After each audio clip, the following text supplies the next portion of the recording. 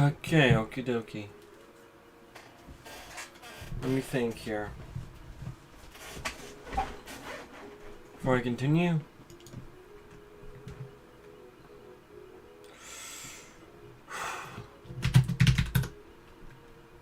Let's see.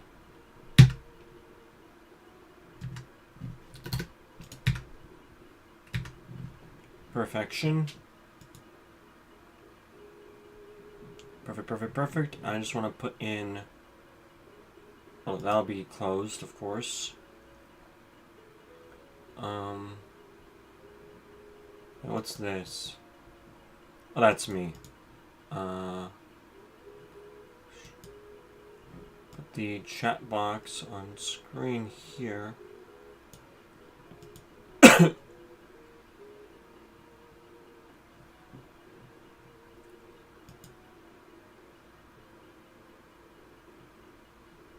Photo's supposed to be here? What photo?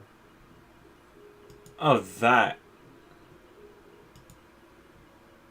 You know what? Sure. Why not? I think this is funny.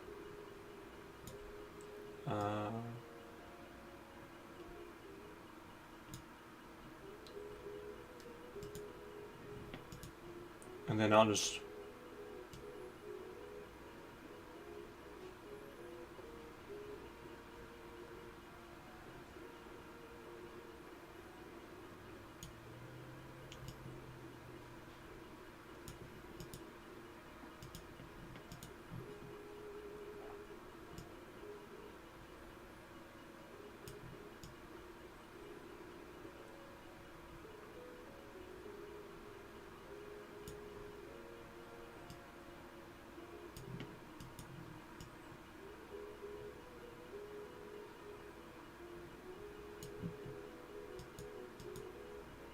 That's the BRB text. I'll move that down here, but... Oh, I know what to do. Welcome, viewer. Just getting ready.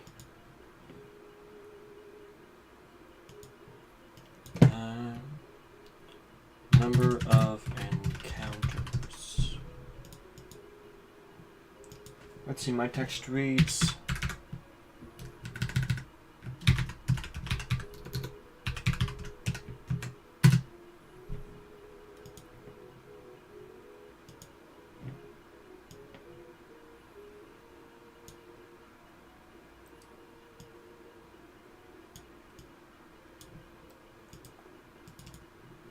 Now let's see if I can get the hex code for my favorite blue. Let's go into about here. Like about that.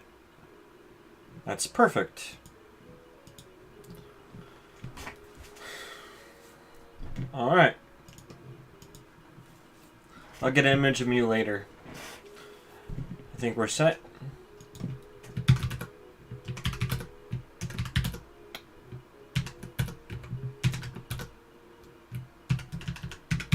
I am live. Let's go.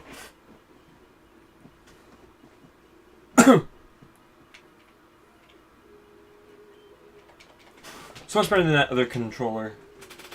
In fact, or forget. My face cam should be above. And then make it bigger. There we go.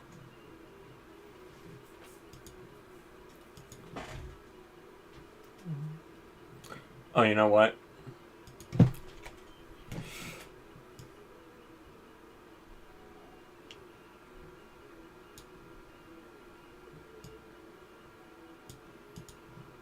Much better. I can put you in the center there. That's awesome. It reminds me.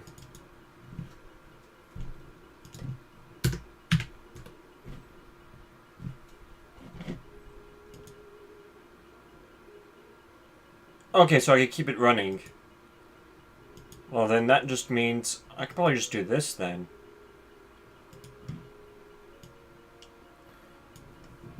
If I did this, give it a sec. Perfect.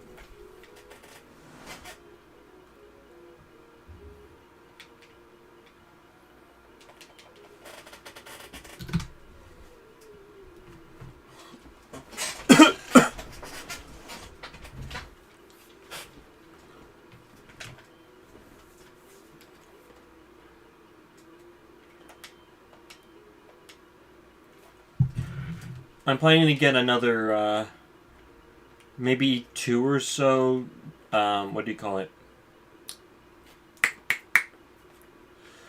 Emerald cartridges.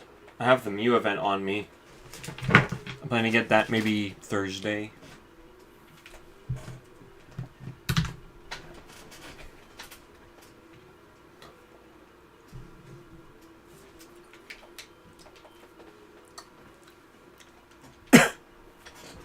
Yeah, I'm gonna need to bring this.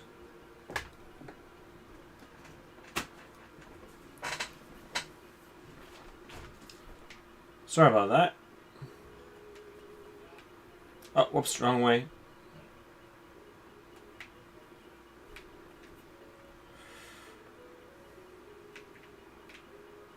Shit. Missed it.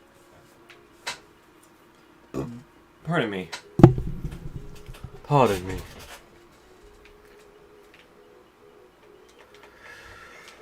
Oh boy.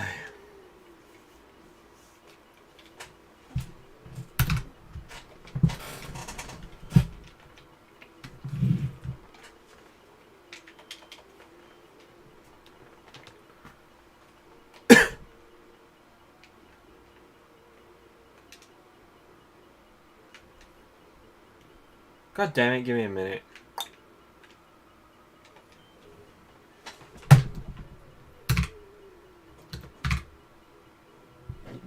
Perfect. I can at least look back at the video and know what number I was at earlier.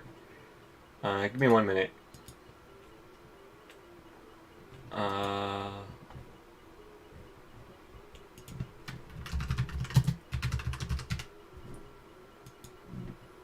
Save.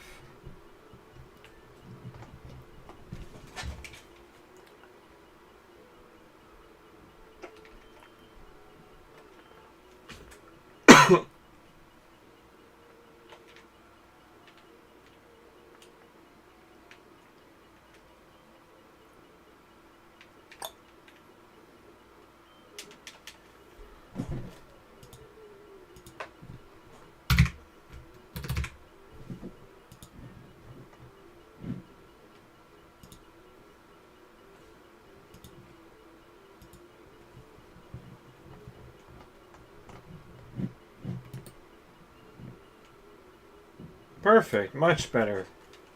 I wonder why it's taking so long to, well, not taking so long, I wonder why it doesn't take what I've written and just say, boom, this is the thing you're doing.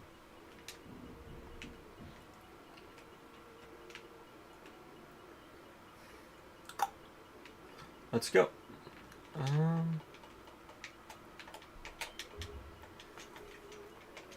I got that lucky. Speaking of which,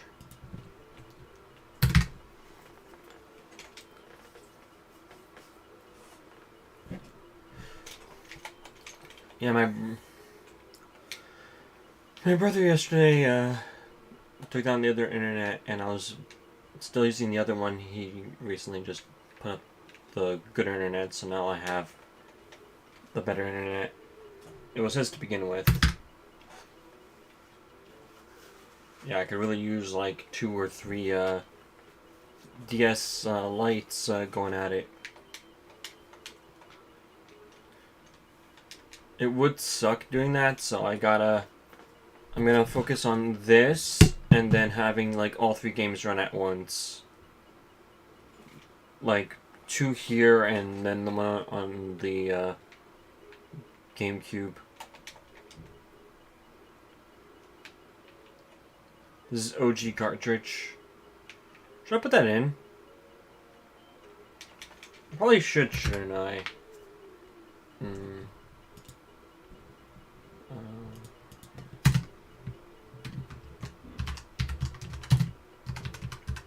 No, Cartridge.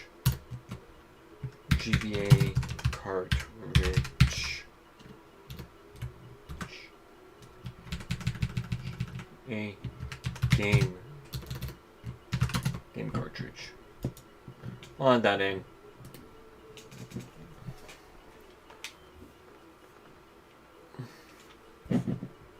Give it a minute then. Speaking of which, I could probably bring my friend in. Yeah, you know what? Put myself visible. Put myself in gaming. I'm here. No, that's most about it. I'm gonna be here with my stream like that, and you're gonna be up like that. Was that one 10, by the way? I believe so. If I'm wrong, someone will let me know. Oh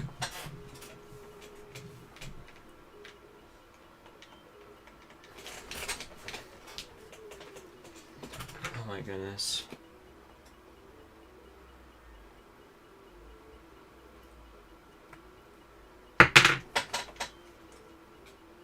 Wait, vertical?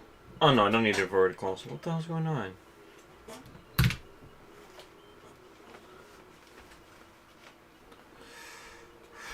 Actually, I'm too much out of frame. I don't know, I'm uncomfortable in this chair. I need to buy another chair. I've been forgetting to do that. I'm gonna try and... I need to re-ask my... I can ask my teacher tomorrow, actually. For what chairs we get at school, because, I'll be honest, I prefer those chairs than this thing.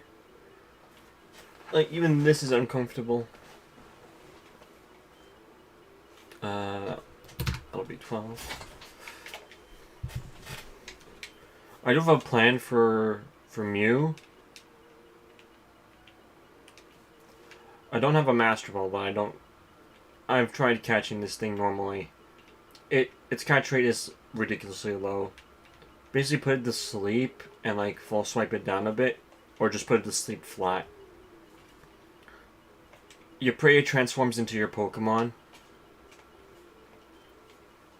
And I got a Pokemon on here that does nothing. I'll even show it off real quick. What was it? Kecleon was this Pokemon. Let me see here. Summary. Yeah, I just turned into this.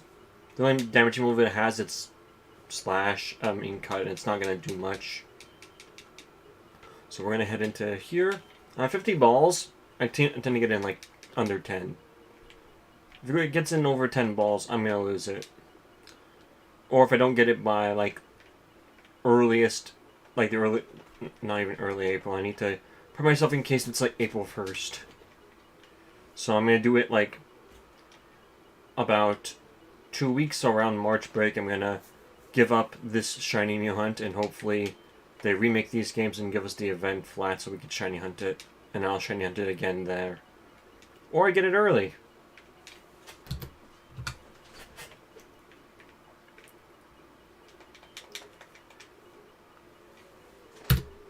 That's 14.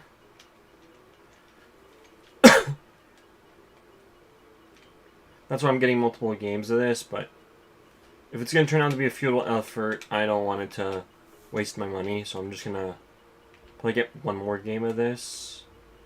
I swear, if that cartridge doesn't have friggin', what do you call it, Lily Cove unlocked, I'm going to be upset.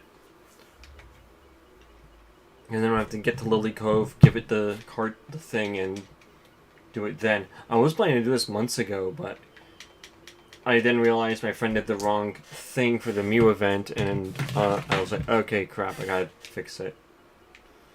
Fixed it like a week ago, and now I'm a week into this hunt. And no, I didn't stream any of it. I was finished up XD, which is technically finished. You're just gonna get a part of me giving a MEW Zap Cannon. And probably the only legal way to give MEW Zap Cannon. I am hoping for a shiny Mew, that way I can do it. But then it's like, oh no, I'm gonna need a Mew army.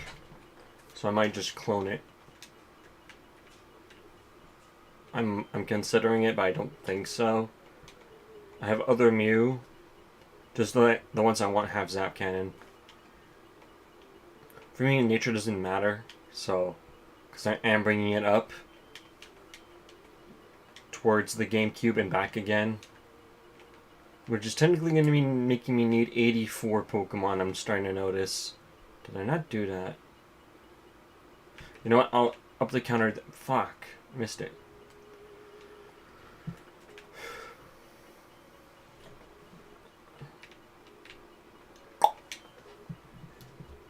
Shoot for him. I'll be right back. Real quick. Actually, speaking of. Just hit me. Oh, you're not hearing any of this. Properties.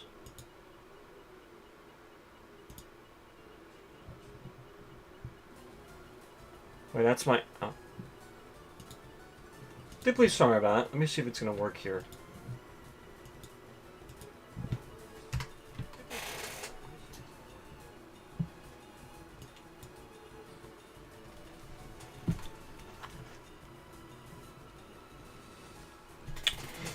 One moment, please.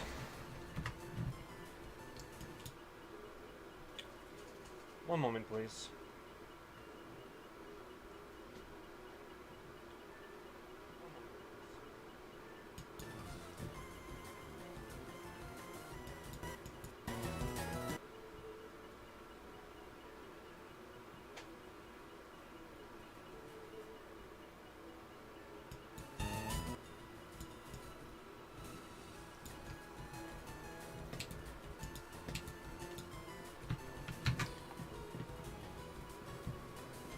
Give it a moment. And we're back to normal.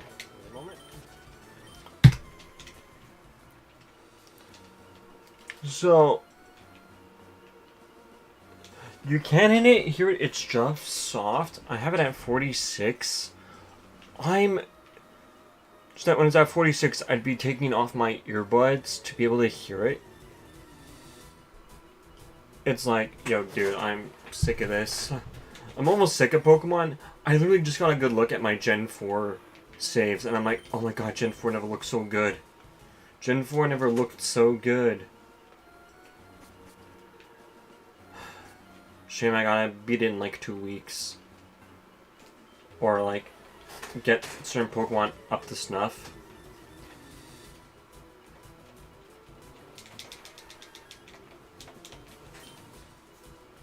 Cause damn. That was 7. Let me just... What the... Hold on.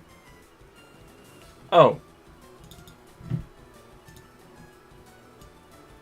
Let me get out my thing, and then put this thing up and then put... You're there. You're there. You're there. And you... increment the counter by 1. There we go. Should I also be typing it out in the comments? Not the comments, in the chat.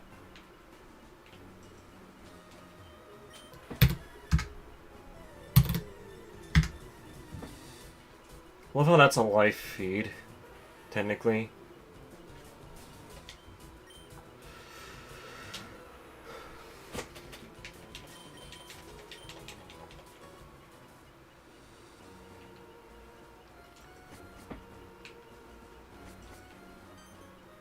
I'll wait till 20 and then I'm gonna go and check on my weather.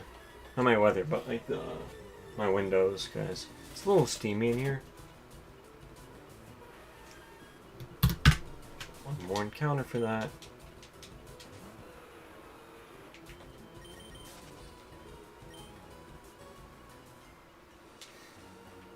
Hit your cut, G. You know what?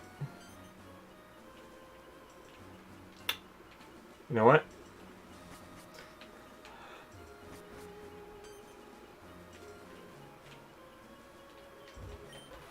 Yeah, that might be a good name for it. GBA.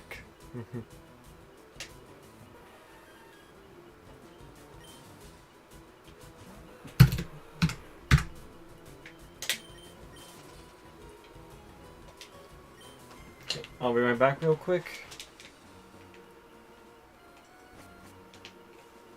One sec.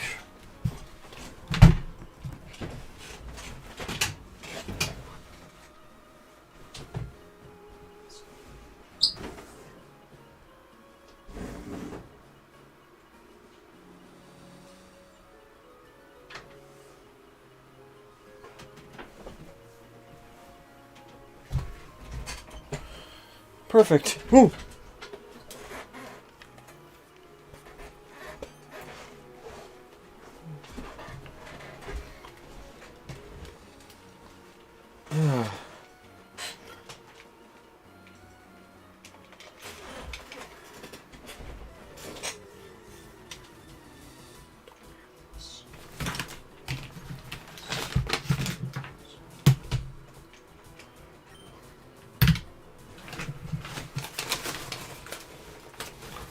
Nice.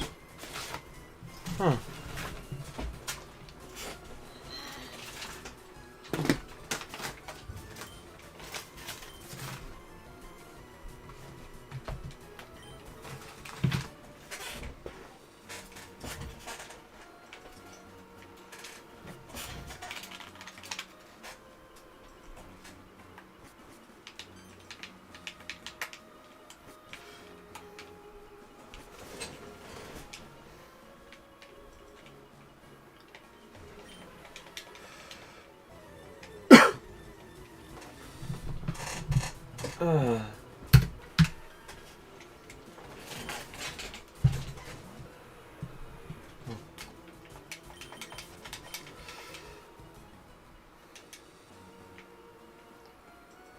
Yeah.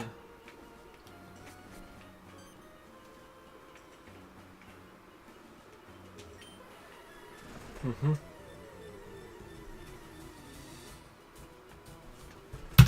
13. Whew. Freak.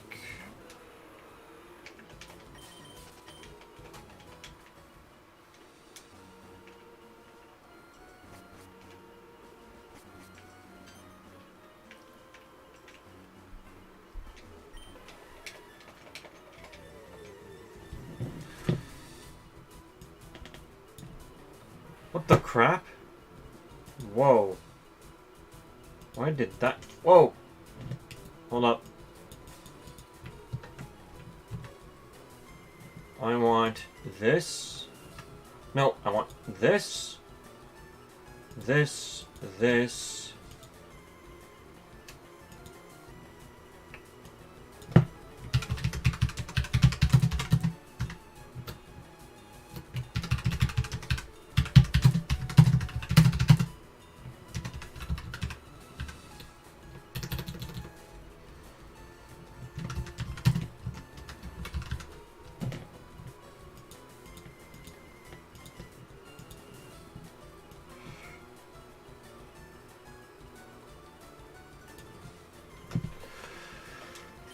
I'm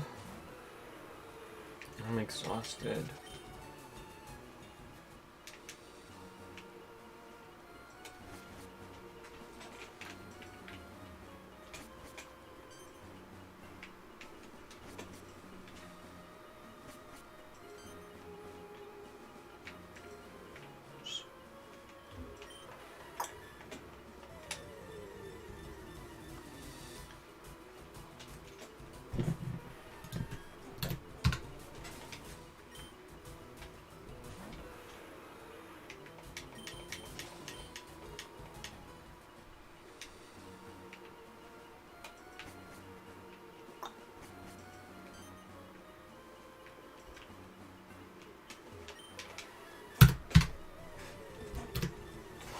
Alrighty. They're showing the... Oh. I thought it was blue for a full second. I'm seeing things.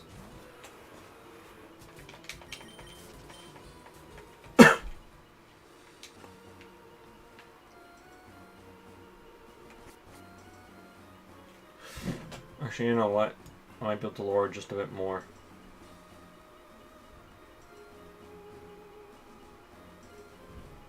God.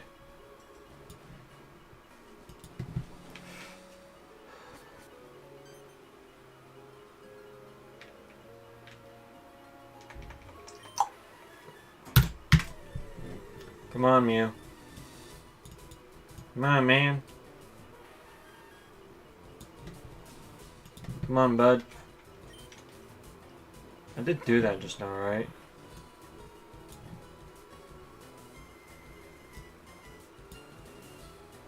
Yeah, I did just do it. Yay me, I'm ahead of the curve. Oh, what? Hold up. Whoa. Just go. Christ. Sorry about that. Give me a sec. Oof. Yeesh.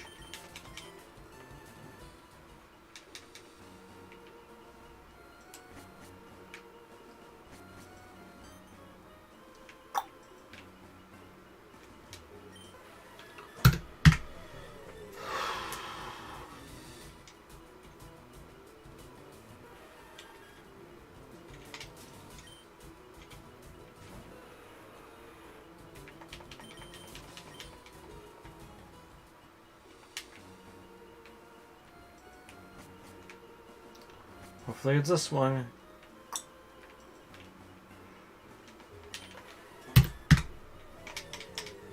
I've never gotten an early... The only early training I've ever had in my entire life... Actually, I've had 2 early shinies. I got ridiculously lucky as a child with a Hoothoot that I'd like to reclaim one day in a gold save, like a virtual console gold save, but not now. Got it literally day 1, swept through everything with it, along with my Typhlosion nuke. Way back. Caught that thing, couldn't play with it for a week, then I saw it sparkle, I'm like, ooh, this is new. Thought nothing of it until it started sweeping my friends at school, and everyone called me a cheater because it glowed. Then they got their shiny red Gyarados, and they still can take down my Hoothoot or my Typhlosion or my red Gyarados that I was also using.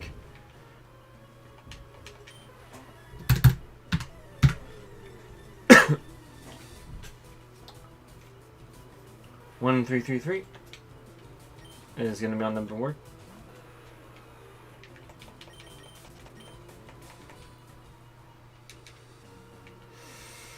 God, I gotta wait till Thursday, so I'm going to be streaming this. God, I'm doing driver's ed with my dad too. I won't be able to stream Mondays. Tuesdays I go to the gym and come back, so I could probably do it then, but I'll be a little tired, but I'll be fine. A good maybe hour, 2 hours, and then I just crash at like 9. Unless somehow I get energy from my friends who don't show up or listen to me. Seriously, almost no one listens to me. It's upsetting. Like, what did I do to deserve this? What the? I am half asleep. I'm getting flustered. There we go. Got a little upset there. Let's roll.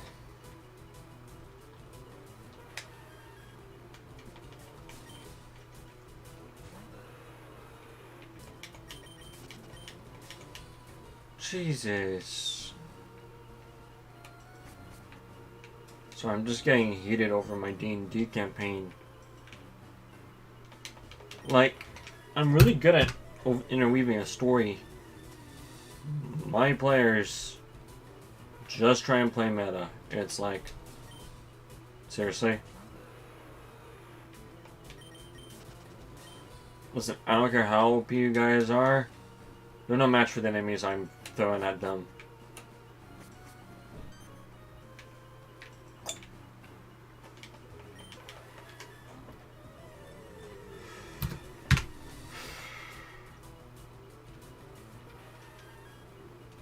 I won't even say anything.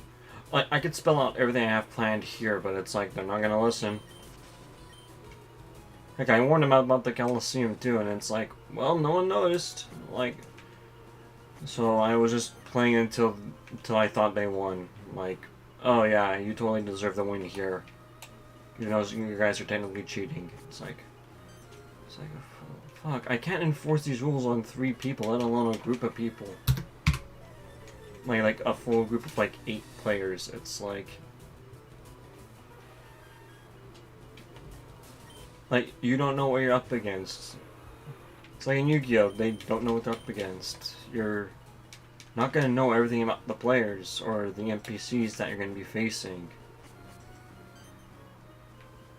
Like, what, a new spell? That's broken. It's like, it's not that broken.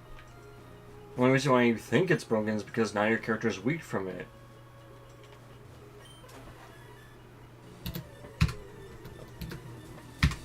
Not my fault you don't pay attention or listen or do any level of research in D&D. Like, you're 3 people. One of you guys should be doing research. One of them should be doing research. One of them should be like a social problem solver. It's not about combat to me. Combat is the reason why you're fighting for the world. You need to be motivated to do that. And actually now they have motivation. I put Phandalin in danger because I thought it would be close by. Turns out it was closer than I thought it was. Way closer than I thought it was. But I kind of though. God, I need to do stuff with the map. Oh my god. I need to add like 4 new places to Waterdeep. It's nuts. Like, is that... Like, why isn't this in Sword Coast? Why... It's in Sword Coast, mind you. The map's in Sword Coast. It's in Skag. I was reading it, I'm like, oh, we're... It would be around here in the lower half of the map. Nope, it's actually in the upper half. I'm like, well, excuse me. Luckily, my friend had the map on hand. I thought it was closer to the lower right hand of the Sword Coast. No, I'm wrong. It's actually upwards closer to what do you call it? To like Neverwinter or Everwinter, whatever you call it. I was like, so oh, now like I had to basically triangulate it, and I was like basically ready for it.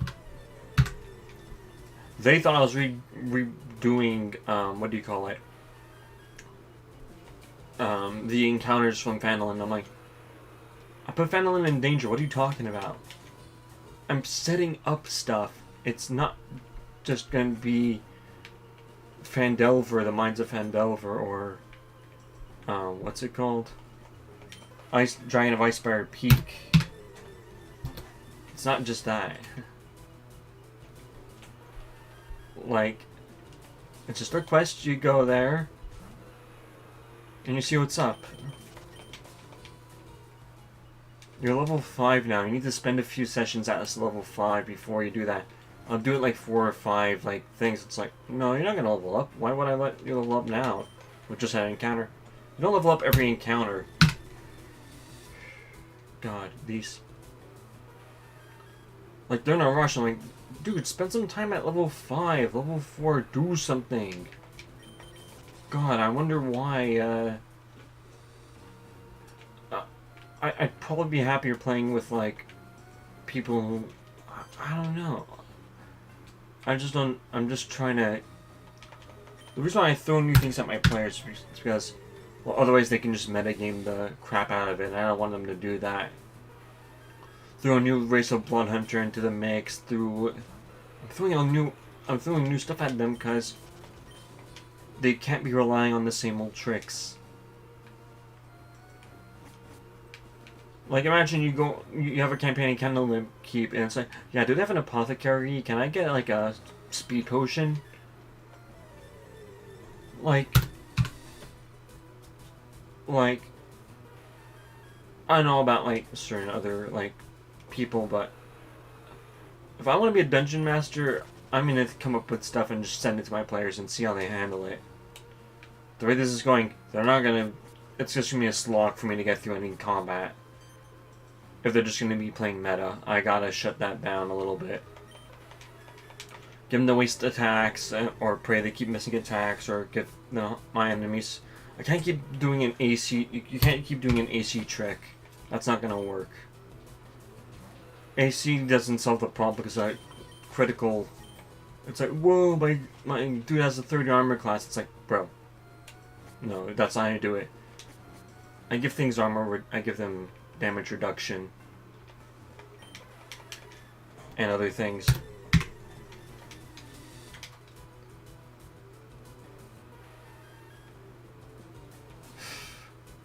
I didn't have and I couldn't let them like give them rolls of Constitution as well. It's like, what the fuck? Like, there's too many spinning plates in what I'm trying to do, so I'm just gonna have things happen naturally, and they're just gonna gain Constitution to the thing they're fighting against. Not that's gonna up their health. It's just gonna up their ability to fight, but it's not gonna be enough. Even with a 20 con, or a crit, they probably still fall. Because there's just some things you can't prepare for. It sucks when you're not prepped for an enemy. Not your fault you're not prepped. And I don't know how to send that message to them. I'm trying very, very hard.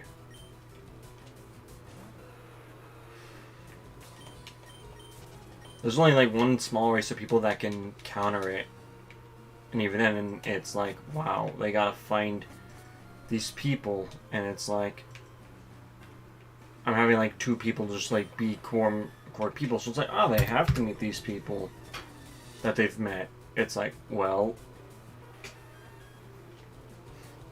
like, I gotta force stuff to happen. It's like, well, what are they gonna do? Or like, do they find out and fail? Like these guys don't think about grabbing other people for help. Like this. If it were up to me as a dungeon master, I'd probably let them know, hey, maybe you should do that. But I'm like, nah. They're running in head first. They're not asking questions. I thought, because they went to an apothecary after finding out about this quest for Phandalin, I was thinking, oh, they're gonna buy like a boatload of potions to heal the people of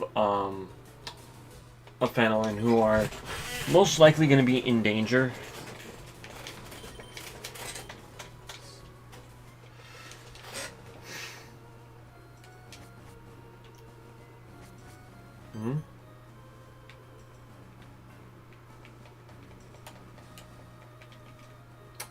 Shoot. Missed him at one.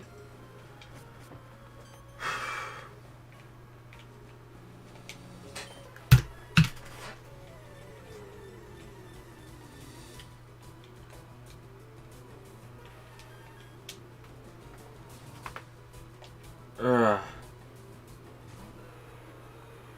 My body is tired.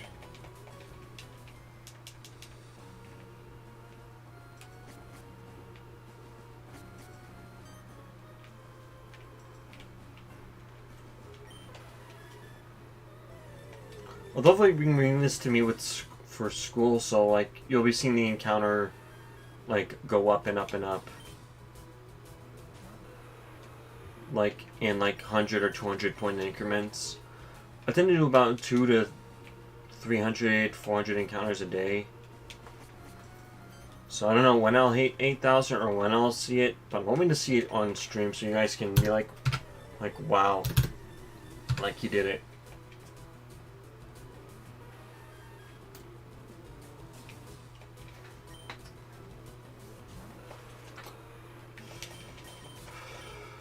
Just a pain.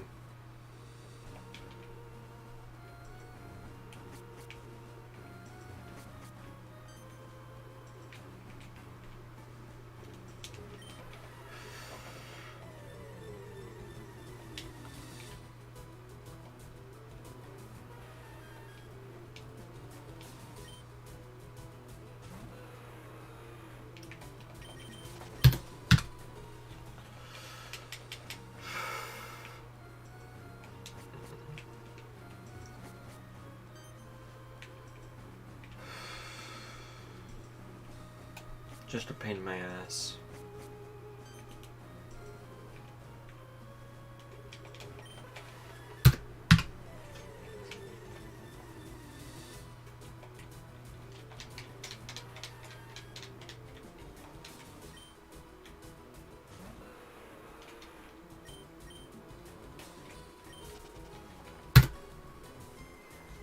Sorry, did I do that already?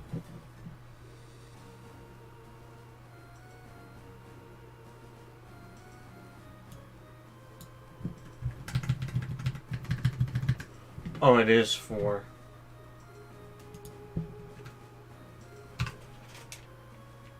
Sorry, I am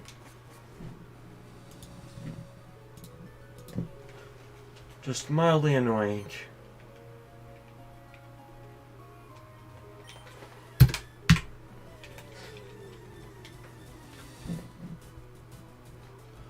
Like, what motivates you to do anything, man?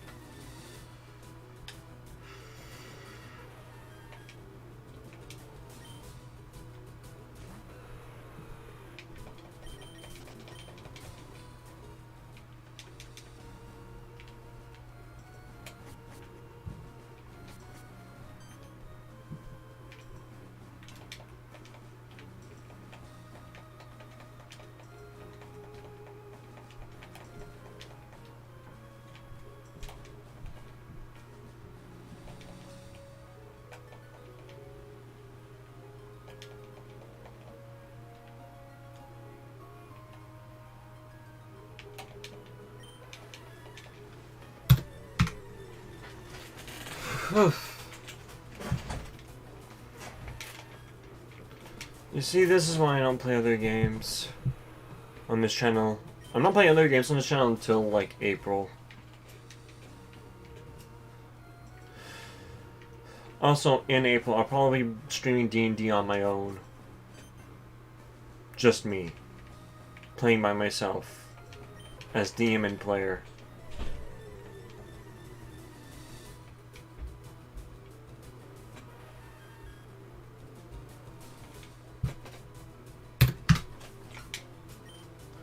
Yep.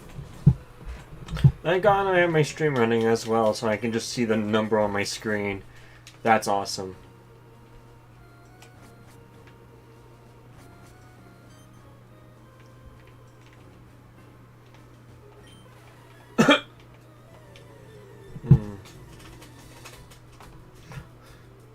I like to imagine...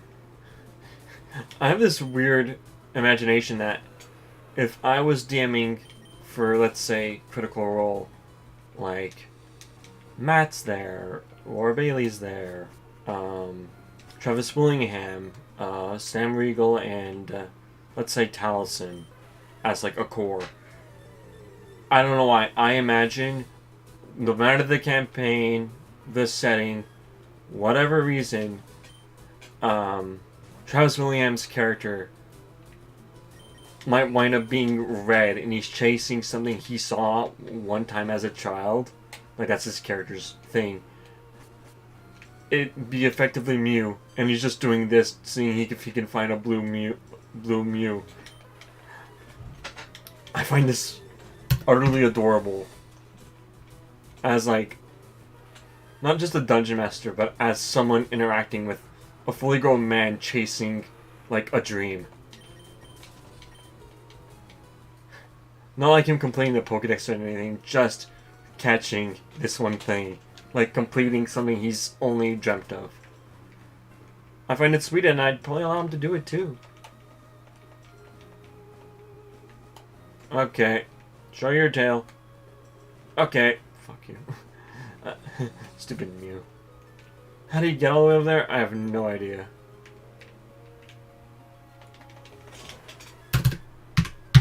Wait. There we go.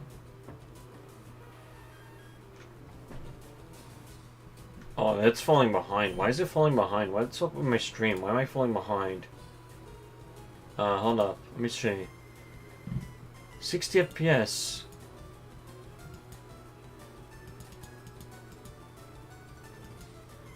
Sorry, 30 FPS. Did I say that?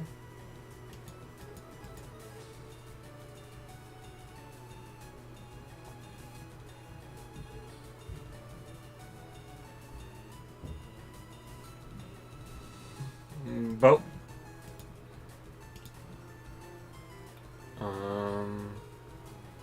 Wait. Oh my god, this stupid thing just closed on me. Whatever it was, just closed on me, and I'm deeply upset about it.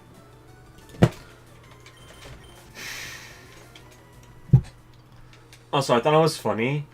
I forget the channel name now. The dude on there, like, he works for gaming companies and whatnot.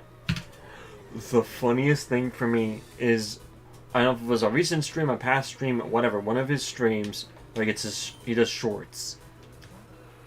He's like, guys, I'm deeply upset. I'm like, yeah? About what? I just looked and saw this. And it's like a warning saying that the stream has crashed. But it crashed 4 hours ago. It was like 2:30, 2:40 something on like the thing. Apparently, it crashed, and he's like, wait, you guys still seeing this, right? And I'm like, what the F happened? Oh my god, the stream crashed. And it's like, you know what, I'm just gonna ignore it. Because the stream's still running properly. So whatever that was practically BS, because if that was the case, OBS should have just straight up closed. Like, on its own. Wait.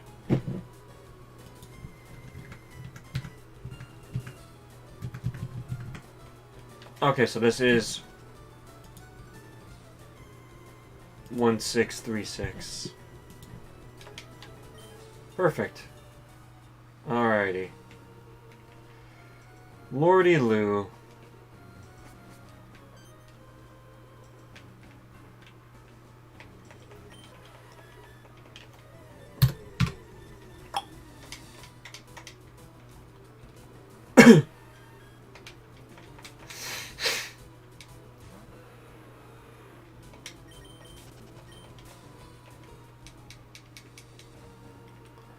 I don't want this channel being me complaining while I'm doing a shiny hunt. I love MEW.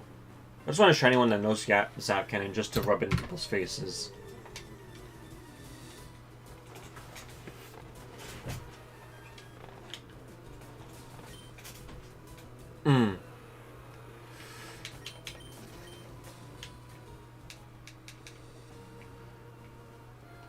Good news is, no matter what, I'm getting a MEW that knows Zap Cannon, regardless.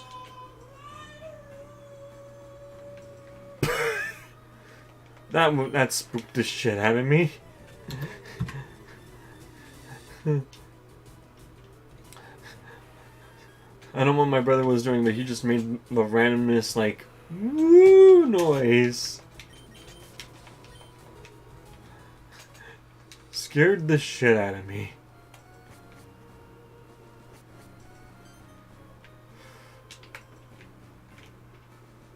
Just noticed after the past couple of encounters, I didn't have my, my key showing. Only my buttons I'm pressing showing.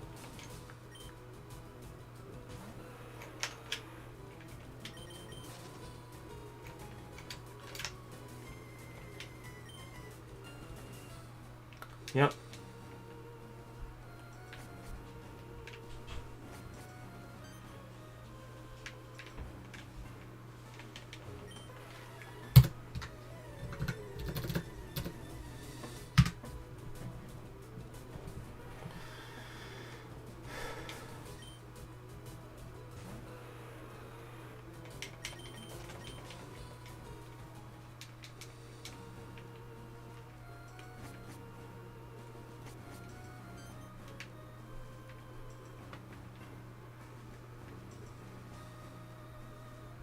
F this.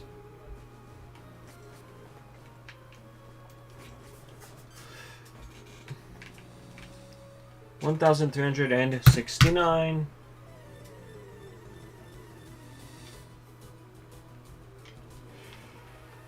Okay. Next.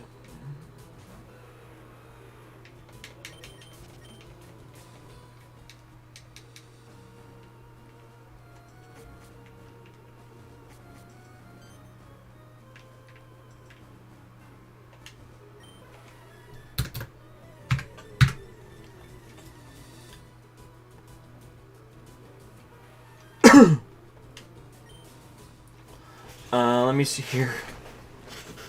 I can't wait for the new D&D stuff. We're getting the new player's handbook in like September. I'm really looking forward to that.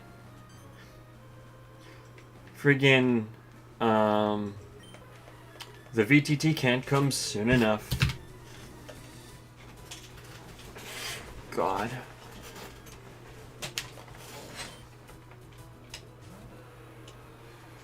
Like, wow, like...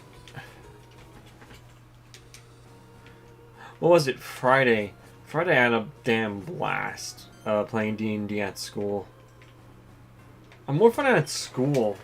Like, they're complaining about the speed of the DM's, like, stuff. I'm like, we're 31 sessions in. The big 3-1.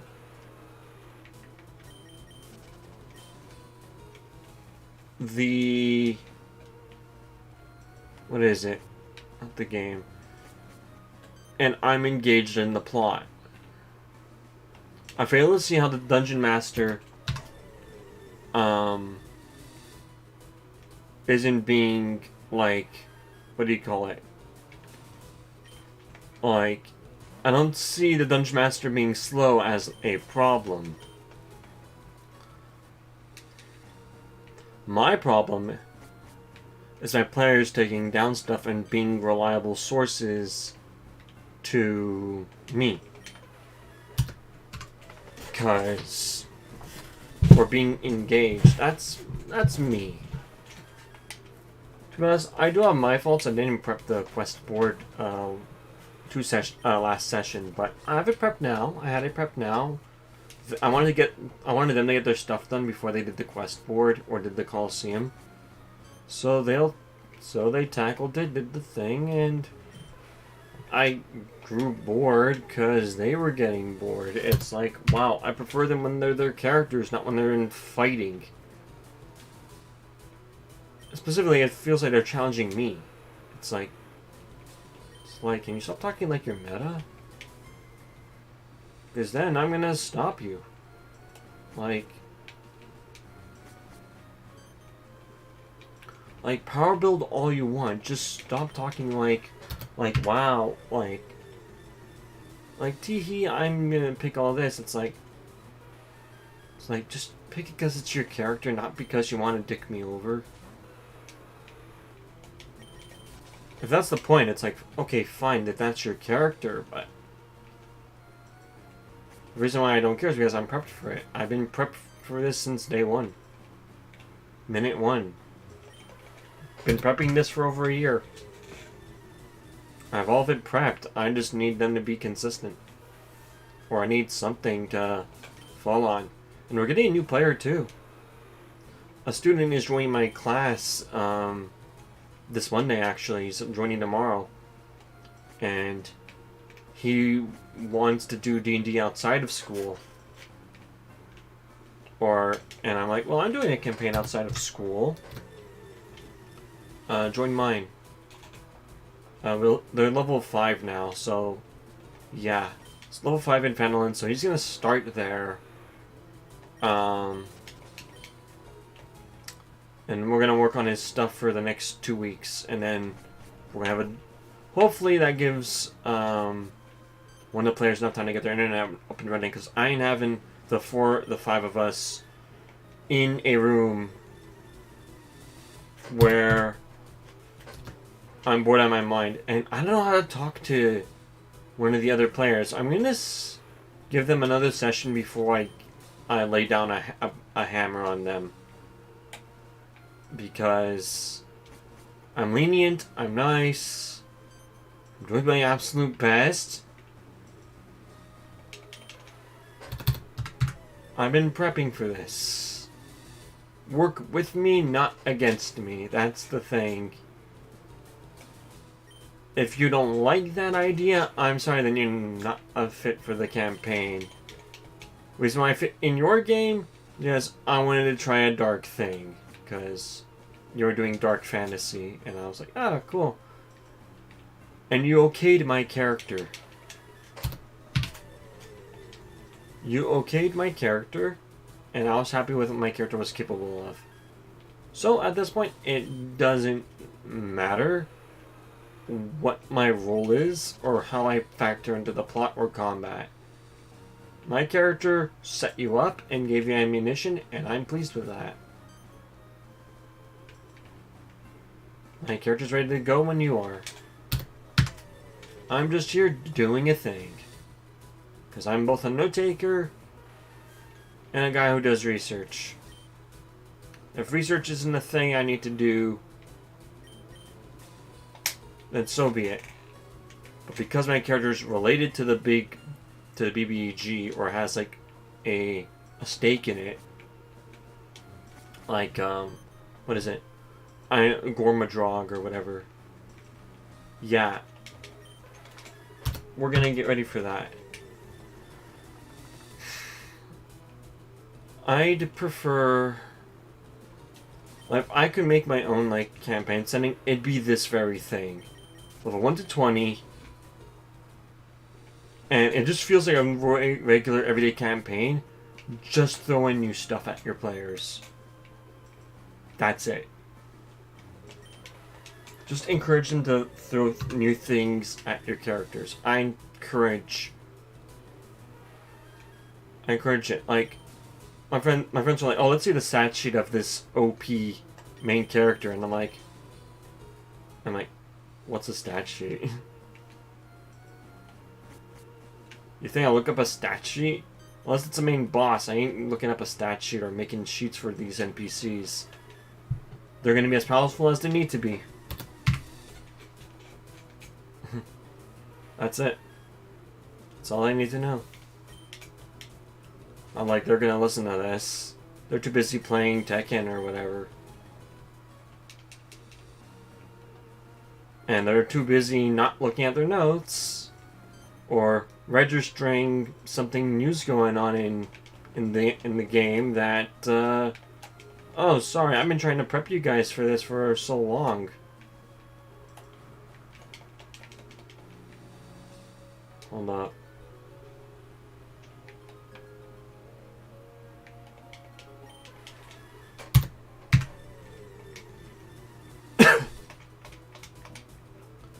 Got lucky.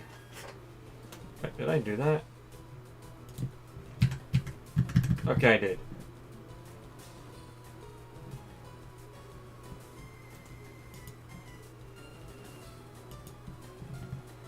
God.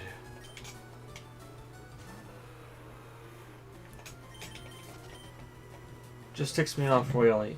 Wait a minute, I just realized something.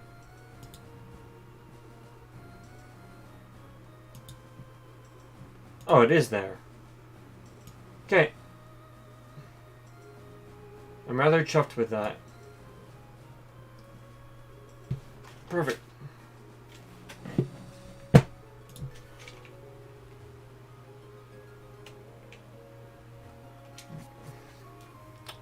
I have so many ideas running through my head for so many different things going on all at once in my life.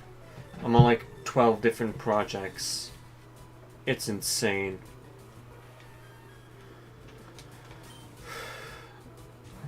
I'm getting too tired for this.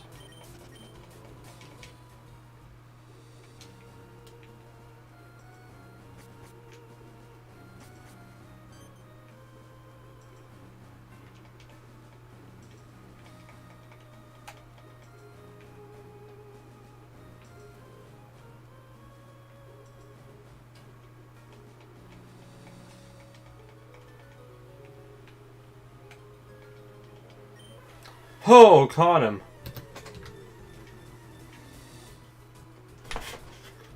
Hell yeah. Wow, it's been an hour. And I've done about 100-something encounters. No, I've done 88 encounters. I just remember what I started at. That's alright. Not bad for a single cartridge. Though I'll be honest, if I really want this thing, I'm gonna need to multi-hunt.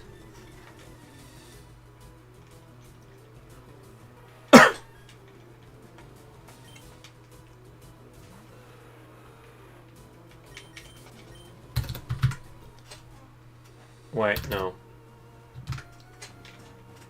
My bad. Wait, did I?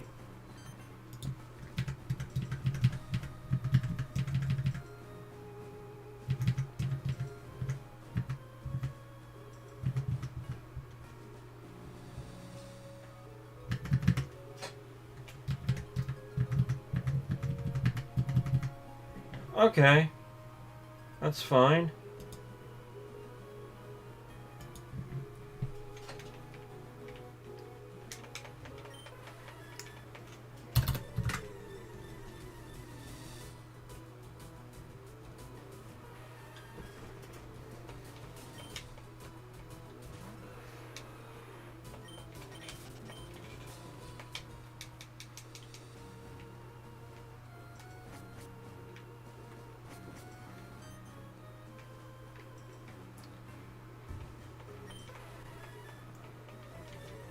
Okay, hold on. When did I do that count up?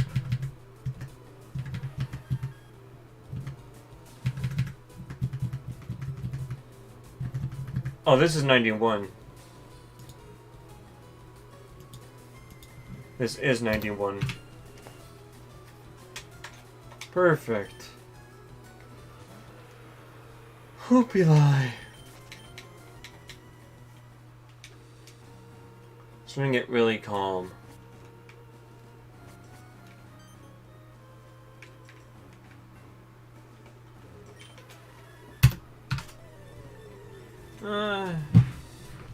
Do I dare play Leaf Green while I also play this?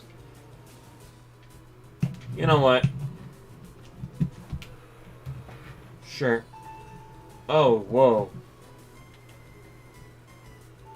Hold on, what's up here?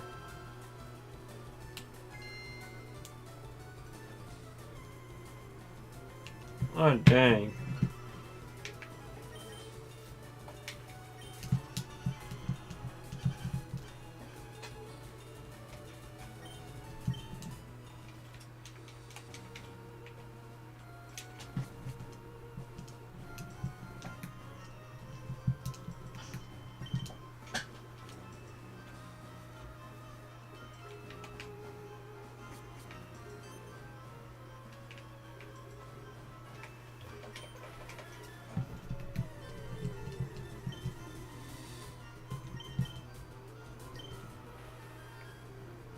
Well, that's that.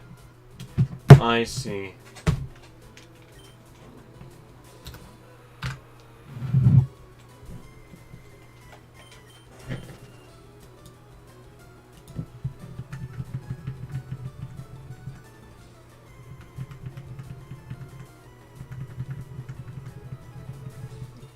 Yep, this is 3.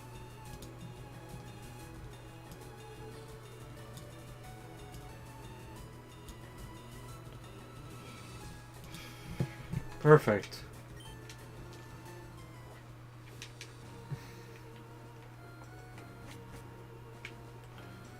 Okay, back to this.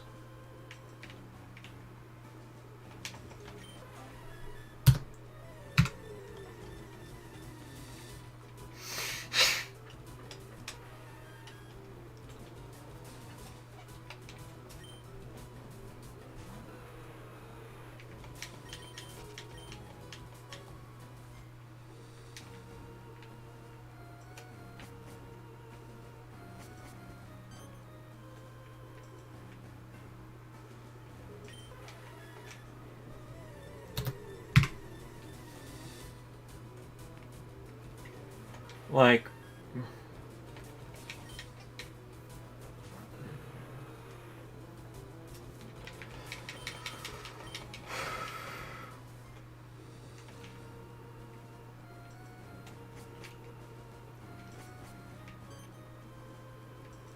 It'll take me a little over an hour to get 100 encounters on this.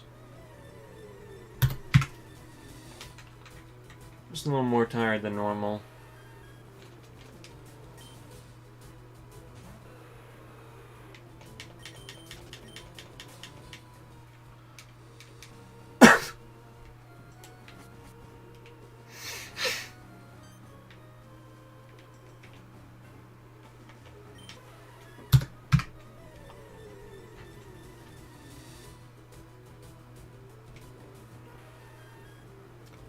I hate your cut, G.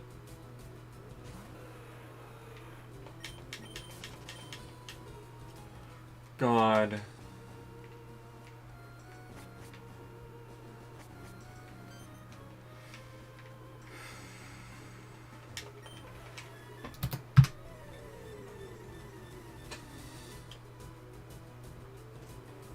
And me, I have my phone like off to the side like this.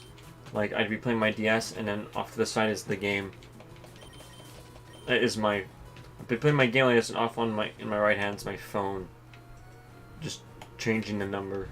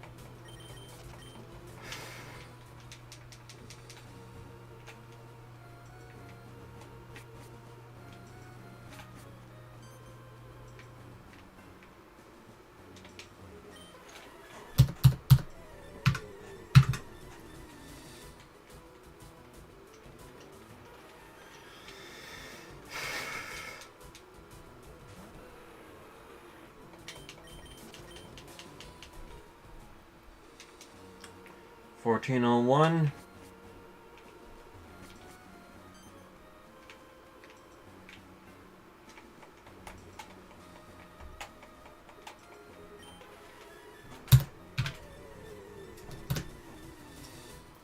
I wish I had that many encounters.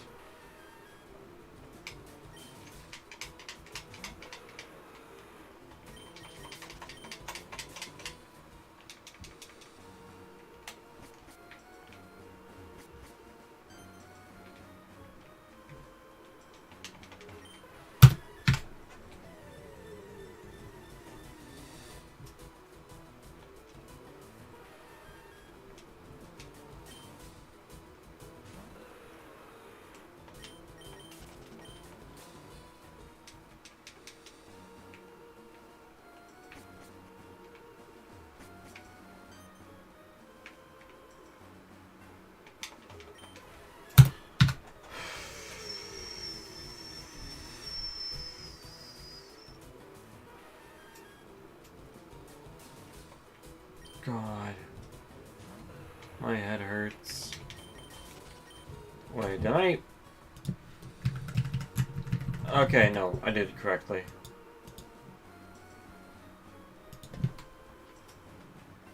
Okay. Sorry, my brain is so tired. Gosh, I'm like... I think it's because I'm having too much coffee. I think that's why. Like, coffee combined with my meds, I'm gonna be very, very awake. And I'm just on my meds.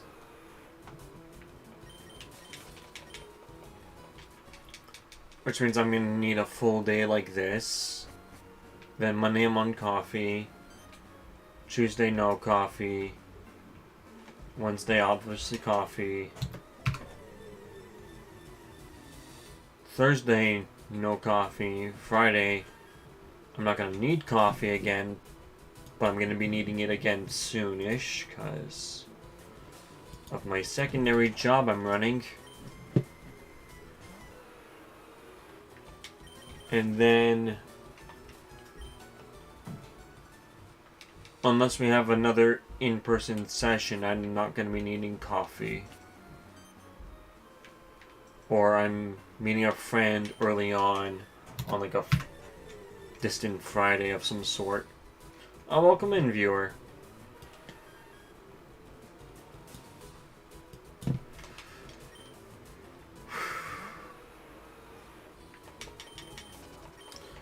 How was your day? You having fun? Come here to relax? Wanna hear me talk on D&D for a little bit? Or watch me get this with like a couple of viewers here. Imagine that, just super under odds. Or like, what was that? MNJTV with his first encounter shiny Reshiram. God.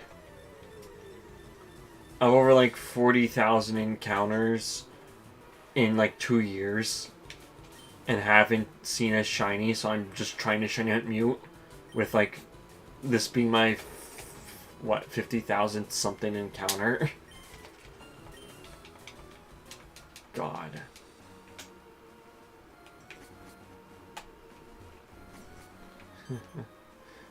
I'd be like...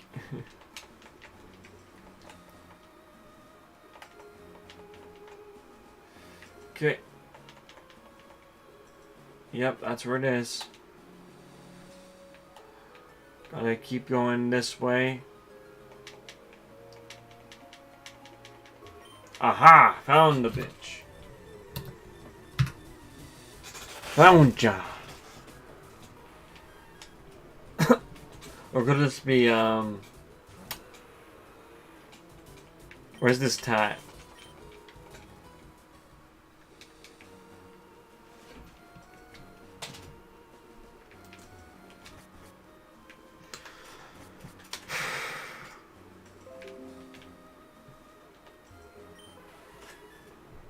Okay, can this, like, just stop? Thank you. So now my finger slipped. God, April, I'm looking forward to reading a book in quite some time. Also looking forward to seeing if I can find, the other, 13, 11 books?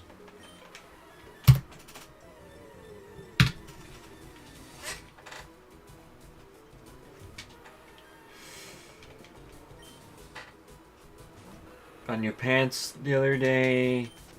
Send them off to... Oh no, I haven't put them away yet, actually. I'm a bad son. I completely forgot to throw them into the laundry. I'll do that at, you know what? I'll do that at 420 encounters. I'll be back in like 2 seconds after I do that. So don't leave. I'll be right back immediately. Just because I leave for like 2 seconds doesn't mean like anything.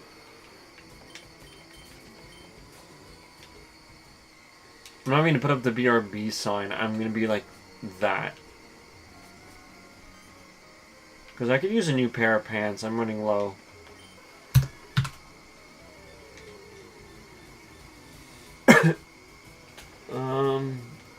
What else am I missing? Also, I'm up on Bumble. Guys. Up on Bumble. Hopefully soon my friend will actually help take photos of me, because he knows how to get me to be photogenic for whatever reason. I give some really good photos. I don't know how to take them. Really, Zone? You're playing No Man's Sky? Really? God.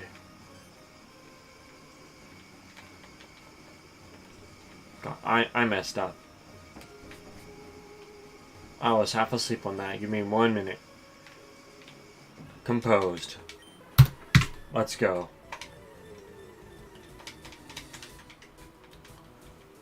Like...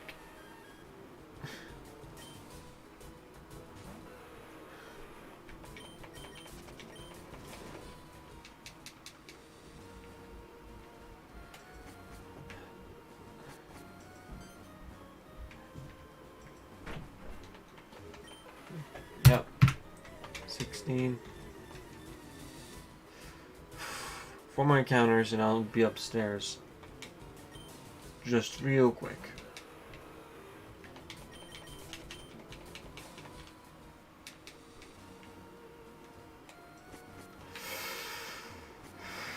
Come on.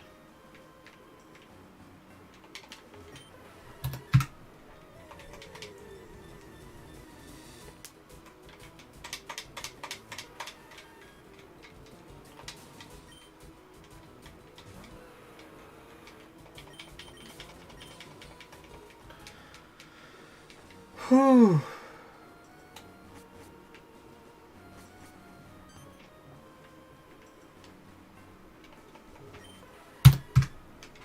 That.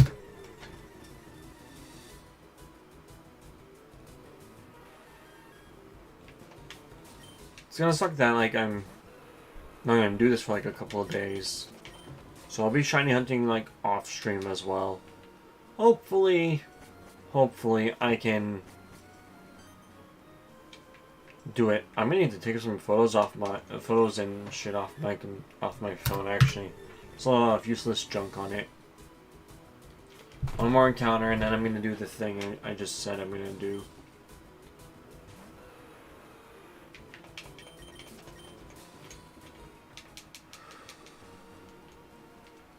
Just hit me about that because I was looking at my drawer. Also need to repair my drawer.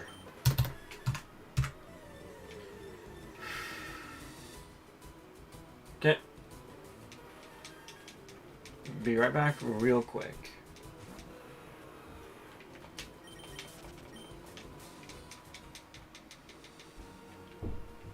Okay.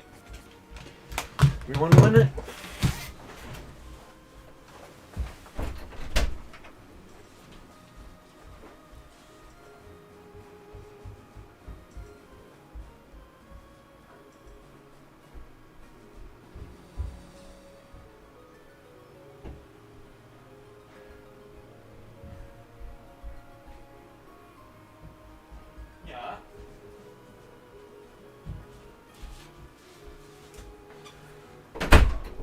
Okay, I'm back. Sorry about that. I'm back. Let's go.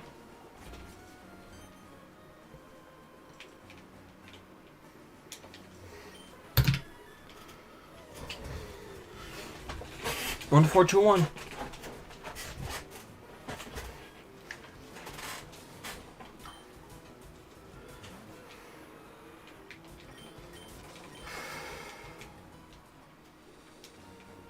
Wait, what am I doing?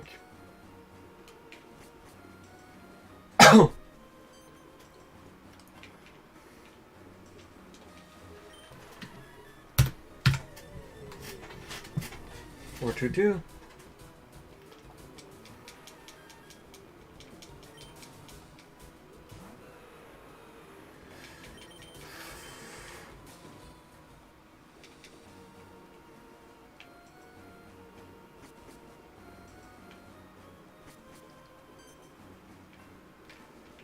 Don't mind, this gives me Final Fantasy vibes. Just that tune.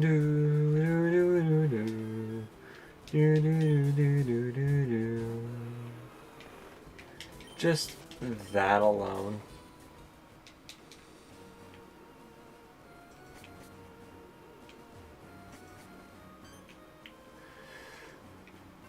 Also, why was this event exclusive to Emerald?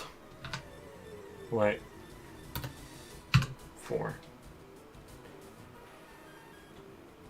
There we go. I know I missed on, I'm bleh. I know I just missed, but like, Jesus, Mary and Joseph. The new 1D rules cannot come soon enough, I swear. I'm gonna be bleh. Can't talk. I will be able to make a half changeling, half halfling or hobbit character. And it'd be pretty cute to have like this almost moderate sized person who's semi-fey, but can change their appearance at will without a height discrepancy, because they'd be of the middle of the road height difference. So like the fan I'm talking about would be like, let's say 5'2", and Hobbit would be 5'3". They'd be like they wouldn't have stifled height. They'd have like like slightly increased speed, regardless of their form, and they'd be able to like what do you call it? Be that normal height, like a fusion of the height, if not an upper average of a little over 5 feet, because that was roughly the size of a person back then. A person in the early 500s was around the tallest if you were lucky, you had a 6-foot person like somewhere.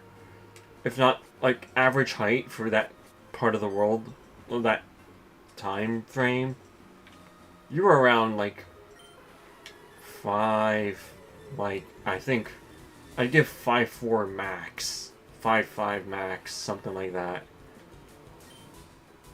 Cause I know a 7-foot guy.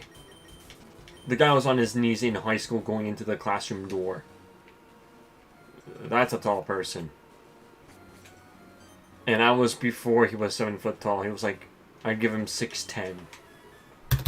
Oh wait, 2'7".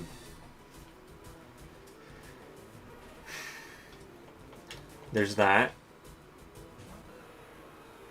That's a thing. Gambeson's not really a thing. There should be Gambeson in D&D. Just saying, it'd be the best armor. It would be the best armor for like lightweights. God damn it.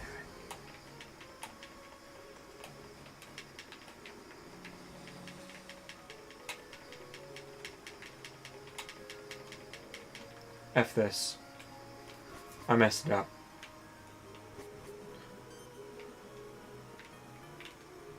Gotcha. There's that. We can then get whitening strips.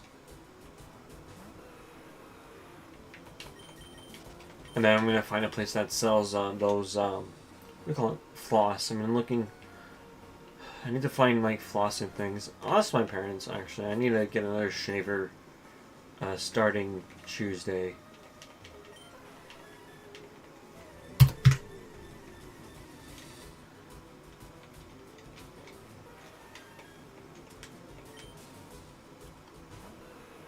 Like, I enjoy my friends, but it's like, I enjoy the stuff they talk about.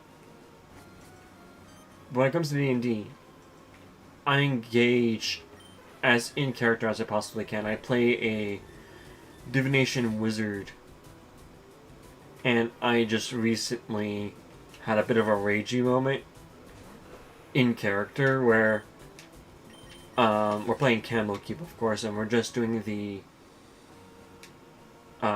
barnyard door, Ting Thong, Tom Bombadillo door. Oh, I didn't up it. That was 130. Sorry, I say 130 now. It's 1430. This is 1431. There we go. Yeah, we're at the barn door or something like that, and I casted Detect Thoughts just to know how these guys got in, because it was sealed off. Thought it was a little odd. We managed to knock 2 of them unconscious. One of them was killed by our paladin. He was easily one-shotted. Forgot to do non-lethal damage. The other guy was knocked unconscious, and the guy I was actually detecting thoughts was left unharmed. Well, he was about to be unconscious. He had like, I think he had an effing hit point left. We restrained him, and I'm the one doing some interrogating, but I'm not like intimidating him. That's like the paladin and the monk, the shadow monk. Here I am. I raised my book to his chin, getting him to look me in the eyes to tell me stuff, because I'm reading his thoughts. And he's like, "Oh, you guys don't deserve the knowledge in these books down in the books downstairs, because our kobold rogue saw the secret hatch or whatever." I kid you not. The funniest thing for me, as much as I would like to know of the books downstairs, my character is just fed up with this guy saying, "Oh, you don't deserve the knowledge in these books. You don't. You're a bunch of dog earring, like mustache scribbling like idiots." From having my book under his chin to being red in the face, my character, I'm like, okay, my character gets fed up, and I crack him across the face with the backside of my book. Die zombie style. But like to the side of his head. You knock him unconscious. And I tell the party, I'm going upstairs. Like, I am, my character is super pissed, and my DM gave me inspiration because she found it creative that I'm interrogating this one dude with a book. With the assistance of the paladin and the thing. But being called that does not sit well in my character as much as she would like to exposit at this point, which is the thing I want my character to be, the exposit machine. Or the researcher, which is the goal of my character, is to do research and find things.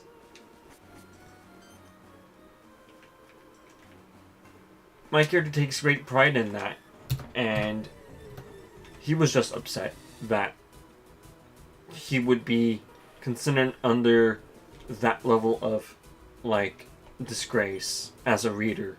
Someone who would take pride in their research. So I head upstairs and I see, like, what is it? 2 orcs, a half-elf, and a humanoid or something. They're strapped to chairs, and I'm like, why are these guys strapped to chairs? Whatever, I try and free them. The rope is too strong. It's like the rope that's given you at gym class to climb. Which we never had to do, by the way, in school. I know what it is. It's like a trope in high school. Or, like, high school movies. But we don't have to do that in school anymore. As far as I'm aware. If you have to do that, let me know in the comments. Or in chat if you do.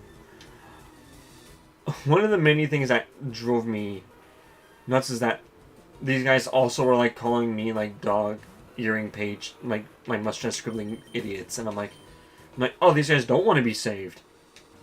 Put my knife away. And I yell at the monk again. I'm going upstairs again. I go to the 3rd floor. I go up. No one's there, but, like, a glyph of warning and a bunch of stuff that would, like, trigger if anyone's tampered with the books. So I cast Detect Magic ritually to, like, not waste a spell slot. The fun thing for me here was like, oh, I cast it on the glyph to see if I can get, like, it had, like, conjuration or something. Didn't mess with it further, went downstairs after that 10-minute cast.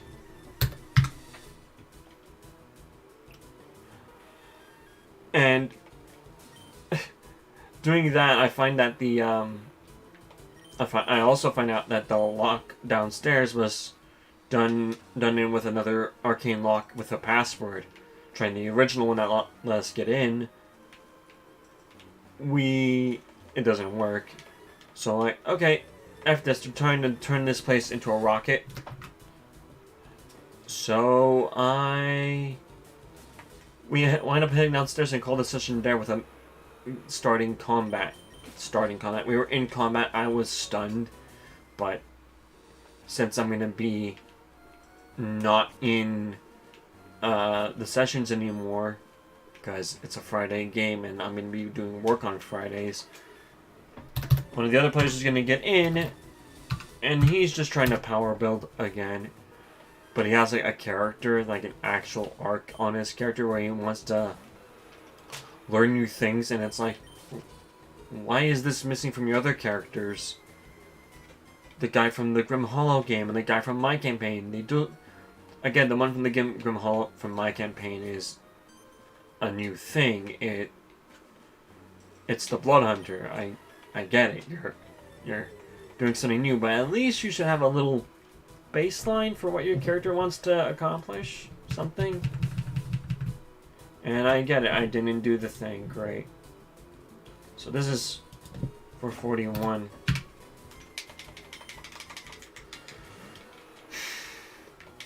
It's like, where did this creativity go? Well, not creativity, because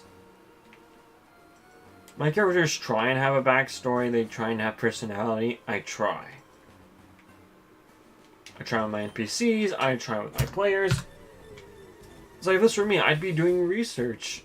In a campaign that I know nothing of, I'd be doing research. Which reminds me, I should have something from when they get back to Waterdeep. I should probably get that set just in case they get smart and think, you know, we know nothing about what's coming up. We know Tiamat's the final boss, but our characters don't know that. For all the characters know, and that they do know, Tiamat died 500 years ago. Or was foreseen to be died. So they don't know what's happening. Or how I plan to do anything, so research could come in handy. Like, I tell them the stuff, and it's like, no one takes me seriously enough. Like, why would I want this? It's like, well, that's the way things are. You don't know what this magic is. Like, God, there's a reason why I'm doing this shit. I was trying to prep you for it, but fine. If you're going to be a little douchebag about it, fine. You're going to feel my wrath. And by my wrath, you're going to feel the wrath of what the game's going to do for you. I've tried warning you guys, but you guys don't seem to want to do that. I would consider doing research. And what now? I'm going to have another character join them that's going to have this research get alive. I'm having a laugh. My fault you guys don't do research. In fact, that's what I'm going to do. I'm going to have this one guy be a researcher and not really know much. Especially this piano. Sorry, off topic. This piano is awesome. For that. That's what's giving me the Final Fantasy opening thing. You know what I'm talking about. Anyway, back to the D&D. I might just have that guy want to do research in Waterdeep. Heading to the bookworm would be nice.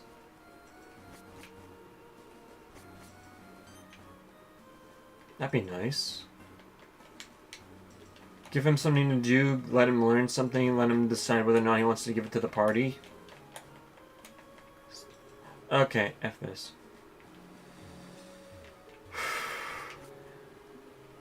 This is something I need to plan with him in secret, cause, dude,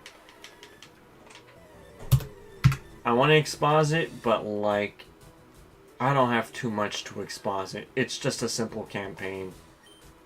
A to B, but you guys gotta find your way there.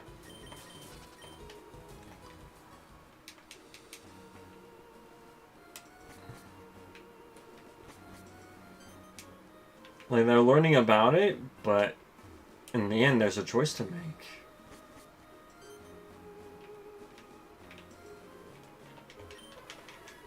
And it depends on the amount of research you do, kinda.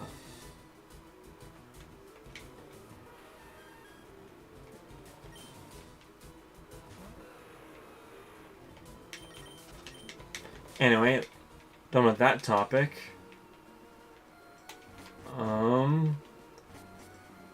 So when I went off earlier to just put my pants in the laundry, my parents were like, "Oh, Nathan, like you like what? Yeah, man, like what's up?" And I'm like, "Oh no, I'm just putting my pants away." "Oh, you look like you're like trying to do something." I'm like, "Well, yeah, I'm putting my pants away to go back downstairs." That was that. Just a quick little interaction.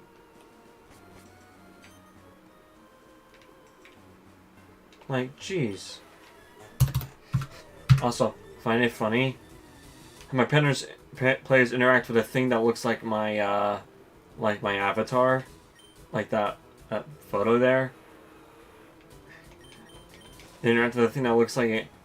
Doesn't even cross their mind that it's me with another name. Doesn't even cross their minds.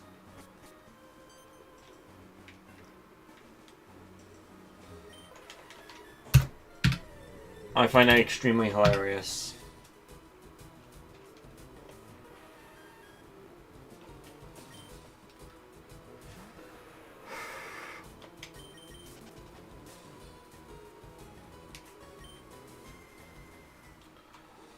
Holy cow. Surprised this person's staying, but hey, thank you for watching. Glad you made it, listening to me, like, yak like this.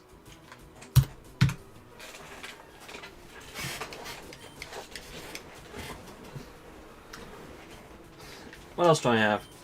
Oh yeah, this Thursday, the weirdest thing happened on my way back from the Y. I was here with my thoughts, walking down the sidewalk, heading back home, waiting for my parents to come back from their, like, trip, and this dude, this black guy, I've never seen him before in my life. Probably some bloke with autism. I don't know. He's walking towards me, so I go off to the side. And I get on the like the grass side of the sidewalk. And he just stares at me as he walks by, and he gets his like right up into my face about here. And I'm just going like I just like, who wouldn't freak out like that? Oh, wait, one. Oh, wait, I didn't do it twice, apparently. Apparently I missed it twice. Go me.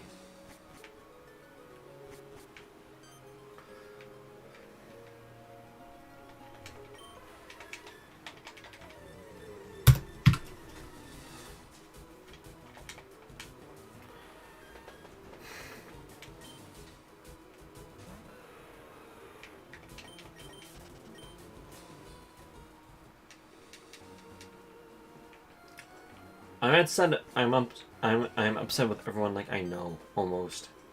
It really, like, well, I don't know if it's me. I really don't know if it's me right now. I'm doing my damnedest. I do it in school. I do it as a dungeon master. I'm doing it everywhere. No one seems to treat me with respect. Like, that's all I need is a little respect from my friends. Like, it hurts. Like, I get more respect from school than I do in my own home, among my friends. I get more respect in school as an adult.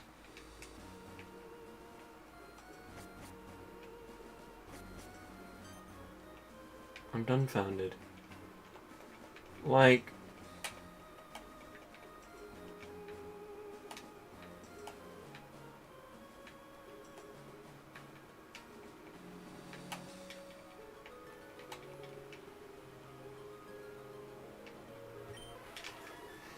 Got lucky. Lordy.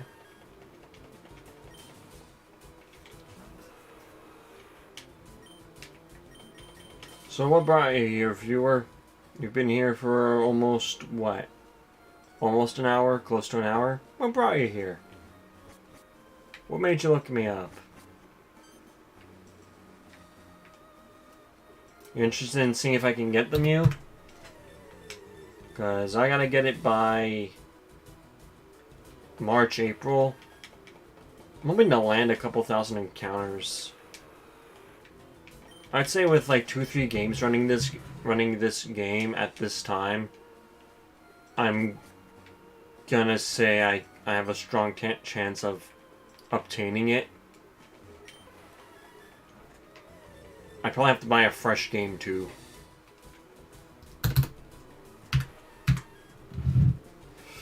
It's getting cold in here.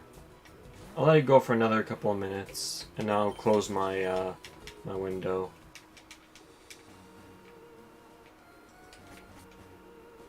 They've had it open since like 10 minutes in, so it's been like this almost an hour. 1461.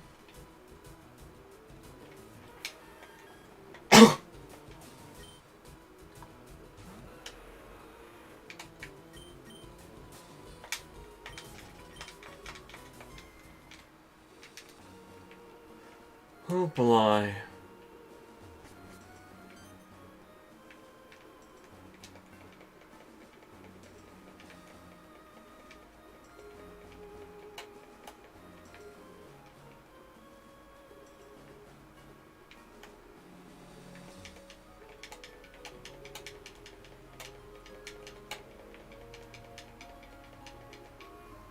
What the?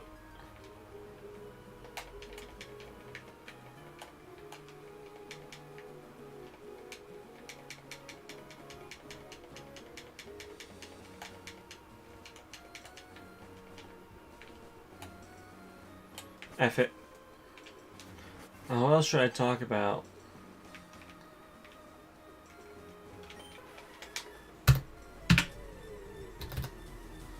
Oh, that also means I need to fix up their freaking, what do you call it? Their, what's it called? Their titles. I'll probably like briefly play Tales in Symphonia just to like get inspiration for titles. Like what they gain from it. They definitely have to do a super attack at the end of it. Just because.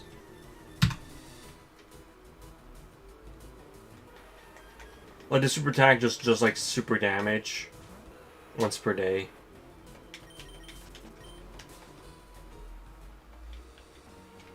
So that way like it must be declared that way if it connects.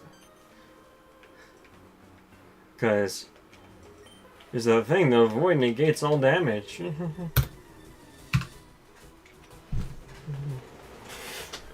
Tal doesn't, Tal just neutralizes it. And they're not gonna know what these things mean.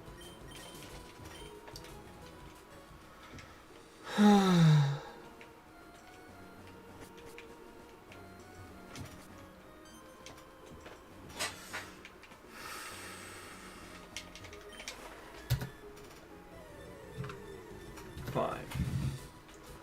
1465.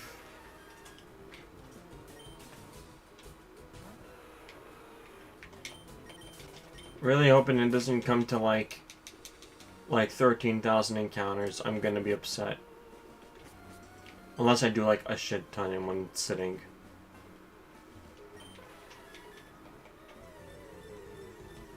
Done over 100 in under 2 hours. That's pretty. This is a solid clip.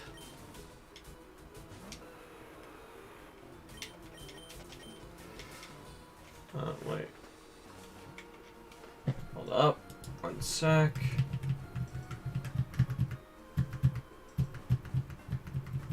Missed that one. Okay.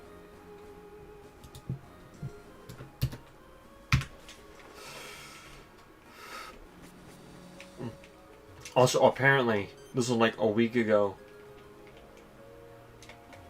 there was like random stuff going on in the server. And granted, I was playing XD at the time, so it's not like I wasn't streaming and being in the server. So why is it that this wasn't brought to my attention? Not like this is the server like I'm hosting for my content here on YouTube. This isn't that. I'm not doing that until I have like several people like join me regularly. That way we can all like hang out. Be a better community than the communities I'm a part of, I'll tell you that right now. People will at least giving me a small bit of respect, maybe? I'm hoping I can become respectful. Like, do people fear me? I don't know. It freaking sucks.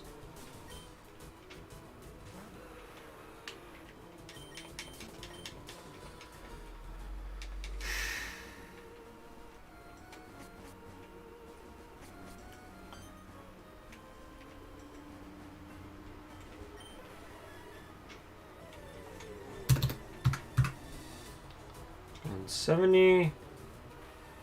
Okay, I'm gonna close my window now, so give me one moment.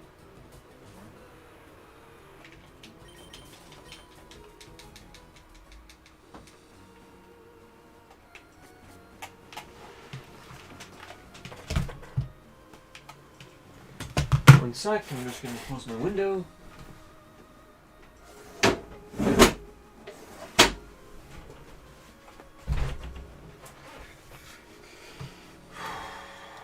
Okay.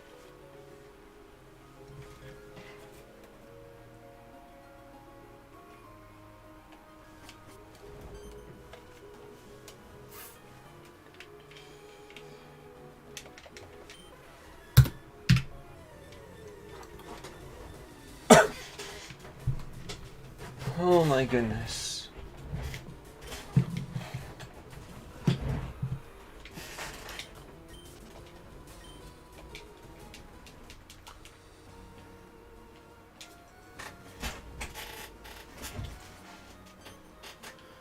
Because I also have a lot of stuff planned, and I'm actually kind of glad I went to do the Phandalin quest. Because now it makes it so much easier to set up the plot point I wanted to throw home, and now it doesn't come out of nowhere now that I'm thinking about it. I just threw Phandalin in there because I thought like, oh, they were just gonna like leave it under the bus and do research on the looming threat. Well, the looming threat is everywhere, actually. Like, it's all over the place. So, basically, no matter where they go, there is a thing, and I can just make it happen. It's like this. It's not a big reveal. They know about it, they know its existence, but you know what? I kind of like the thought I just had on that. So it's gonna be. It'll take them a miracle to do what I gotta do. It'll take them a miracle to get through this, because it's gonna take them like 4, maybe even 5 sessions before their next level up. Like, they gotta do significant progress.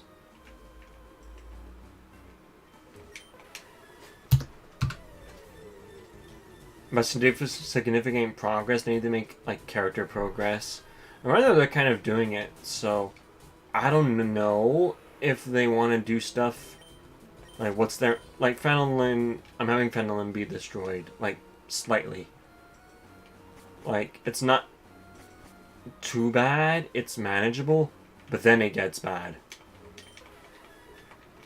Like, they're away doing something, like, somewhere, and then it just gets bad. It goes from bad to worse. It's like, oh, shit! I kind of like that idea that they get these like, oh crap, like they need to be constantly doing heroic deeds or something akin. They need to constantly do stuff that they would otherwise be risking stuff. Like, it's like, oh yeah, no, there's a bunch of like goblins here, it's weird, but okay. But then like they get back and it's like, oh, everything's burning and like nothing is as it should be. So like I got a lot planned for it already. I just told him to stop there because it'd be a good spot for the new player to jump in. So I gotta figure out like what they're gonna know, like what they're knowledgeable on. Like they obviously have knowledge on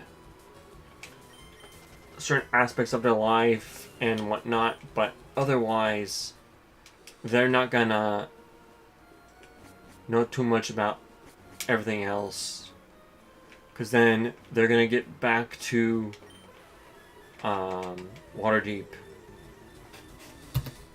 Actually, did I do it the last couple of times? Oh shit! Wait, that was 1, 2.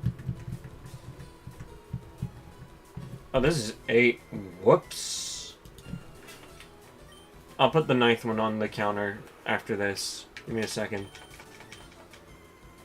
This next one's the 9th encounter. I'm just gonna do that now.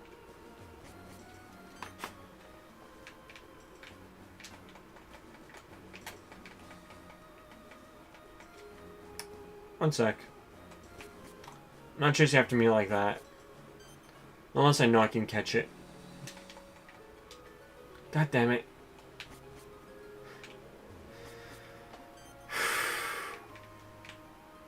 Oh my god. One sec.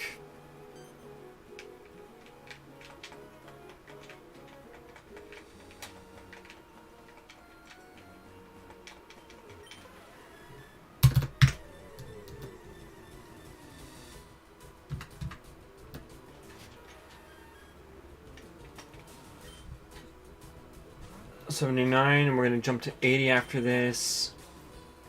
Oh my goodness,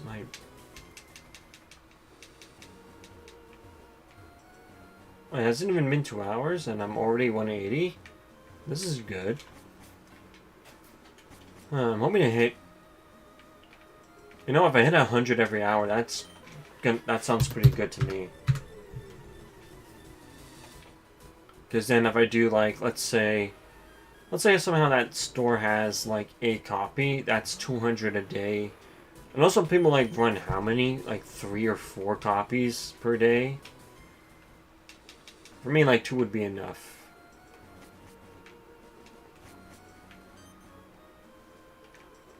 Also, I do have it set up in such a way that if I do turn off the game, my first encounter becomes just MEW straight up.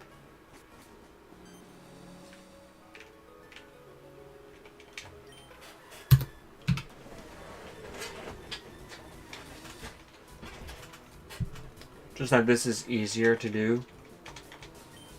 Also, since you've been here for almost an hour, in 5 minutes you'll have been here for an hour. So, leave a like and potentially subscribe if you've been enjoying this. Only if you think you've really enjoyed this. Also, not saying much, but like chat with me. I could really use the support right now.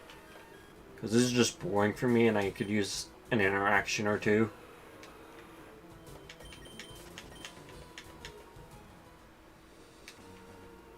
Not like saying like, oh hey, you can do it, or you're doing a good job, man. I'm like, and entertaining you, sure, but it's like, I kinda need some support. Because it's kinda hard to get motivated to do this if I'm not being supported. Like, you don't need. I'm not asking for money. Just something. Or like letting me know, oh hey, I missed a count on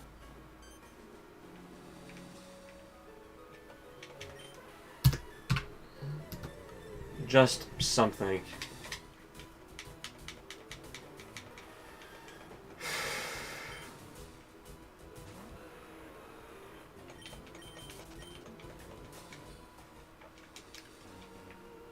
Also, I find it funny that MEW is level 30 here, meaning if you started your save, got it, like, got this MEW event day 1, right? You got it like that. You went home, you continued playing, and you got to Lily Cove. You're gonna be almost 40.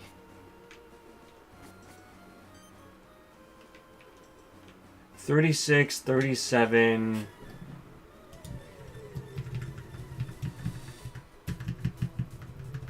Oh yeah.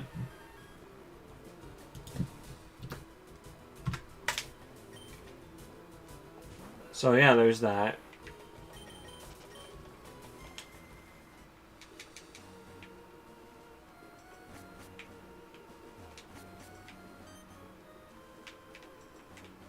Well, I almost have 1500. I consider this to be amazing. Basically 200 an hour. I'm like literally 13 off. If I stop missing, I'd get like 100 every hour. I'd be happy with that.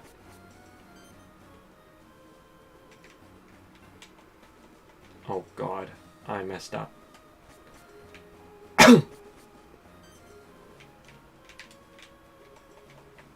Wait, what? Oh god. Let me get to at least 190.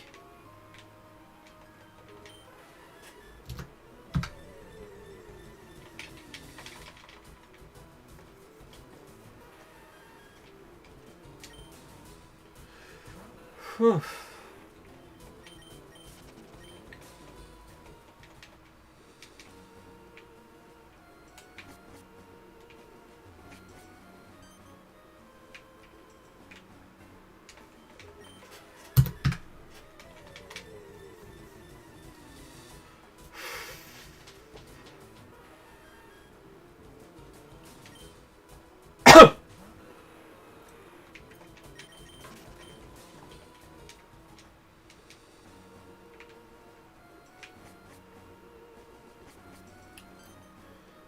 Come on.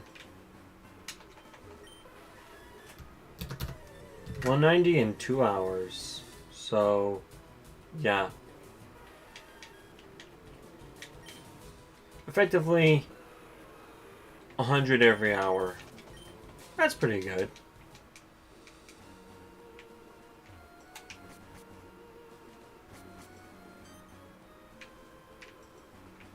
God damn it.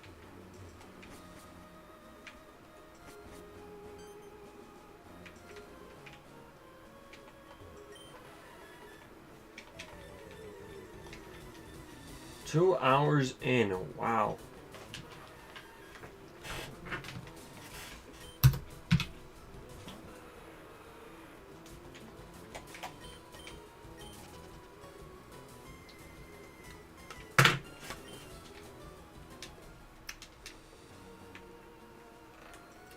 God, I got these a year ago.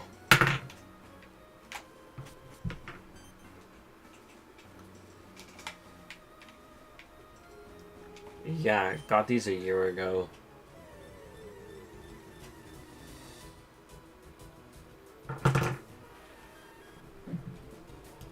Did I do it? Yeah. No, I didn't. This is 192.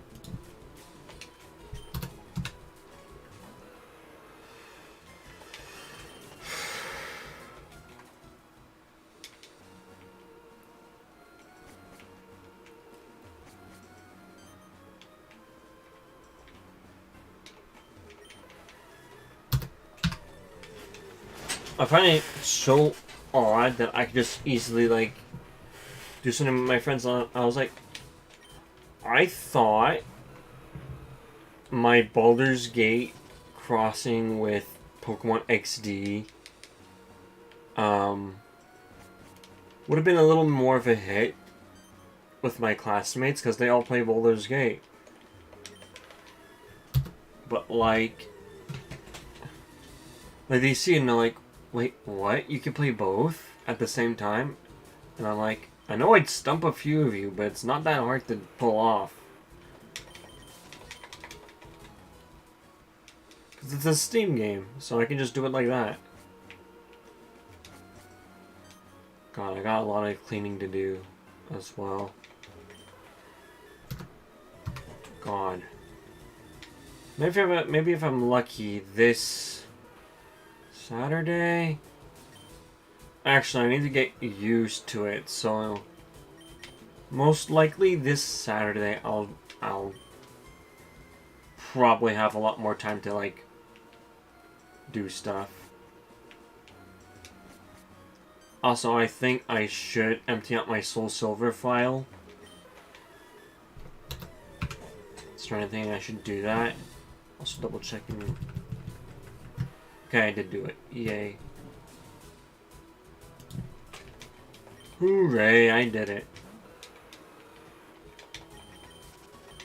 200 encounters in.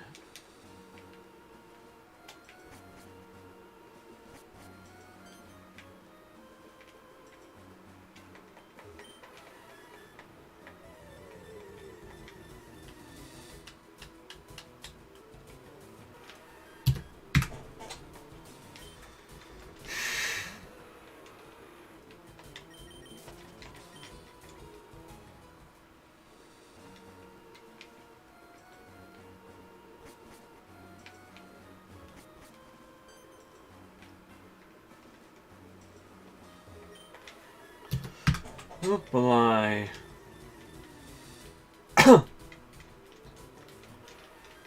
Man, who? I get it, some people like put stuff on in the background, but like, it's kind of odd, but I dig it. Give me a sec. Yep.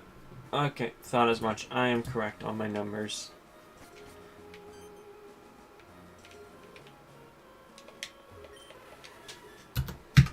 My head hurts, but I'll be willing to help my friend with their character sheet.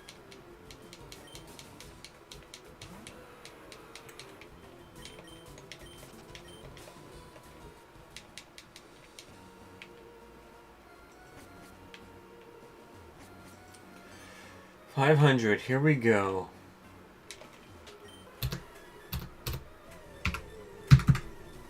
$1,500 encounters.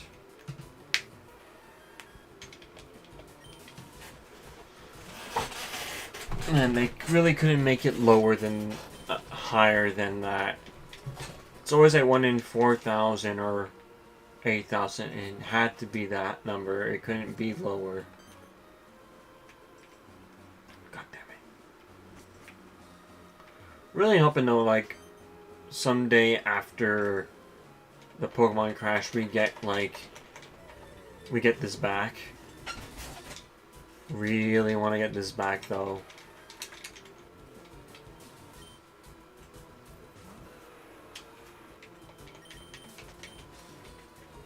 So 501 encounters? Hold on.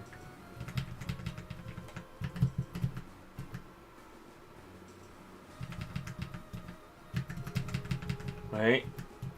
That's 500. Oh, that was 501.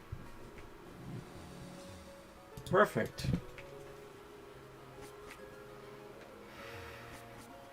502.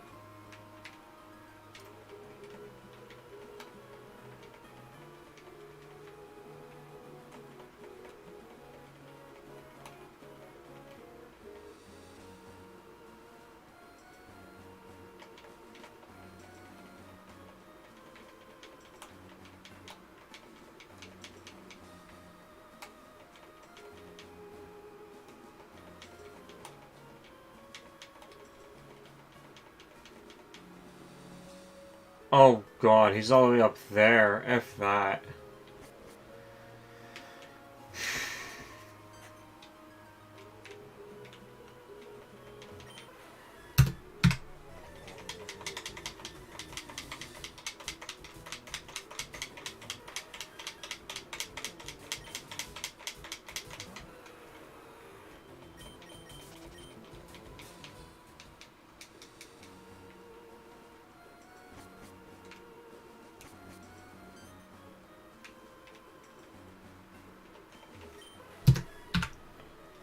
Three.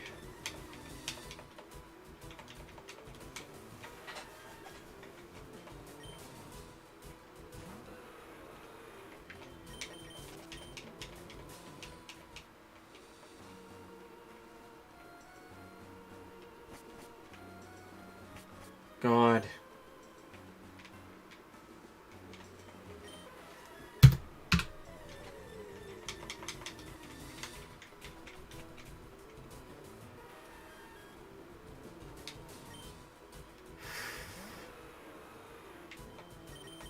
Didn't think I'd be this high though with just one DS.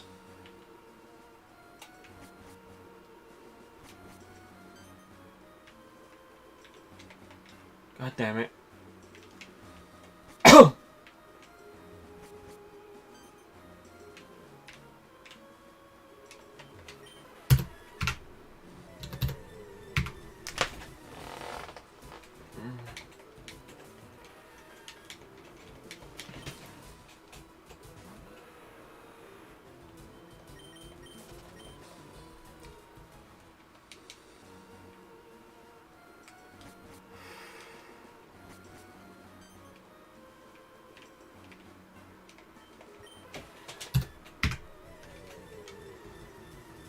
Oh, come on.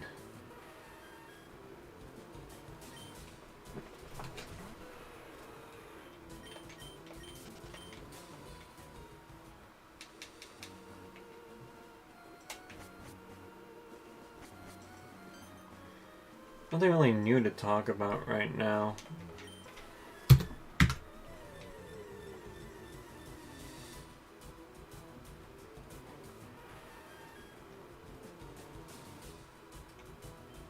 Click! Christ. There we go.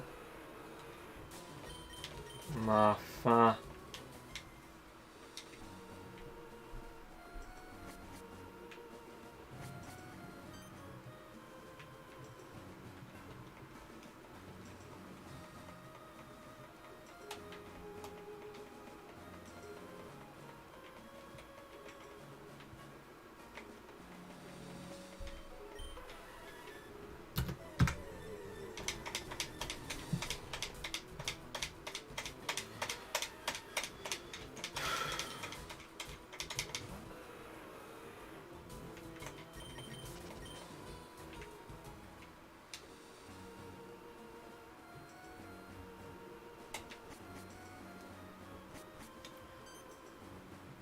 Here we go.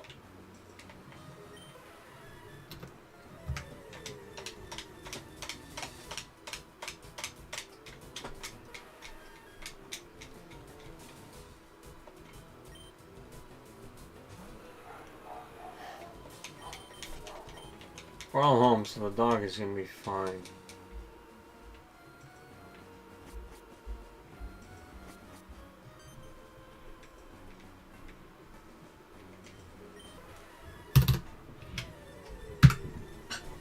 Come on.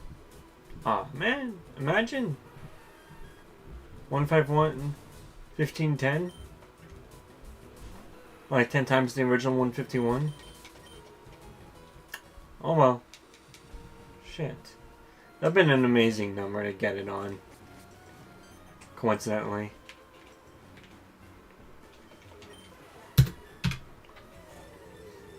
An extra one, maybe? Nope, thought as much. That sucks.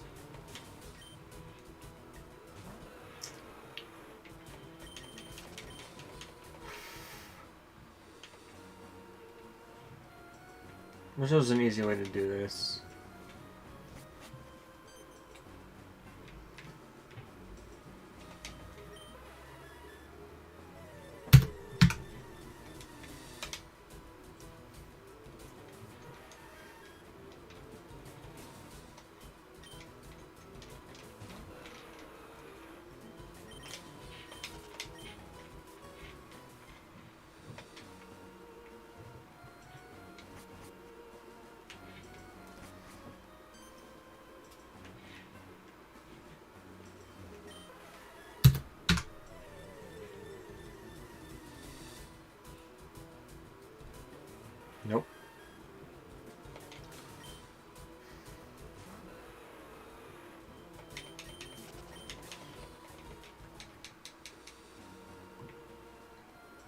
Man, imagine I get it in February.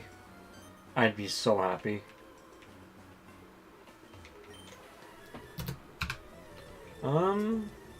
Yeah. Actually, did I upload that video? I don't think so. I may have not, though. I was trying to think I did. Give me 1 minute. I want to check and see if I uploaded that video.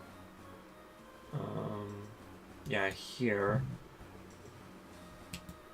In my channel. Last live stream.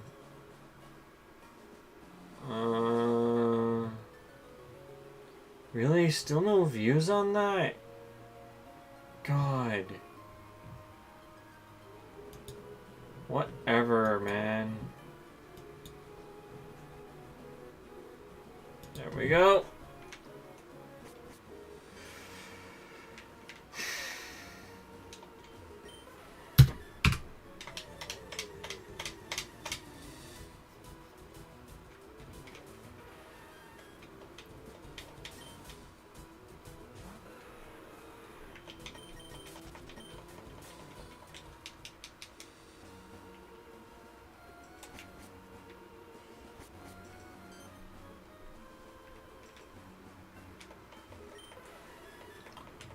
I've done 216 encounters.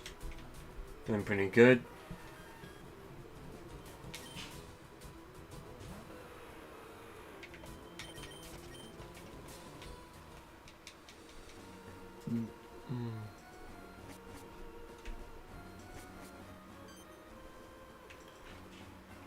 Granted, we did play at 10 o'clock. I swear, my... Frick. I swear sometimes my other DM...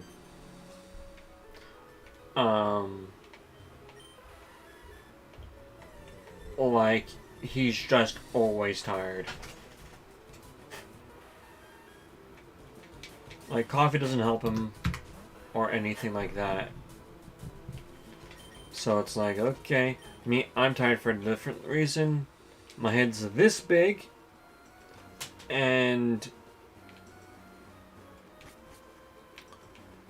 I was, well, not that I'm without coffee, it's just that I think my body's been so used to consuming coffee that's getting a little bit more reliant on it.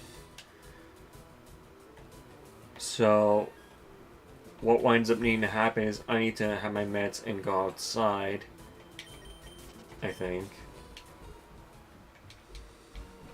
I think tomorrow's my last day of meds, so we're gonna get a refill like tomorrow. I thought it was odd that I think one day, maybe a week or so ago, a week and a bit, something like that, I'd gotten a message in French for some reason. Pretty sure that message is fake. Because it looked like a thing for my medication, and I'm like, wait a minute, that doesn't look right. Again, one of my buddies is playing Pal World. And I don't know if it's computer specs, but he crashes like every 5 minutes. Because then I get another message saying, oh, he's playing Pal World again. I'm like, what are you doing that you have to keep doing it? And I'm pretty sure the game just crashes under the weight of the game. Or his computer entirely. 521. 151. Oh no, it was like 251.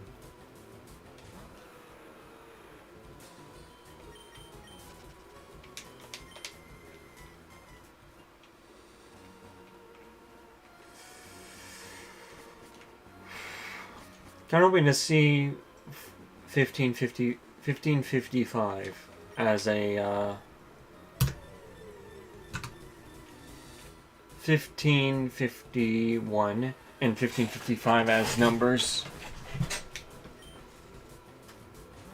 Cause damn.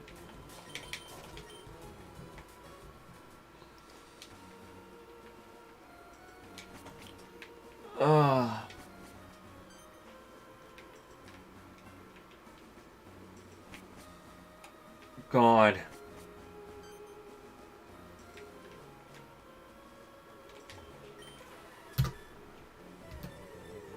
Like, well, I'm setting up this stuff so that in future they're also ready again. But like, jeez, you guys don't. This is why I don't prepare documentation for my D&D games, because I gave them the new thing. We did the new thing. And then,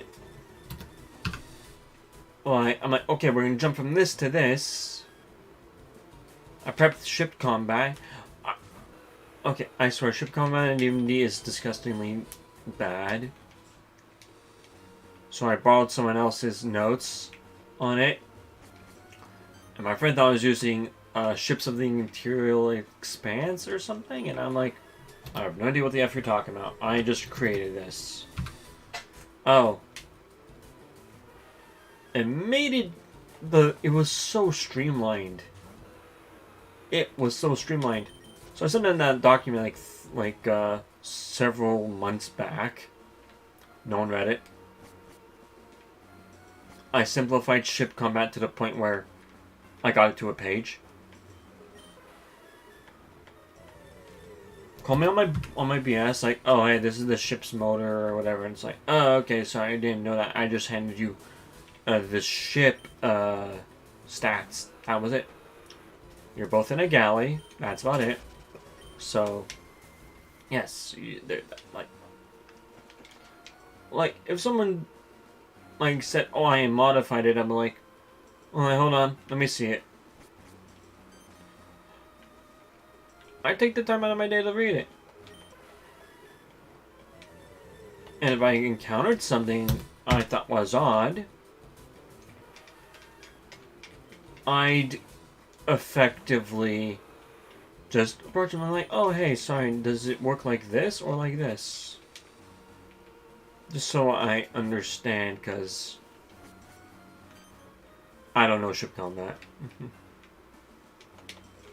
Just figured make it easier. But there we go.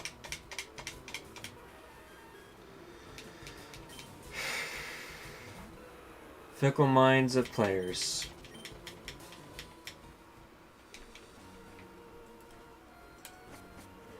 So, like, I know someone with spring shit on them. It's like, I really just want to, like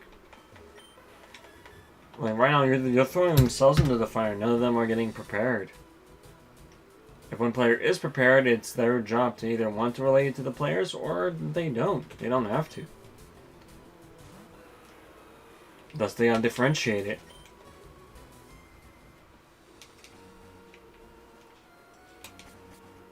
And he's like, if he's the kind of character you need to build trust to get him to relay information, then now you're stuck with someone who's only supporting you in battle and in social scenarios, not like that. So when he's ready, so then he's a little more on my side. I kind of like having someone else in my corner. Not just the DMs who know the rules like this. It's like, bro, dude, I just thought I'd throw something cool your way, and hopefully you'd learn it. Like, God. Just... Yo, dude, I just picked my first lock. Let's go. Oh, God. Welcome in, Mordrake. Picked my first lock. Let's do it, boys. That's sick. Good to hear. Oopalai. Under my birthday gift, the lock picking set. Oh, wait, it was your birthday today? 3 days ago. Ah, happy birthday. Sorry, man. No worries. Hey.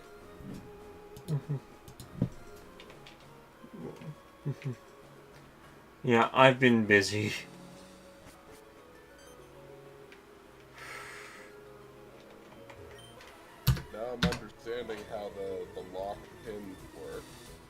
Yeah.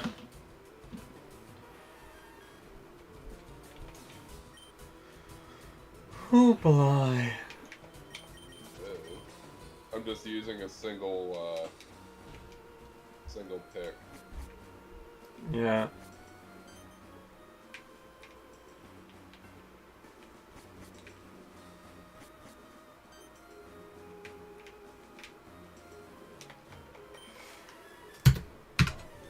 Yeah.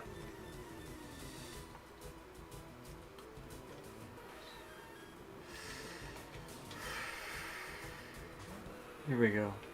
So, where you been? A lot of different places. I had... God. Because...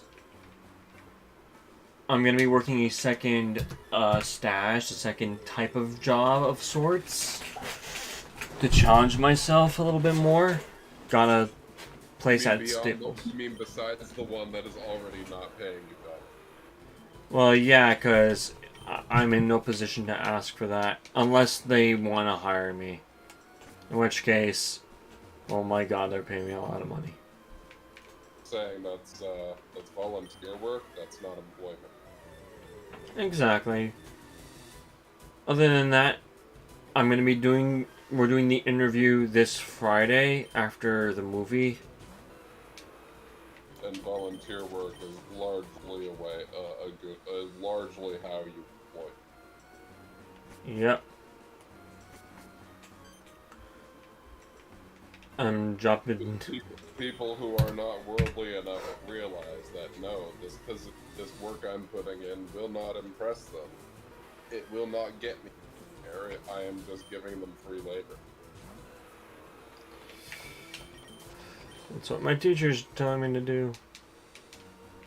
Teacher's wrong. Hmm.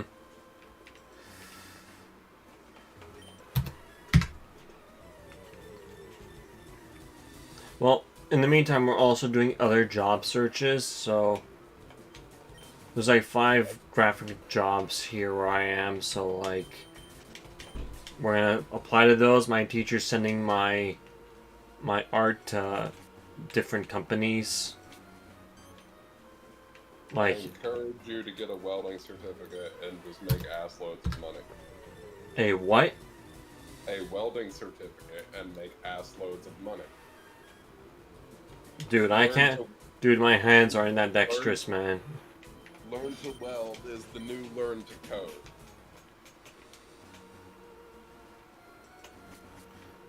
Why? Because everyone and their dog needs welders, everyone sucks at fucking trade skills, and no one's getting into them. Trade skills are making bank. That's for people who can do that. I'm unable to do that. Why wouldn't you be able to? Anyone can do trade skills. My body's not equipped. How is your body not equipped? Anyone can do trade skills. It just is. I don't... That's not what I'm built to do.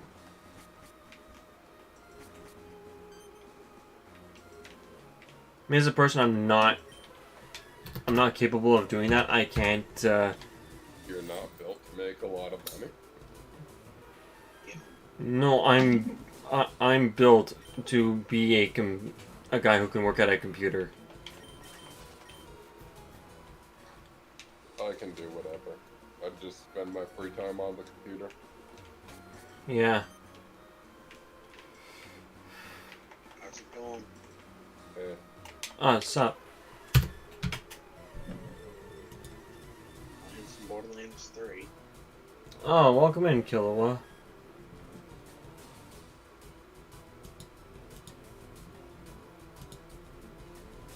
So what's the review you guys been up to?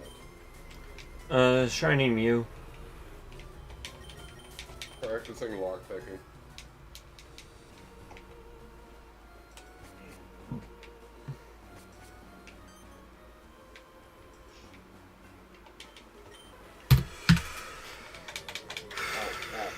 I'm sorry I haven't been able to make it to many of the streams.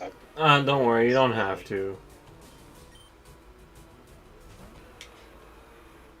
It's alright.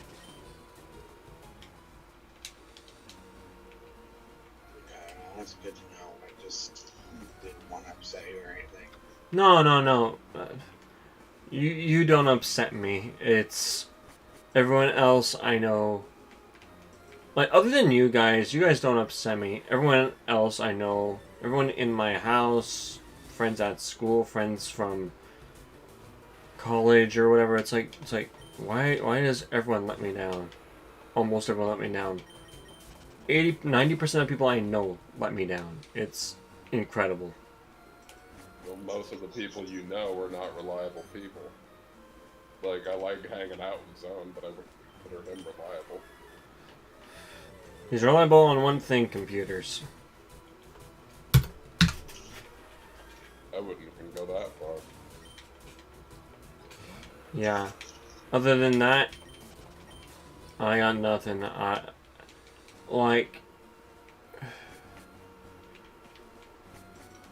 no one. What? It's like, I don't get enough. I don't know if it's I'm not demanding anything from anyone. I just need like a little more respect from. I wish we could get that. Just a tiny bit more. I don't even get that from my own parents. Yeah, well, my mom was bipolar, so it was difficult. Oh my god. That could not be good at all. Honestly, it was mainly triggered by our pain levels. So. Yeah. Anyway, new subject.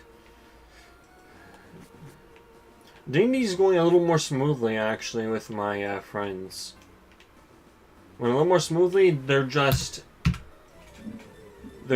to metagame, but it's like, nope, I've homebrewed a bunch of stuff, and you're not even taking the time to research it. Like, in-game, of course. Like, I have all this information to do it, and you're just like, yeah, I'm gonna get a potion of haste and give you 8 attacks, and I'm like, it's like, yeah, good luck, and they just keep getting, like, 1s.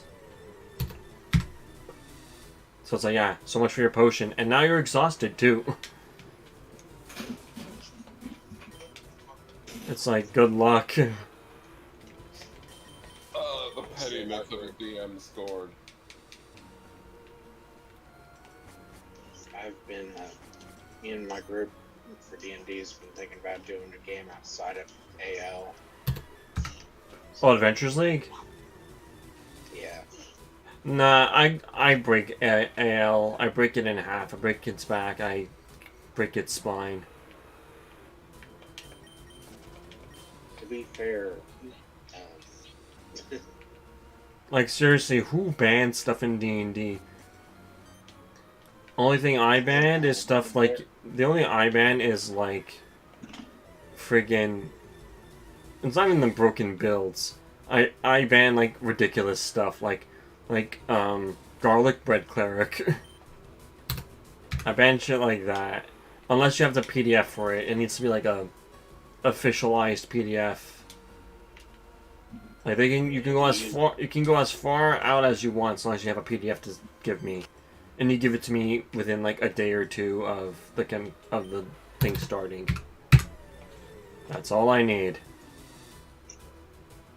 I'll be a happy DM with that. And I'm getting a new player in like 3 weeks. That'll be fun. Apparently he's gonna start cleric. And he's gonna go Storm Sorcerer. So he's a Tempest Storm Sorcerer Cleric. And I'm kinda hoping they're a little more of a bookworm so they like can't so that the party can learn of the stuff. If he's not gonna be the bookworm of the group, they're gonna get blindsided by this new cult I invented. And they're like, what the F? Like, how were we supposed to know this? Oh, I thought one of you guys was going to be the bookworm of the group. Turns out no, and you guys didn't interact with half the shit. So, you blatantly ignored the plot and it creeped up on you. And I keep giving them reminders. I have to keep giving them reminders of stuff. It's like, I'm not afraid to do that. Like organize shit with me or tell me what your character wants to do. Don't just sit there and be tired. It's like, why the F are you tired? There's a story happening without you. Like, I gave them like a task. There was like 5 children in a building that had like an eruption, and they had this. It took the paladin 5 whole minutes, real time, to get to his feet and run into the building. And he didn't do it because kids were in danger. He did it because, oh, there might be something inside for me to get.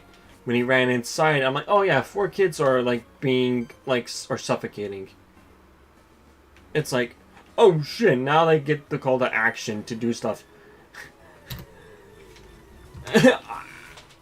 Like, that was sad. Like, kids could be dying in here. You don't know who's in this building. There's being cautious. There's just being lazy. Oh wow, this is like the 3rd one. I'm gonna do one more Counter Swords 4.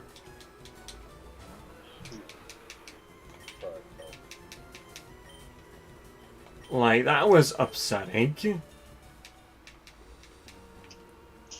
You know what really sucks for me though? These guys, they take notes. They don't even remember the keepers' names. Like, I'm like, oh come on! I'm doing my best to give them personality and voices. More so than these guys, anyway. I'm doing my absolute best, and it's like, Fair to you. Personally, it's hard for me to remember names of better face to put them to. well, Yeah, but I give them I have AI art that I can like show them. So let me put Yeah. it to you this way: your NPC, if I've only met them the one time, I'm probably not gonna learn them. Oh no, they're like the innkeeper that's at your base of operations. Yeah, that's something you would tend to remember. Yeah, Yeah. but do you remember the breakfast item that they order? The spotted Chaz. It's a blue cheese themed blancmange granola breakfast item. It does nothing. It's just an item they're trying to sell. It's very good though. Sounds like something you would make in real life. Yeah, I know, right? But it's like, it's blancmange granola. Like, thought it'd be a funny item. It's called the spotted Chaz. It's pretty neat. Yeah, no, just thought I'd do that. Like, it's like, oh, like they don't get a lot of traction, but they start to get traction after like the Coliseum in Waterdeep. It was neat. I thought it was interesting. They're starting to become heroes. Actually, at this point, they finally got to their feet when they saw the quest board, and they saw Phandalin was in danger and needed rescue. Let's just say, no matter what happens, there's gonna be a heavy plot point here. Yeah, understandable. Because I was like, oh, I'm planning to do Cult of Tiamat. Looked at Cult of Tiamat for 5 minutes, and I'm like, okay, this absolutely fucking sucks. There's no incentive for the players to do anything. And I'm just here going, fuck it, I'm going this way. The one thing really threw me off when we did the campaign, I was playing in a completely separate campaign in Phandalin, and I saw the map. Like, we were going up and down on one side of the map. So when I saw the map on the Sword Coast Adventures Guide, a book I own, I thought it'd be in the lower right-hand side of the map. Turns out I'm wrong. It's just a little north of Waterdeep, and I'm like, oh crap! I thought but because it's not written on Phandalin isn't written in the Sword Coast. I'm like, oh man, it should be there. It's a prominent place. That a lot of logic that would dictate real life doesn't really apply in D&D. Like, yeah, almost. dousing your opponent with water and then hitting for the electric spell. Oh no, unless you're me, you're gonna use Pokemon logic. I tend to use Pokemon logic a lot, but I don't like throwing the Pokemon type chart. I have my own type chart. In fact, I have the, what do you call it? I have the, elemental table at my side, so I know what's effective against what. Fire beats metal, etc. You know? It's a lot of fun when I get to generate stuff or throw something new at my friends. Because the reason I'm throwing something new at them is because it's like, well, they're gonna know everything. They've done this hundreds of times. They have experience. It's kind of annoying to be told that, but then when I make a character, they're like, oh, like, watch, he's just gonna have him win the whole thing. I'm like, no. You ran into my NPC, and you didn't even recognize him as me. I find that I'm a little salty.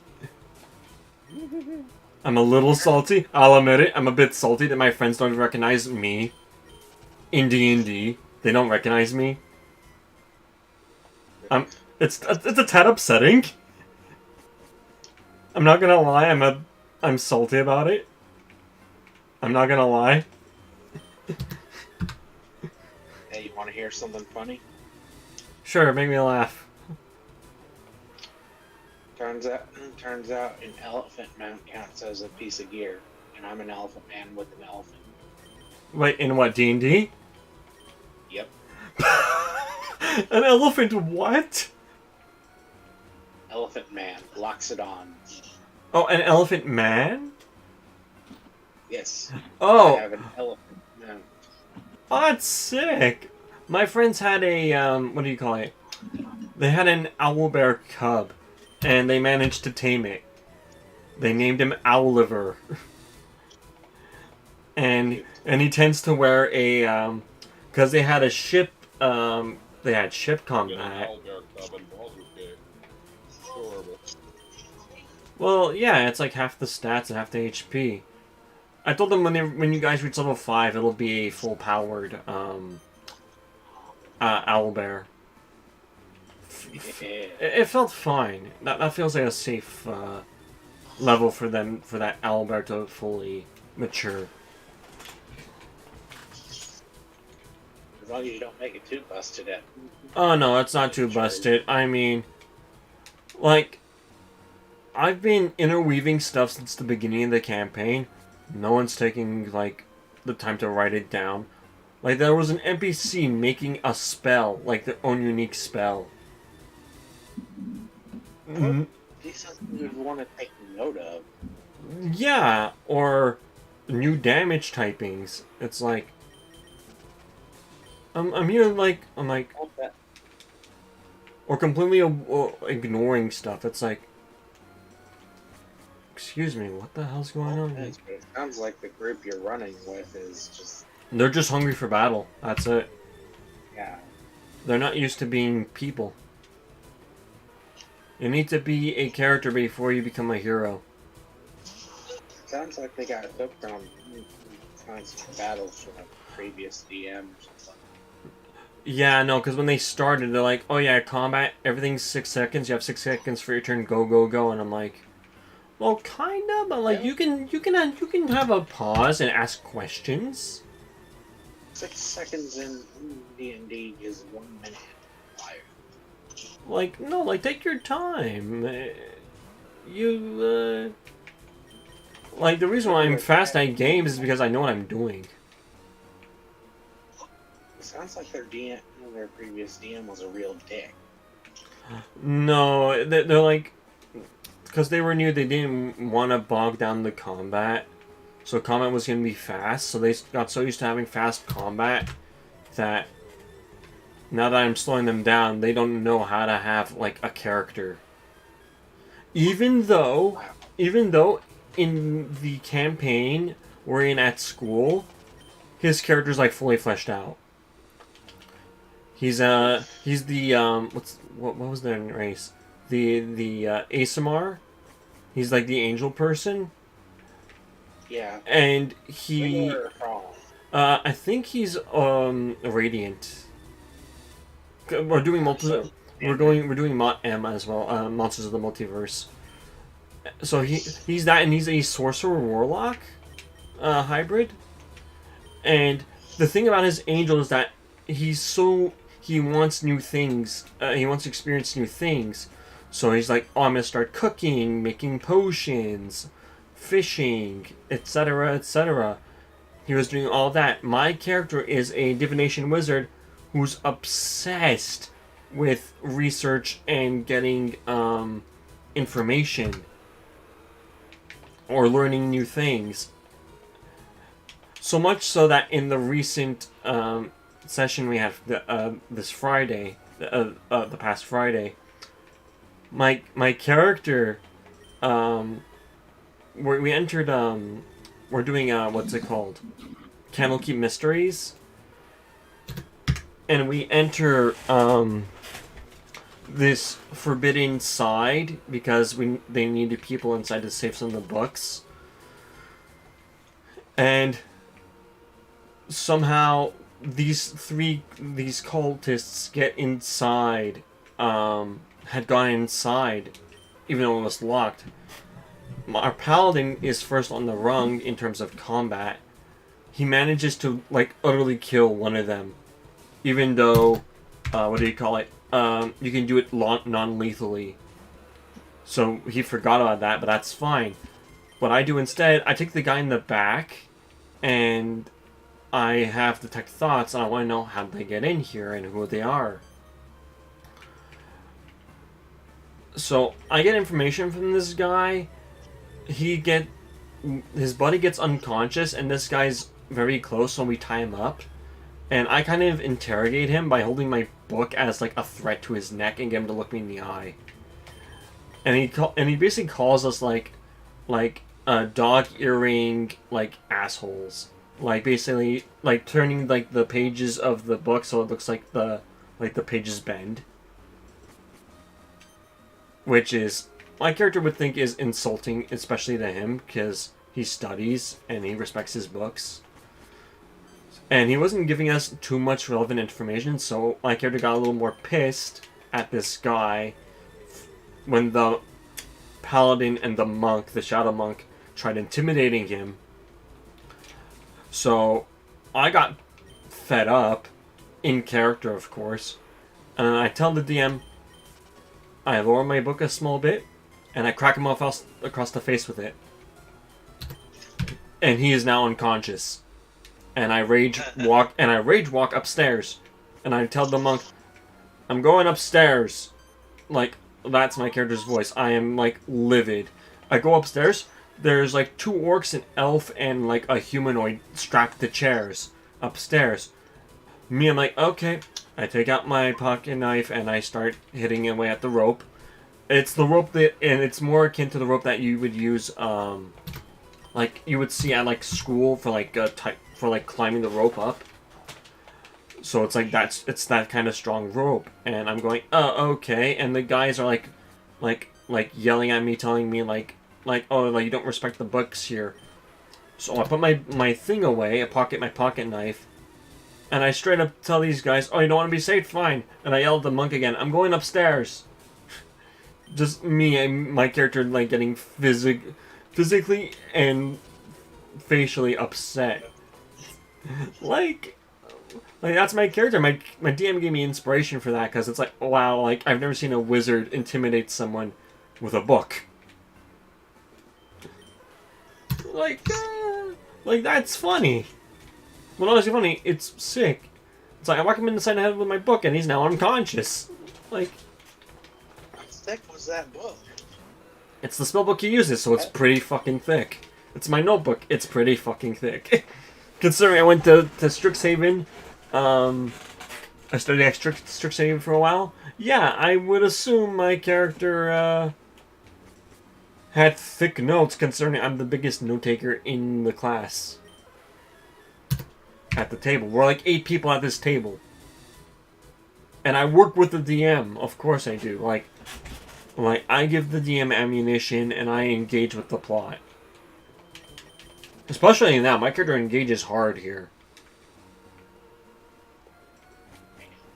Like what is it? 2 of the other players, they just sat at the table and they're like dead-faced. All they do is like enter combat and like, oh, I cast Sacred Flame. And the other one's like, I hit him with like my my sword. Or like I attack him. It's like, with what? What are you gonna attack him with?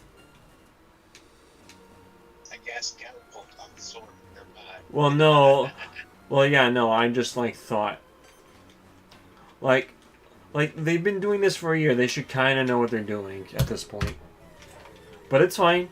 They need new characters and they're trying to learn new characters. It's fine. It's been 31 sessions. You should kind of be paying attention on what you're trying to do. Or plan to do. You should kind of have a battle plan going forward. At least I try to have a battle plan. I like when a plan comes together. I like it when stuff happens. Positive or negative. Heck, I even asked the DM, hey, since we just had downtime and I failed my task, can I just have like a weird like a custom like status ailment? Like, what do you have in mind? Like, oh, I have disadvantage on Arcana checks or something. Like, why? No, my character would be this visibly upset about it. Which actually helped set up this plot point where my character starts raging. Or he gets upset. Like, he gets upset when stuff like... Like, it's my character. This is what he does. It's unique.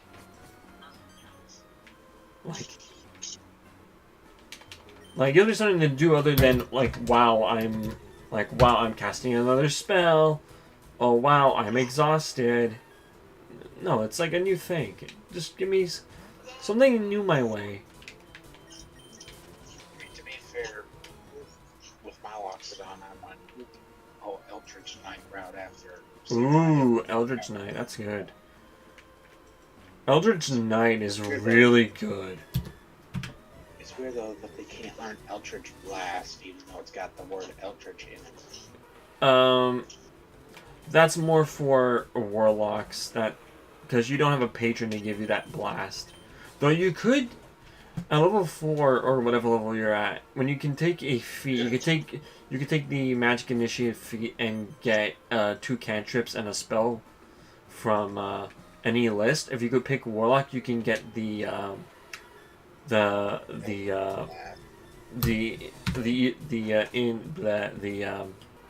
what do you call it? The Eldritch Blast spell. Yep. It's a cantrip. By the way, we're at level 8. Ooh, you're level 8. Wow. Dragonlance. Oh, you're in Dragonlance? Yeah. Hell yeah! I love Dragonlance. Fucking place is its own planet. I love it. I just didn't like the fact that I damn near got chest bursted by an enemy creature. I've never seen a chest burster in what do you call it? In Dragonlance, but You heard of a slod? one more time. Have you ever heard of a slod? No, but I know there's sloth or something.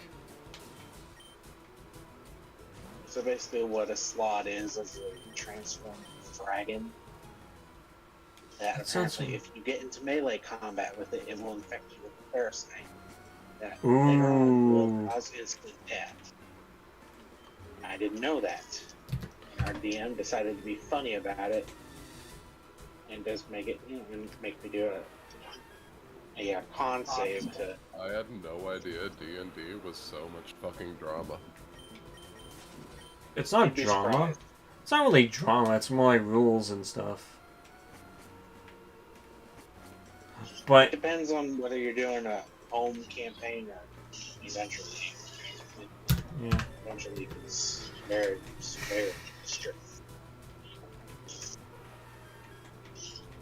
I even tell my friends, you don't need a backstory for this. You just need motivation. Yeah. Like what the f do you want to do here? We're in Waterdeep. So when are you gonna add me into the next campaign? Do we have people for a campaign? I don't know. Because you want. Oh wait, are we talking about Baldur's Gate, or are we talking about like having an actual D&D campaign in Junker's Guild? I mean, like D&D with you. Yeah, aren't we waiting for like 4 people? You said we had like 3 people, me, you, and 2 others. Thought you were missing a 4th one. I don't really have anyone besides me and you. Because you said you want to play with like a full party of 4. Absolutely. Yeah. No point otherwise. Yeah, so it's like, because I thought you said you were trying to get other people involved. I thought you had like 2 others. So I thought you were missing one.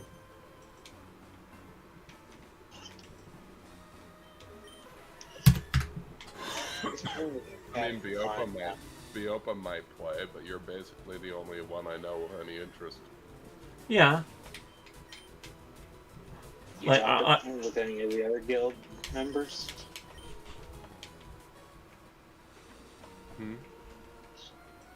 Sorry. You talked to anyone else amongst the Junkers Guild about it? Any people usually on? Fair enough.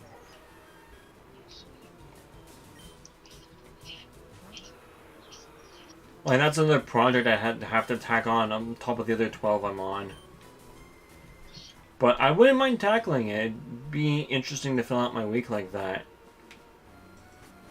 I don't know who else would be interested, to be honest. I mean, how exactly would that whole thing work? Would you just be doing D&D through Discord? Or Roll20, whatever works. Or we could just do Theater of the Mind, but... what I can't wait for is, like, September this year. September, we're getting a new 1D&D, Player's Handbook revamp. I can't wait for that, because that means we can get, like, hybrid races, and a whole bunch of, like, goodies. I'm very excited for it, but it also means D&D Beyond will finally have its own, like, personal tabletop of VTT, which is, like, fully customizable, so I can just, like, start doing stuff. Oh, it'd be so good. I'd pay for that if I had to. It's amusing that they fucked up so badly that they had to sell the entire franchise to Tencent. I'm sorry, what? Hasbro fucked up so badly with D&D that they sold that they either are sold or are selling the franchise to Tencent. And what's Tencent? The Chinese company that owns all the fucking phone games and has stake at a bunch of different game companies around the world.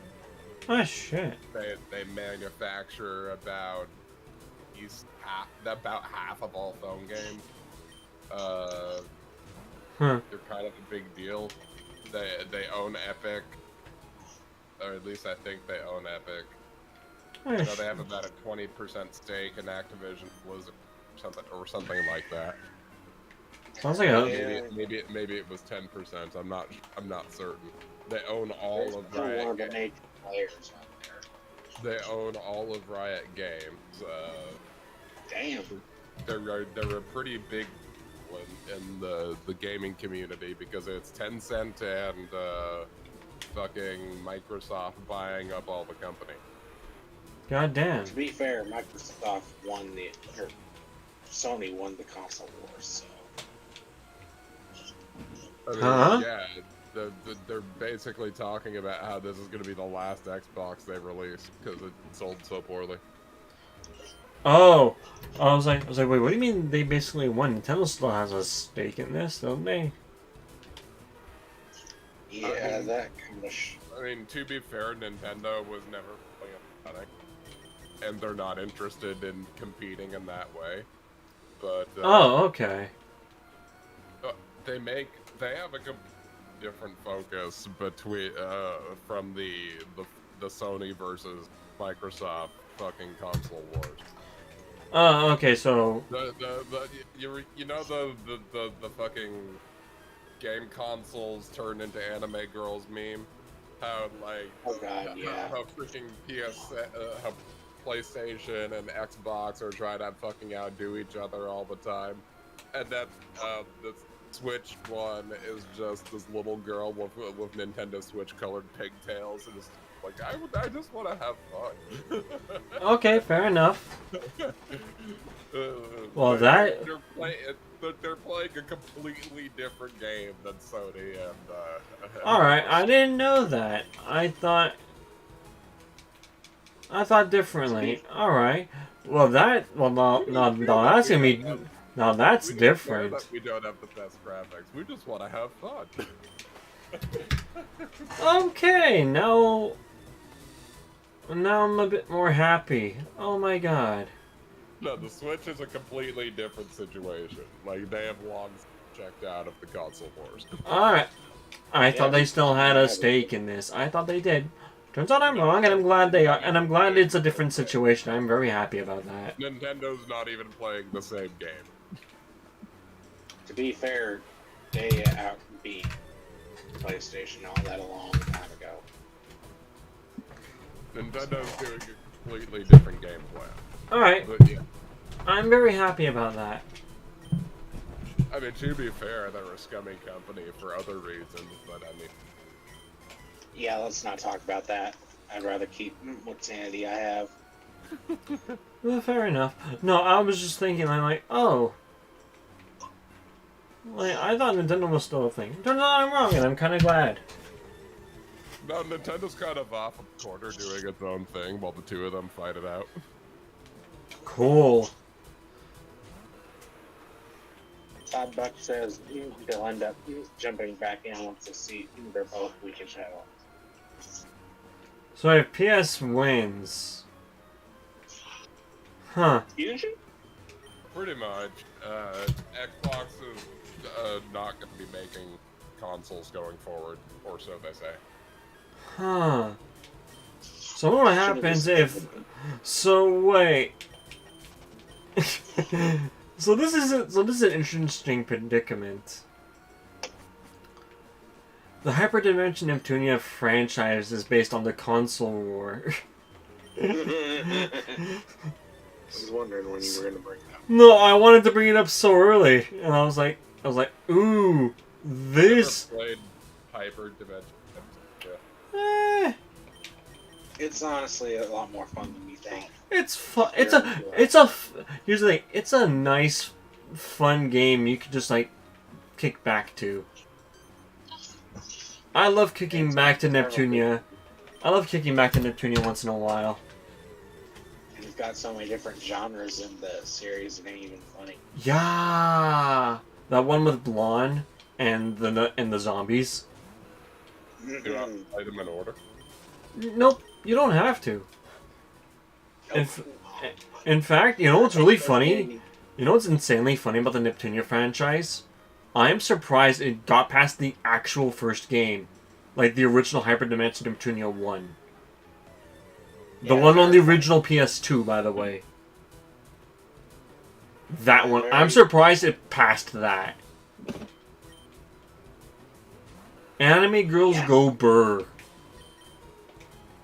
You know what game I was honestly sad never got a sequel? Rogue Galaxy. Oh, damn. I never got to play that. I wanted to get it, but I just never had the money.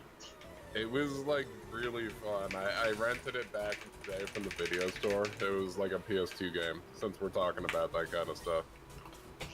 You know what's funny though? I've been seeing it at my local game exchange. It had a. It was kind of like. How to put this? It was kind of like Final Fantasy. It's the best thing I can really just compare it to. Fair enough. But thematically, it was like space pirates and adventure. I think it's fucking cool.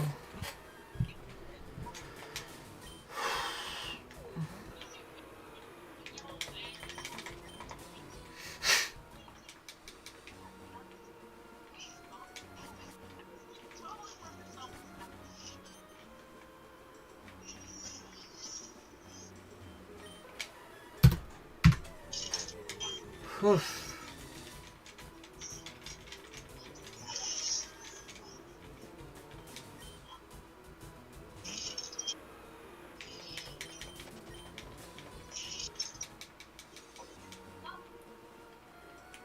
1,606 encounters in.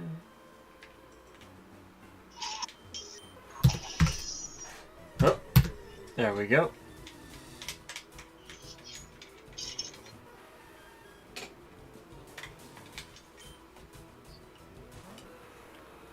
Sorry if you guys can hear my game. Just a tiny bit. I'm choosing to ignore it.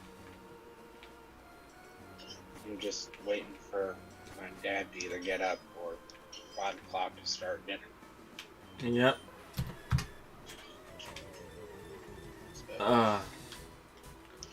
My lord. So how's the streams been going lately, Nos? My videos have been okay, and my streams are going fine. This one I'm trying to shiny hunt Mew. Yeesh. Good luck. Yeah, I have until like March break earliest to try and get it. Right now I'm almost like 2,000 encounters in. I get about 100 encounters an hour. Man. Assuming I don't mess up, it's like 125 an hour if I don't mess up. And I'm almost 2,000 in. I'm 100 and I'm 1,610 in as of right now. 161. Yep.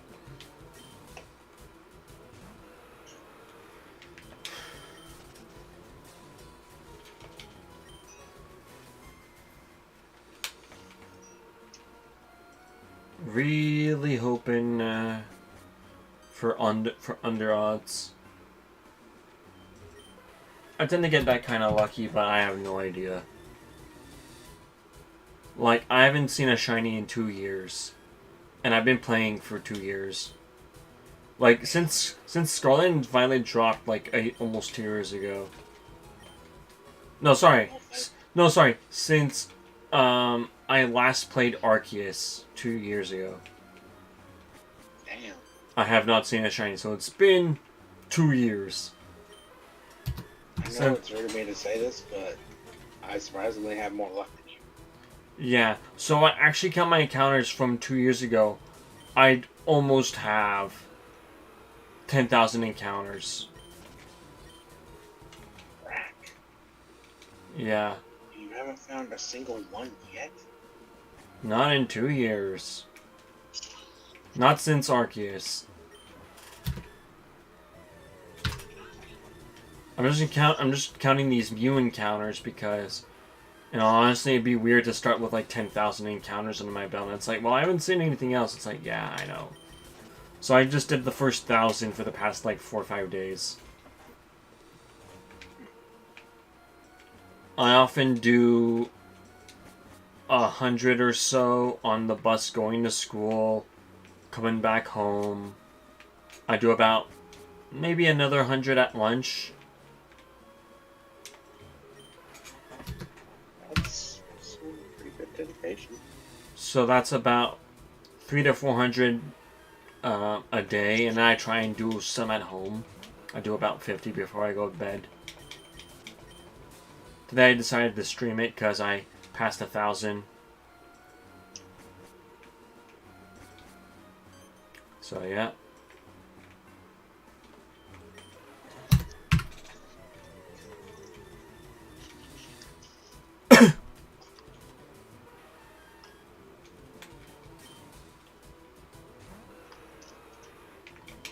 One thing I've learned from playing Borderlands 3 again, I absolutely hate Tyree flips. Yeah.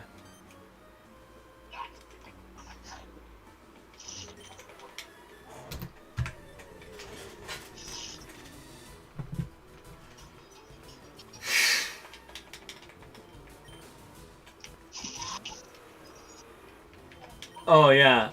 And one day after my birthday, May 21st, a new D&D thing drops. It's something of Vecna.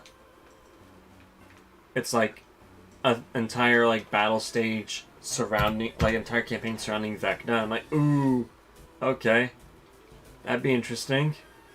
Space Lich was bad. I think didn't last. He's like the first big. He's like the biggest bad guy in D&D. One of the big ones. Yeah. But yeah, we did Spelljammer a while back and Oh, that's so much fun. ended up dealing with the Space Lich as the true final boss, and he upped it. Didn't last 4 rounds. Yep. God, what was it? But my players, like, my players didn't pay attention, or didn't want this to happen. They were too, like, afraid of their precious stats being lowered. I didn't say your stats were lowered, I said your modifier was lower. And they're like, why? And I'm like, it's the Colosseum. A certain magic is going down here. That's causing your stats to revert. This is a precursor for another effect that lowers their stats in reverse. So if you're familiar with Topsy-Turvy, the move in Pokemon, it's that. If you had +6, let's say you used Belly Jump, Topsy-Turvy means you have -6. Oh, I know what Topsy-Turvy does. So it's the same thing. So this is the same concept in D&D. I'm trying to alert my players to. They were too worried that their stats were neutralized. Like, they were too worried about that to get their titles, which were gonna help them buff them. They need this other thing in order to fight the big thing I'm trying to prep for them. No one's doing research on it because other things are apparent. Apparently. They have their own agenda, and I just don't want this thing to creep up on them.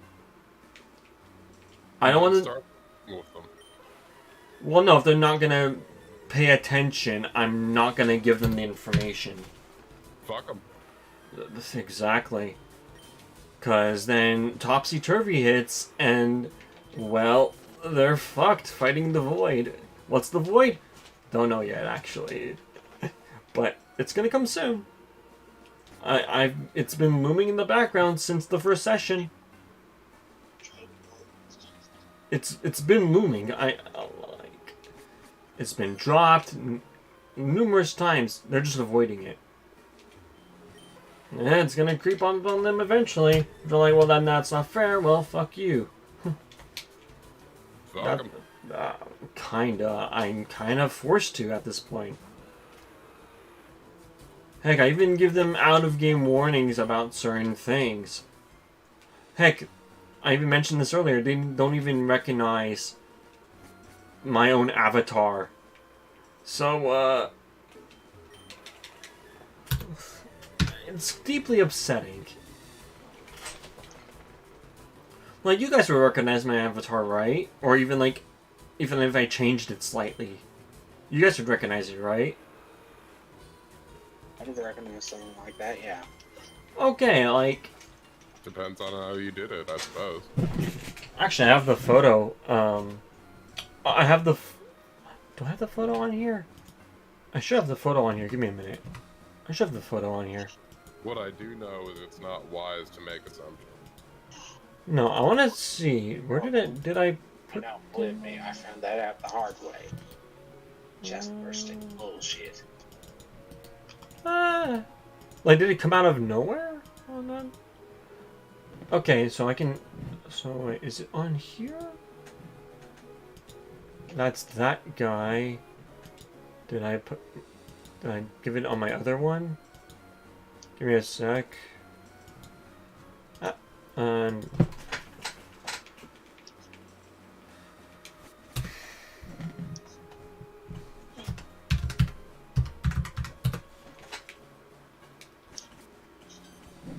Oh wait. So wait, other than that, hold on. Oh, that's it.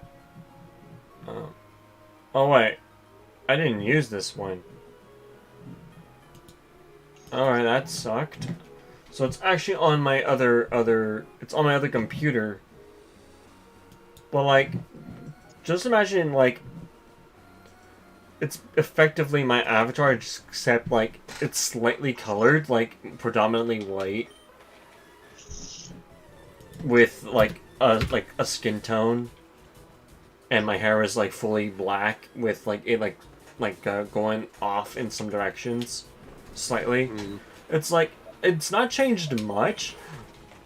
Like, I gave the guy a different name just so they didn't catch on. But like, really? Heck, I even have 5 NPCs, like they're the little boys they saved from the exploding building. Yeah, like, I'm gonna have these guys be like little minions to the void. At some point. Oh, whoops. I just noticed my... Why did you do this to me, sweet child?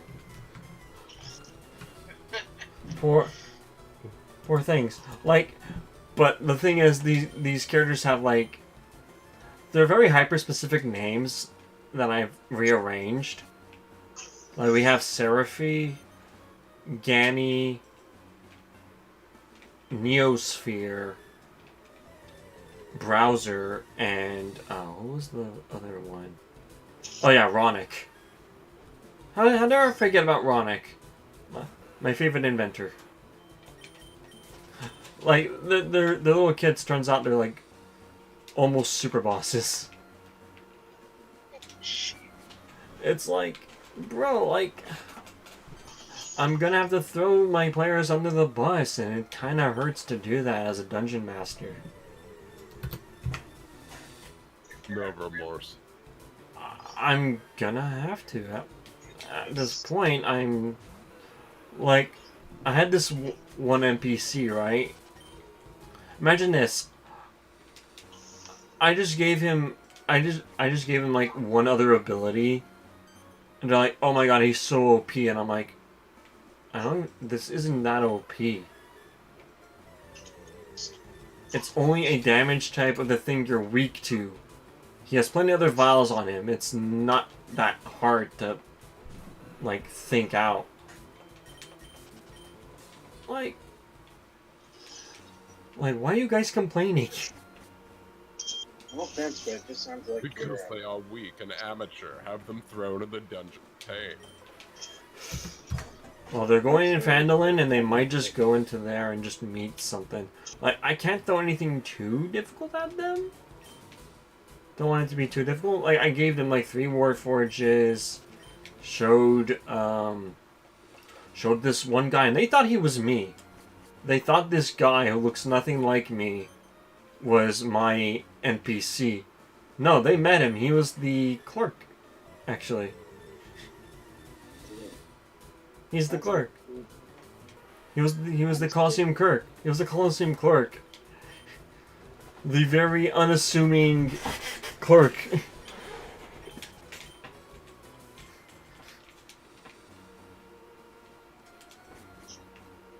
And it's like, my god. Like, I feel like I'm Pokemon hand-holding them through this. I'm like, how on earth are you guys this on rails? This reliant on rails? I get it, you guys don't care, but like, I kinda do. Sounds like they need a good dose of what a real DM. Toss them into that dungeon and toss a couple of slots at them. Like I said, Black they are slot. weak and amateur. Have them thrown in the dungeon of pain. Yeah. Dungeon of Pain, Dungeon of Void. a lot of the stuff is gonna be like Void related, so I'm hoping after this encounter with the Void they smarten up and actually do research on it in game, of course. I'm really hoping for that. Otherwise, they're gonna wind up dead. And if they do, it's not your fault. Yep. I'll be deeply upset that for the loss of their character. Hell, if they keep up with the plan stupidity, you might as well tell them they need to find a new DM. It's ridiculous. Well, like, here's the thing, right? Because here's the thing. This is like a sandbox campaign for me to throw new stuff into. Because I kind of want to learn what it's like to throw new stuff at players. I'm sick and tired of them wanting the stuff from the DMG and other things. Fair enough. I'm trying to give them new ideas, maybe steer their character in another direction, make them want something else. Now just throw me like Bases of the Friends. I'm like, dude, like, come on. That's such a boring item. Like, nothing else? So then I throw them new items and they're like, yeah, sure, whatever. And I'm like, you're not even gonna use it? Yeah, I'll just use my D4 dagger till I get a magic item from the DMG. Sorry, you have a sword of 4 that does 2d6 force damage. Plus its normal thing, plus you get add your Crimson right to it. That's like 5d6 you're throwing at me. You're just gonna stick with your D4 dagger. What the fuck? Agree. Giving them good options to take, and they're not taking it because they're not really taking it. They kind of begrudgingly use it, or they're using it because they think it's OP. Rude. It's kind of it's a little rude. It's like, heck, you know what's really funny? Asking ChatGPT to reply with snark.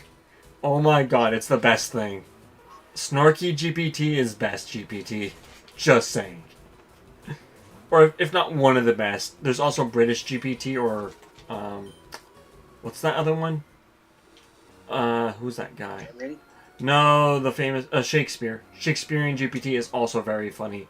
But Snark it takes the cake. Snark kind of takes the cake. Like, ooh, he's a snarky shit. Oh my god, he's such a character, Snarky GPT. Snark GPT is hilarious. Apparently. I prefer it. I prefer it. Like, hold on, I have a line for him. I'll actually give you one of his lines. The bittersweet taste of victory as your players embark on their next adventure with all the enthusiasm of a pack of kobolds raiding a pantry. I mean, if you want awesome topics. Oh my god. We'll go down seeing if you'd like to do a Discord session. Like, I wouldn't mind doing that, but I wouldn't want it to be too sudden. I need time to prep. At least, like, a basic outline. I need a basic outline. I might as well just, like, borrow from something, because, goddamn. I mean, we could give you plenty of time. We're available much every day. Yeah, I just need to get used to my new schedule in, like, 3 weeks. Yeah, fair enough, fair enough. Yeah, But yeah. I mean, if you guys need players to do one of these, I'm pretty sure I can talk to them about it. That'd be cool. Because I kid you not, I'm very freeform as a DM. You can play whatever you want. Our main DM eventually ignored a couple of the rules because his whole thing was, if it's cool, do it. Well, yeah, that's kind of how I am. Like, if you ask me, do you think this rule works? I'll read it over real quick and be like, you know what? For now, until I get clarification, by next session I should have it. I should have an answer for you. Yeah, understandable. Because I don't want to eat time just looking up the rules. Like, the enemy should be written in such a stuplistic way that, like, you can't muck up the syntax. With the creator D&D, that's gonna be hard as hell. Yeah. Because what was it? We were playing a board game afterwards, Queen by Midnight. It's actually kind of fun. It's a deck building kind of game. Yeah, I've heard of it. Yeah, it's a lot of fun, but, like, one of the players, like, first off, English isn't their first language, but they're doing really well with their English. But when they're reading it, it's like, oh, it's so wordy, and I'm like, dude, that's like 4 words. And this guy's also in my campaign. It's like, fair. But, like, I'm also reading it, and I'm like, oh, this is basically Yu-Gi-Oh! And somehow my turns were the fastest. Ow. I have absolutely no idea. I just knew what I was doing because my deck was so stuplistic. I didn't win, mind you, but I actually thought I was going to be in the running for the win. Okay. But hey, I gotta go for a bit, guys. Alright, ciao. Later. See ya. So I guess it's just us. Yeah. Takes off shirt. Oh boy.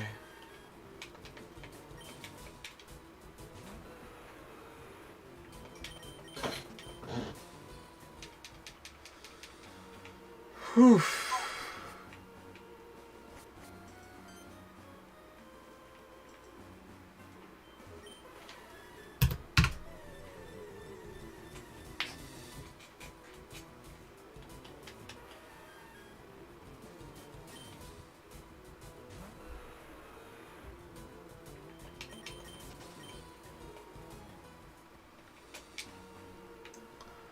Yeah. So he's doing Dragonlance. Wow. Because I'm planning to incorporate that into my campaign as well. Fizzbands is in there. Because Dragonlance, I know you don't know this, it's actually its own planet. Oh. Yeah.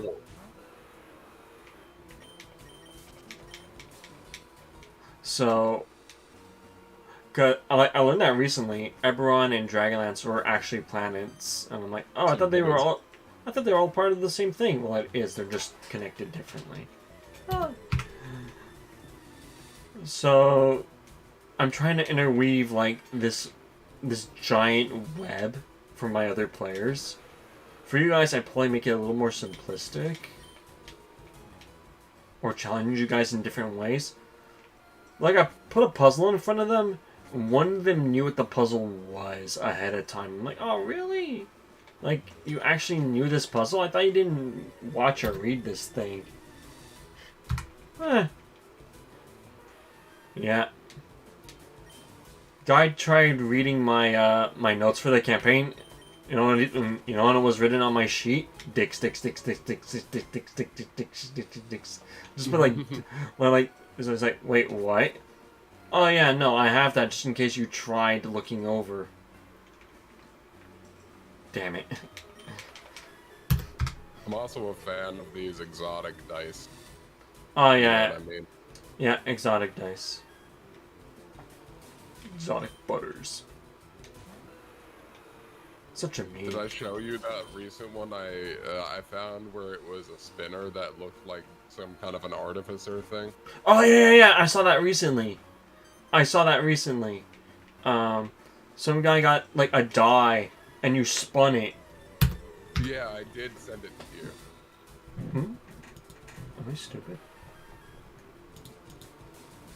Sent it to you before my birthday, 5 days ago. Oh, that. Oh my. What? Oh, I saw it. I didn't read it. I got it recently, though. I still got... Here's the funny thing. I found that video recently, anyway. So that's... I saw that today, actually. Not too long ago.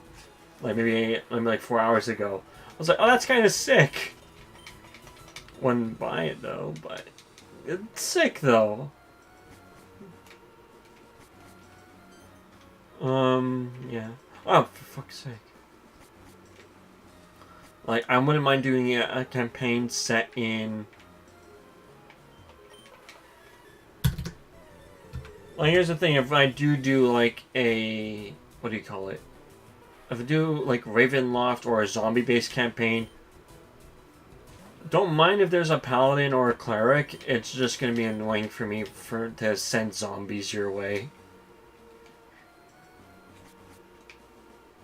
Because you guys can just, like, do shit to... Wait.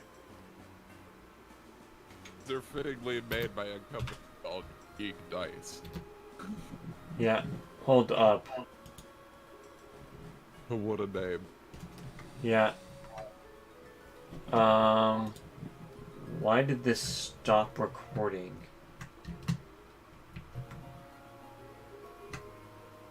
Oh, wait.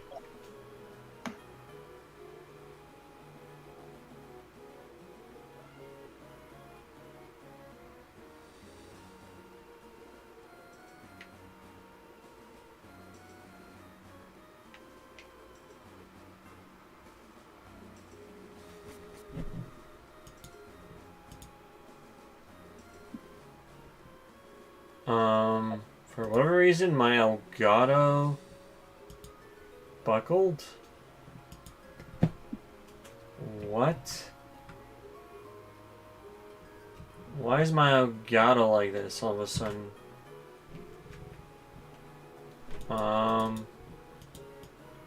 What the F happened to my Elgato? What did I do? Ah! What is that you're speaking? Polish? No. I'm double checking something.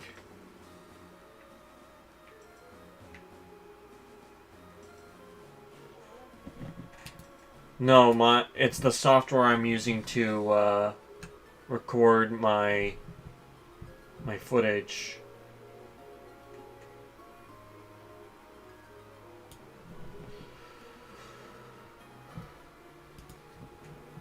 Okay, now back to this.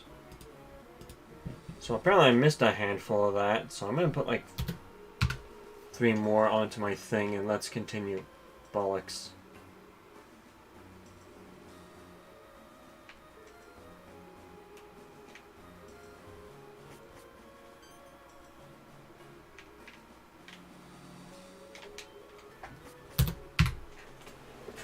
There we go.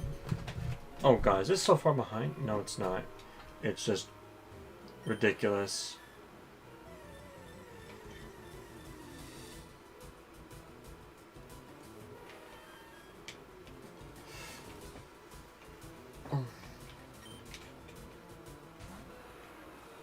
Because I want to do, like... This is the thing that sucks for me.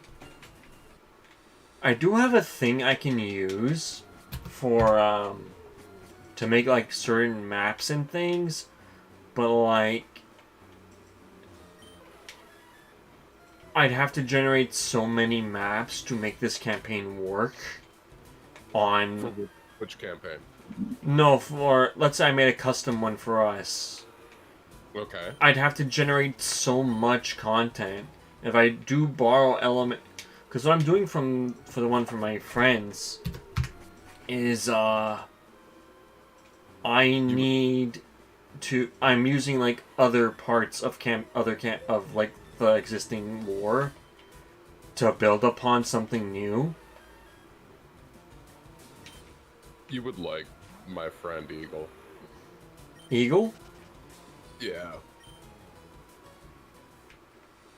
You and him really like going the minutia of the world building and stuff like that. The crazy ideas. I don't dig that deep into it.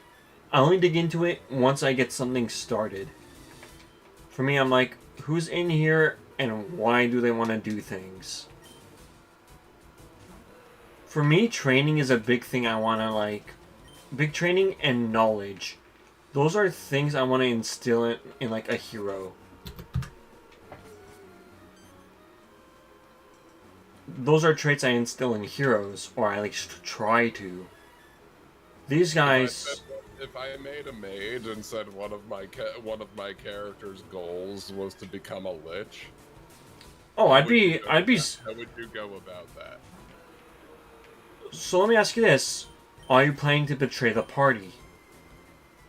Not really. So you're gonna be a lich to help the party. I plan on being a relatively good guy, but You'd still. Yeah. You're gonna be.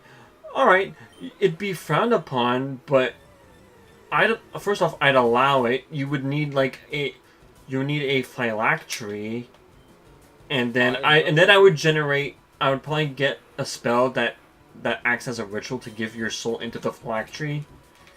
You'd still have your mortal sore, and over the years, you'd start to wither. I am willing to use a power some would see as abhorrent. Or unnatural. or unnatural in order to do great good. Very good. Then eventually you'd get motivated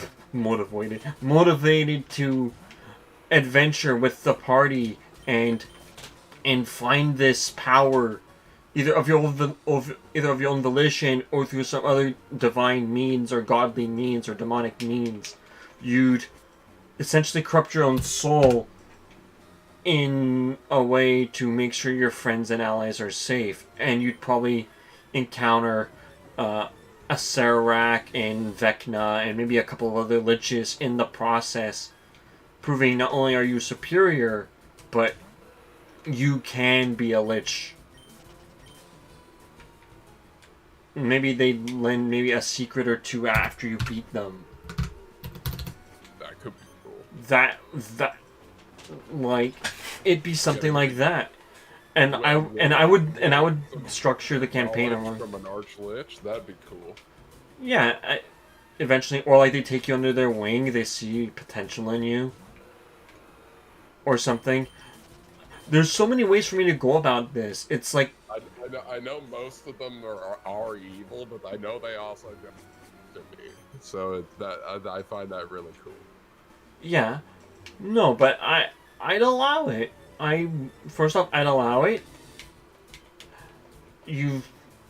So long as you stick to your guns and you stick to the character and you behave, you will get that power.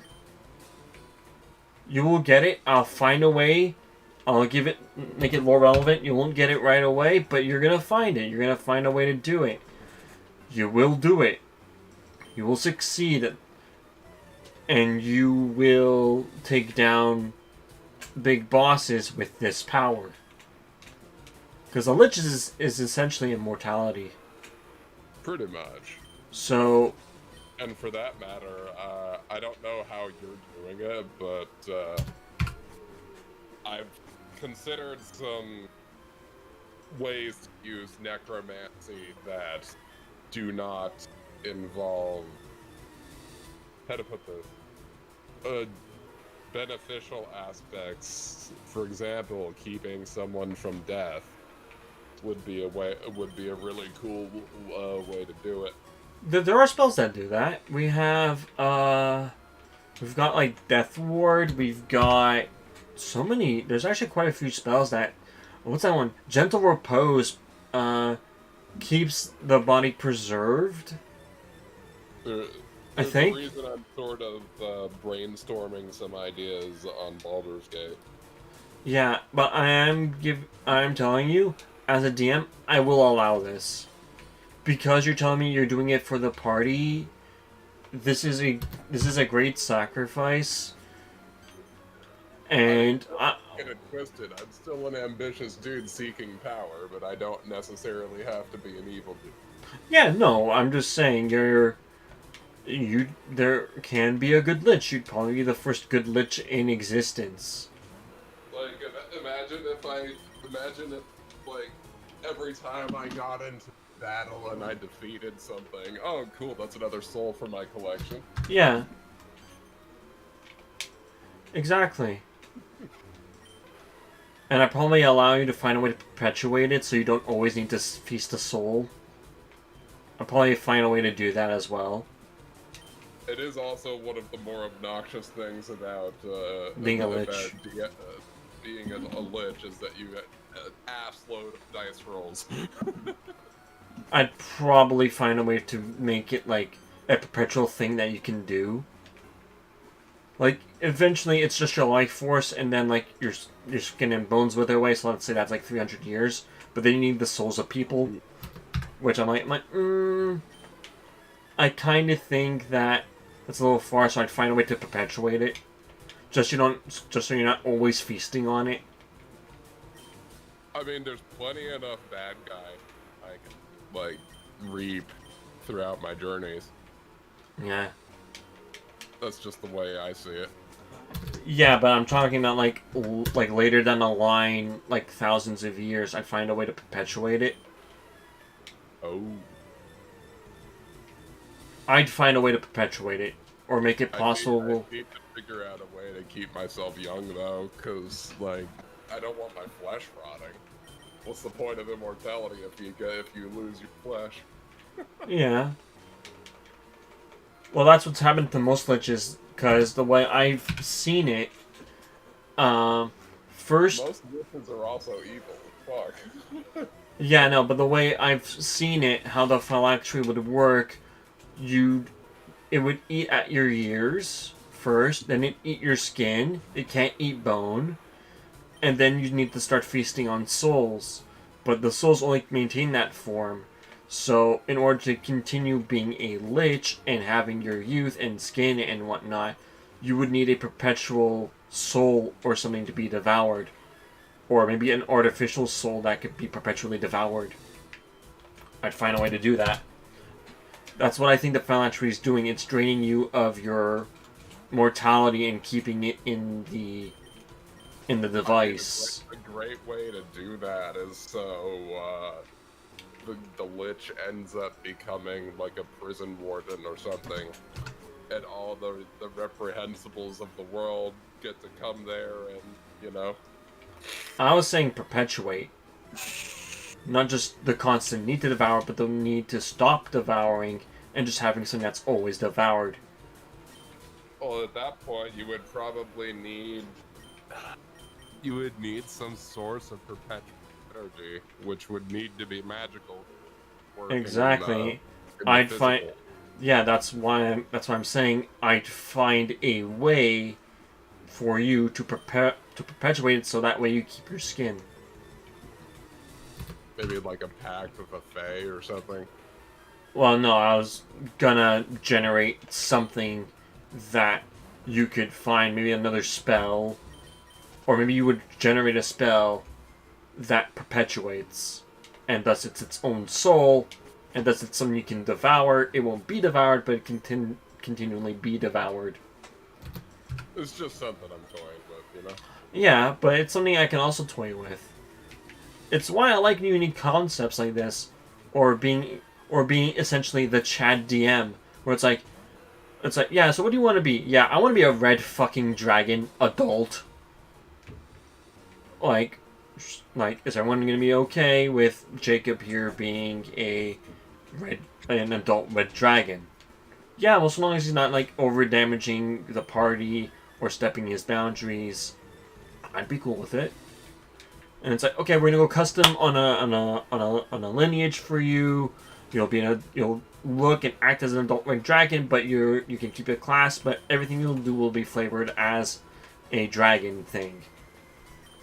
Thus, the player will be happy, and they can play the campaign the way they want to be played as. So if you want to do this, I'm not gonna stop you. I'll find a way to make it happen. I'll do a thing. I can do it. I just considered it an idea of how to make a player vampire starting out at level 1.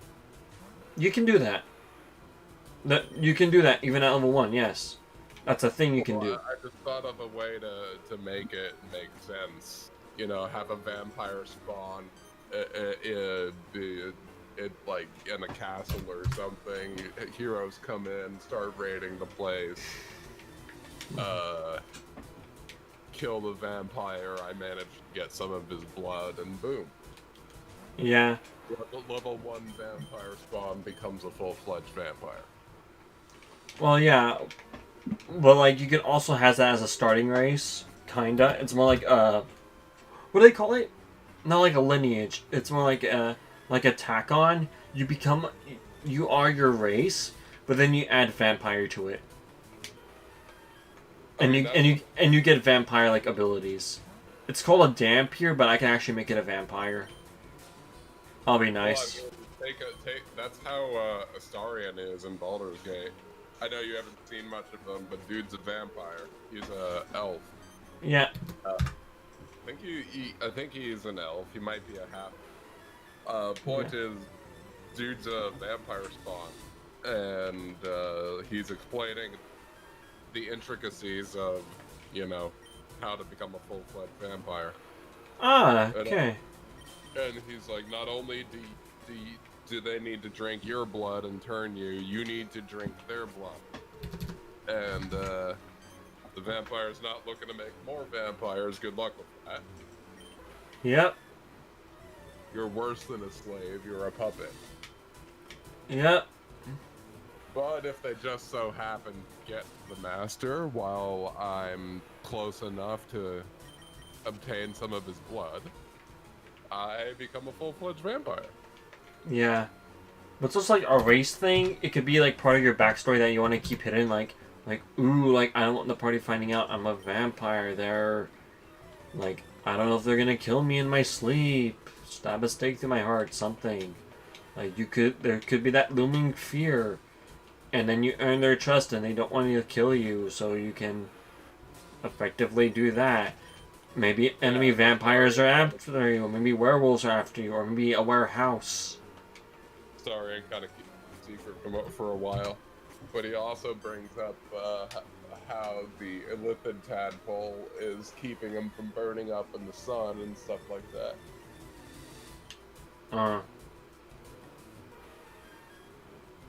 It's suppressing his master's fall, that sort of thing. Dang. How would you approach someone wanting to be a friendly mind flayer? You would start... So the simplest way I'm going to do it, you'd start off... either I'd make the race just like that, or you'd start off as an Uzi kind of thing, and then you get, like... whatever the tadpole is, you would wind up corrupting it and using it to morph yourself into that shape. Well, and so the way they reproduce is by that they put a tadpole in your brain, and like a few days later, you're basically fully transformed into and mutated into a full-fledged mind flayer.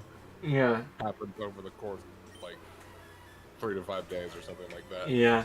Either that, or I just take their stats, like, as a race. Like, say this is what you get here at level 1, and then you just look like this. Speaking of friendly mind flayers, I found one in the Underdark the other day. Ah, sweet. The Underdark. Oh yeah, there is Out of the Abyss.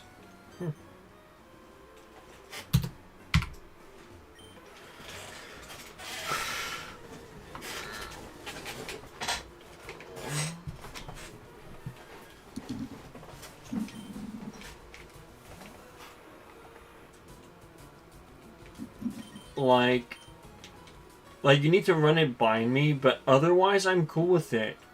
If you're like, well, I want to do this for my character, I'll homebrew it for you. I'll do what I can to make you pleased and happy. Or like you feel like it is possible.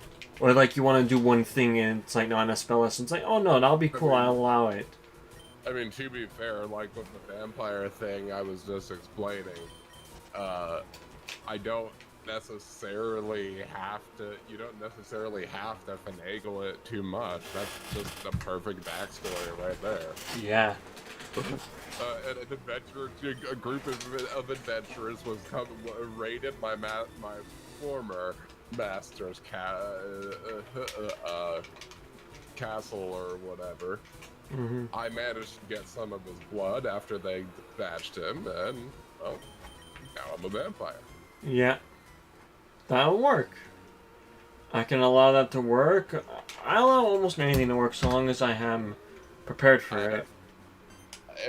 As a vampire, I am basically an ultra noob. I have no real past or anything because everyone I've known has been dead for like ever. Mm-hmm. And my entire existence as a vampire spawn has been, well, master's puppet. Yeah.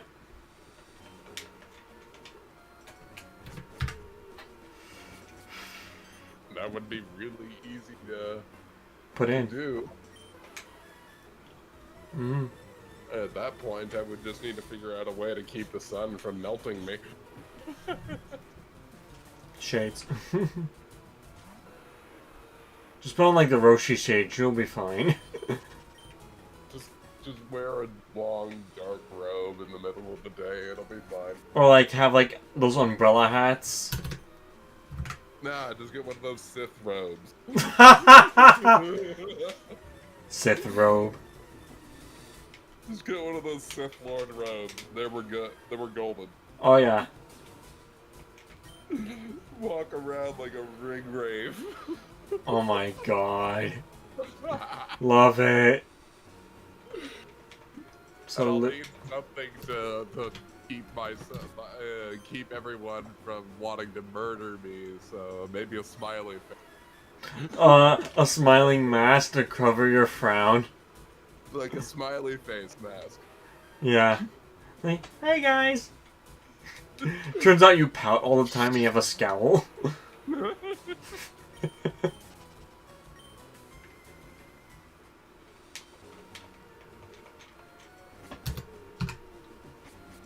I think I would have to turn him into... How do you make a blood mate? There's a couple. We have Ghostfire Gaming's, what do you call it? We have Grim Hollow. What would you even... How would you even do that? Are there any blood magic spells? There aren't, but there are in Grim Hollow. It's called Sanguimancy. Which in Sangua is like I think Latin for like blood. Yeah. So yeah, it's that. Like I was planning on making a really naughty character. You know what I mean? And instead of being a Sanguimancer, she's a Semenmancer. I can see it now. A vampire spawn with a love of horrors and getting into trouble. Oh no, my character's a girl. I'm talking about me. Oh. I would have to give him a love of horror, which would eventually lead to shenanigans. Not too many, because I can't put too much of that on, like, in front of people. That's a little unsettling, especially for me. No, not like that. Like, off-screen, like, hey, hello, ladies. Yeah. No, like, any actual action, like, we see the bed and then we cut the black. That's about it. Flirt with anything with tits is what I'm getting at. Oh, no, flirting's fine. Flirting is fine. I'm not talking about turning this into kobold porn. Oh my god, that would be horrible. Dude, I would Ralph. For reference, what I was referring to is one time I got into D&D's campaign, and every time it would go back to this one fucking person's turn, they were off chasing a kobold and trying to fucking fuck it. It was so fucking annoying. The rest of us were trying to have an adventure, and this other one person was sidetracking the entire thing with kobold porn. To the point where I just got fed up. Very good. A smart move.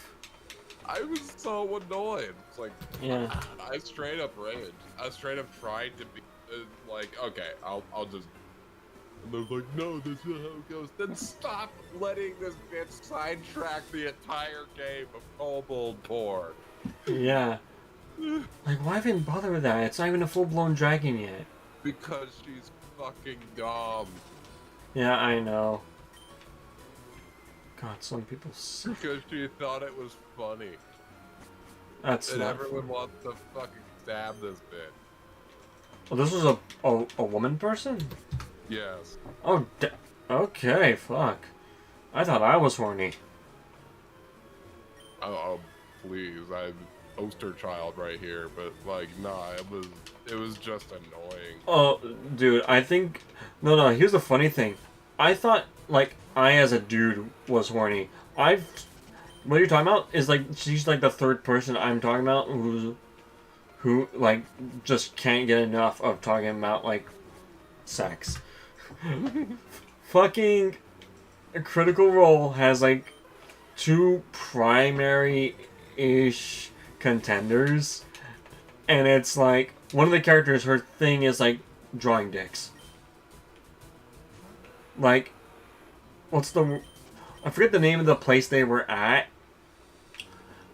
It was very early on, but like I remember one of the letters in the name of this shack had a G in it. She's like, oh, I'll have a little flaccid dong drip off the G.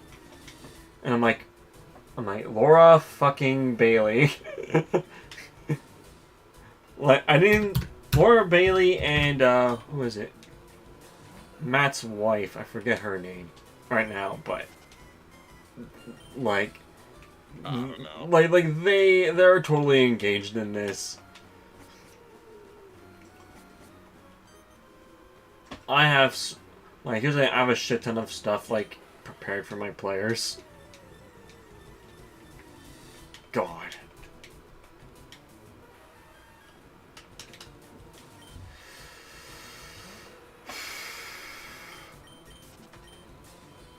Oh, wait, I'm not gonna save. What am I doing?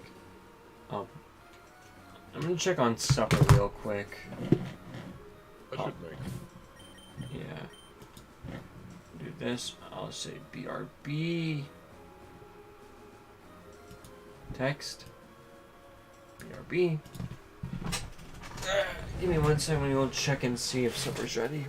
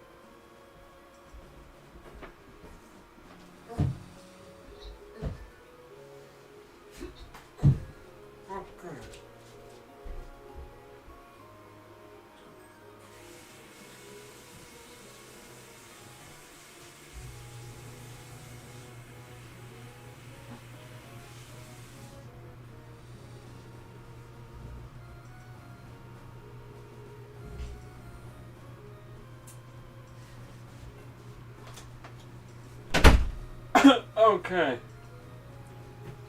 I'm back.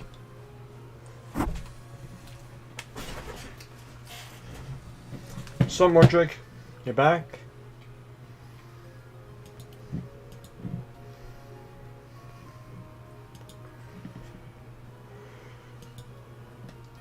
Oh, he left.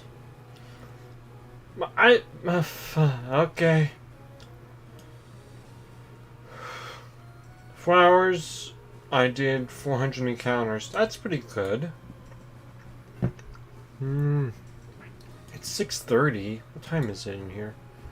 4:10. Oh, wow. That... So now I was being, like, left to do something, so I'm just gonna continue with what I was doing. I didn't put the number of encounters up. Let me just get this set. Alright. Let's go for another... let's go for about another, like, 30 or something encounters before I, go off to do some other business. I'll still be streaming later. It's... I'll continue streaming after my business when I get back. It's just gonna be a quick, like, what, 10 minutes? Not even. I'll stop around 7, 8. That sounds like fun.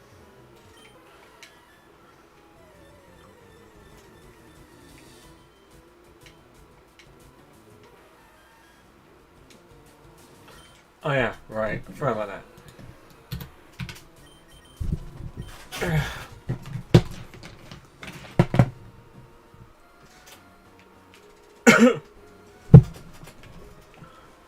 Okay. Well, if they need things to exist, I don't mind doing it for my players.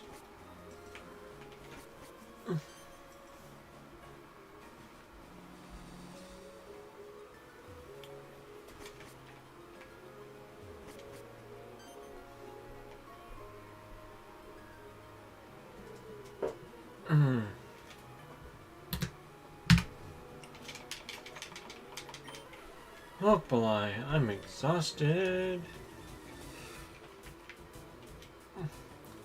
Also, so I'm aware. I'm gonna do this at like 10 and count. No, I'm gonna do it at 5.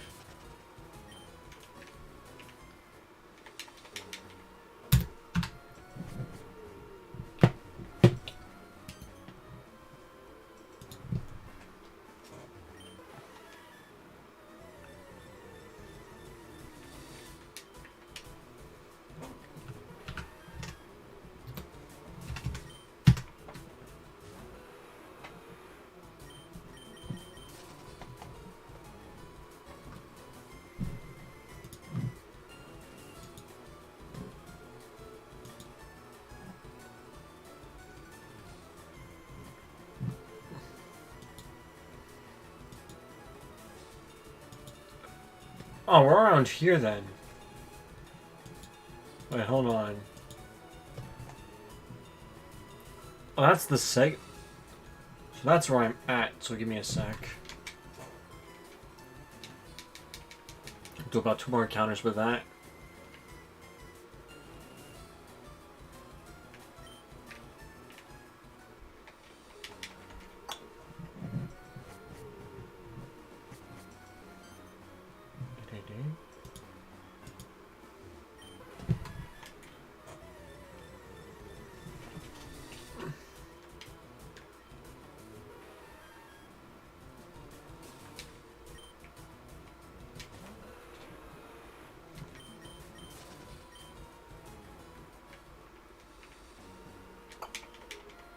Three.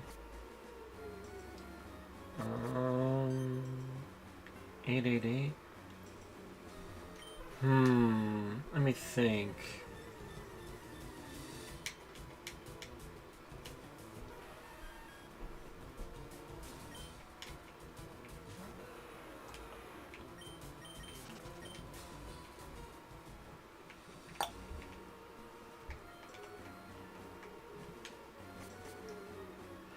Four. 888. And what was it supposed to be? Next segment. That's my current segment.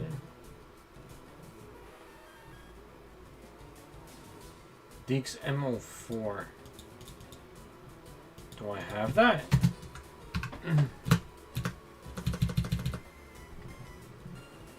Whoever that was is gone now. Huh. Okay. This is the 4th one, by the way, so I'm gonna add 4 to this.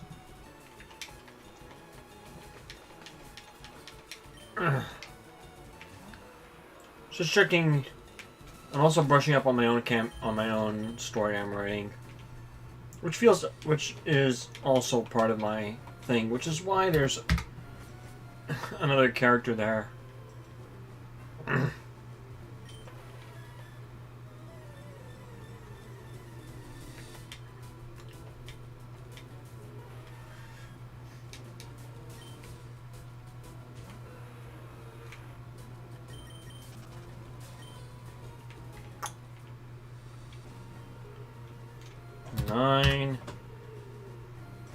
And then I'm going to double check one more time, because I want to keep this up on top of my brain as well. I haven't been keeping up on it the past, like, 5 months. Like, since November, I haven't touched my story. When I get back into that, since March is coming up. Huh. Funny. Just realized. One of the biggest things in my story, for whatever reason, I don't know why, it keeps happening, like, something happens around March. It's like the start of something. Like, March 15th, for some reason, becomes a specific day. Like, in one thing, it's like, oh, March 15th. It's the Ides of March, of course, but, like, the whole thing, somehow, March, I don't know why, that month just feels like it oozes some level of importance, and I don't know what it is. Now, excuse me a minute, I'm gonna go double check something and get myself ready. So, this will be a slightly longer one, but hey, hoping more Drake comes back, so just give me 1 minute while we wait on the music. So let's see, what exactly am I editing right here? This is the next segment. What's this segment? Chakuna, Thunderclap, Thunderclap.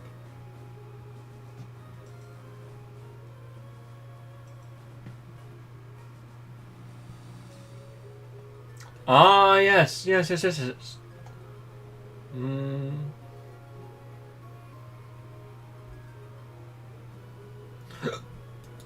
Thunderclap.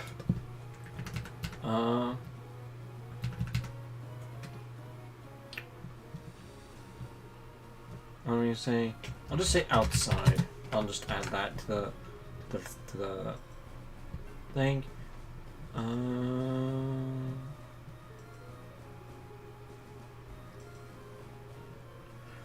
Hyping him up. Alright. What is this next segment?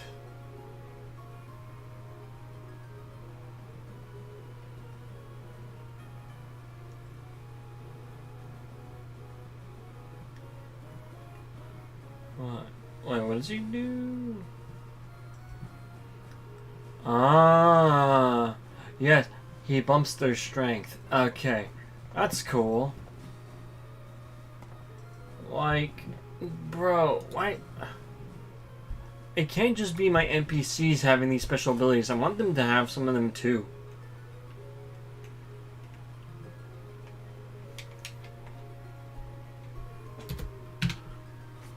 Oh, whoops.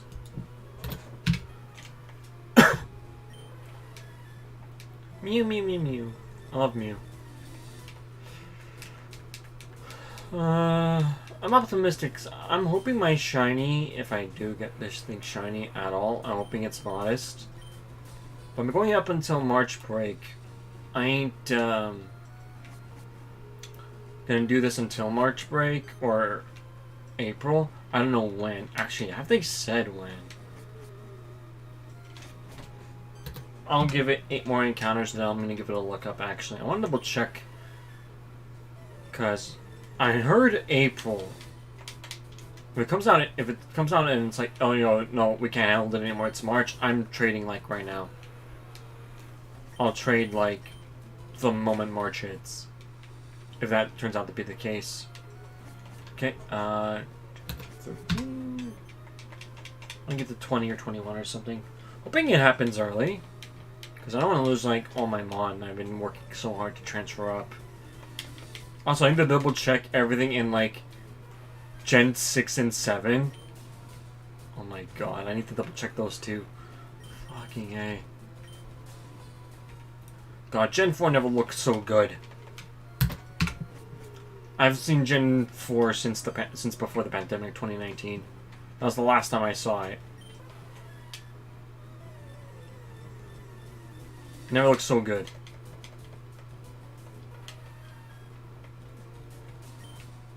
Because then I'm going to do another 10 encounters, and then hopefully I do some other business, which should take a little longer, so I'll probably put BRB somewhere else. 2015, 17, 15. Hoping by 9-10ish, maybe, if I'm lucky. Cross my fingers. I'm hoping I hit 2,000 encounters, maybe? Maybe like 1875 encounters, I'm hoping, maybe? Hoping. Little bit, little hope, little hope. Actually, you know what? 10 minutes, I'll do my other business. This lookup happens in 4 more encounters. Because I want to double check to make sure I'm not hallucinating. Because I haven't heard news, and no one's mentioned news. I need another lookup. It's time to refresh that lookup. It's still February, so hopefully it's not gonna crash in February. If it is, I'm gonna have like 2 weeks, and I'm not gonna be happy about it. Because I gotta transfer out everything from XD and Coliseum. I haven't done that yet.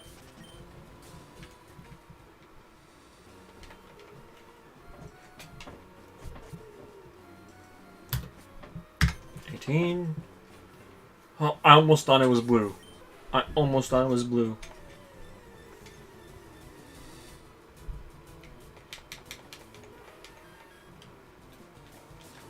Also, if somehow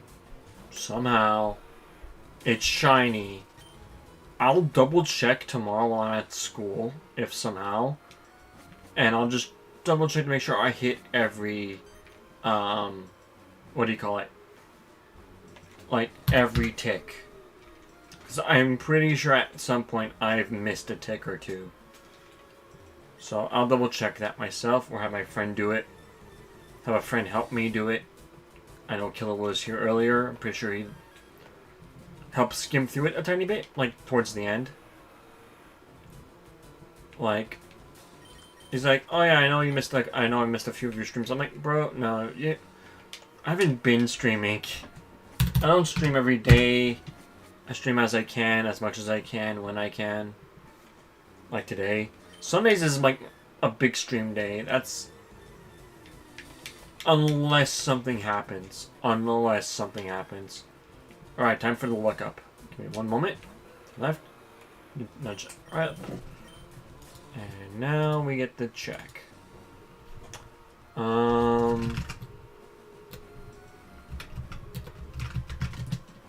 Pokemon,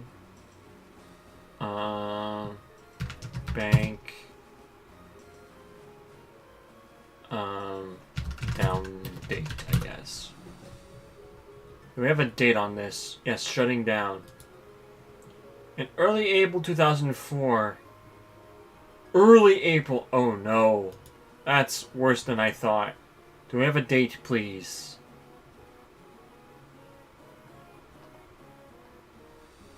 Do we have a date?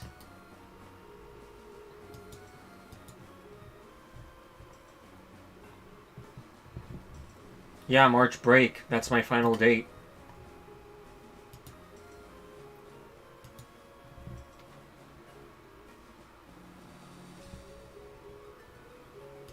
Wait. Okay, that scared me. I was like, what the hell do you mean? No, stop doing that. Just... God.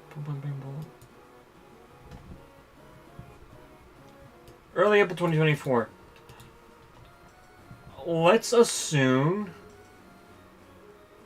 Okay, I'm gonna click on this real quick. Do we have a date for this? Please, just put us a date.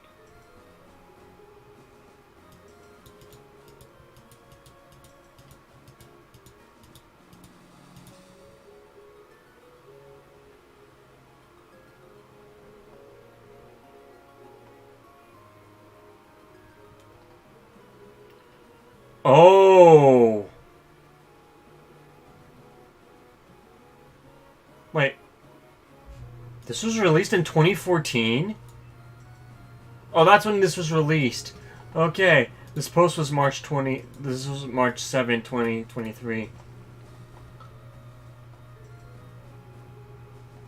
I'm appalled. There's not been a date released, though. That's it. I'm saying this now. March is my final month. So, whoops. So, if I can't get this done by March, late March, I'm giving myself till the 20th. No, not even 20th. What I'm talking about. I'm giving myself hopefully enough time. Ah, no.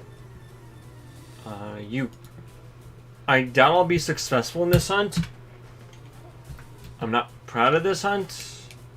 This will be the ultimate shiny fail. But at least I'll have this Mew with Zap Cannon, which is the #1 thing on my list.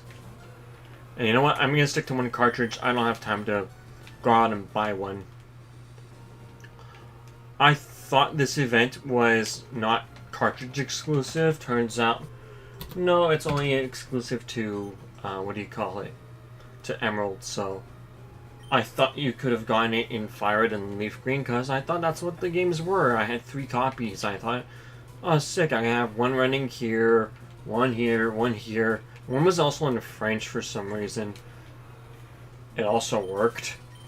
But, yeah. How much time do I have left? I have 4 minutes left. Can I get another 10 encounters?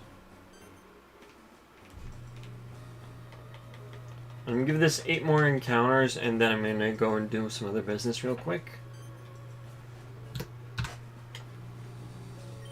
Yeah, 23. That'll be that.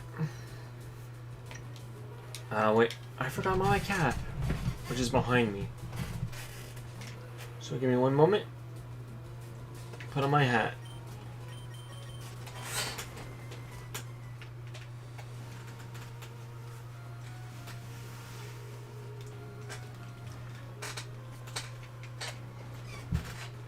And then after this, I'm gonna... What do you call it?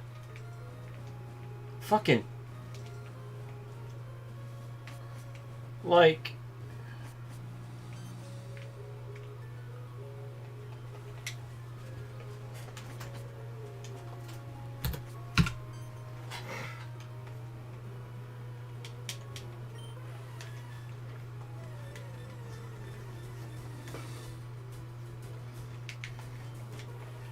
So yeah, instead of that, F it, March. I am stopping this in March. Here's my last one.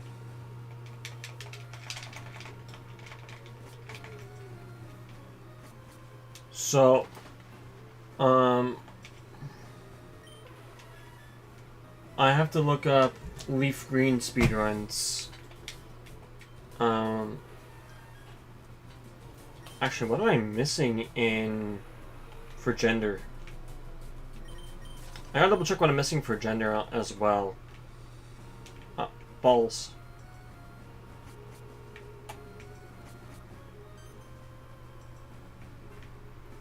I'm fucking... My thumb slips. Okay, I'm gonna do some nice fingers. Here we go.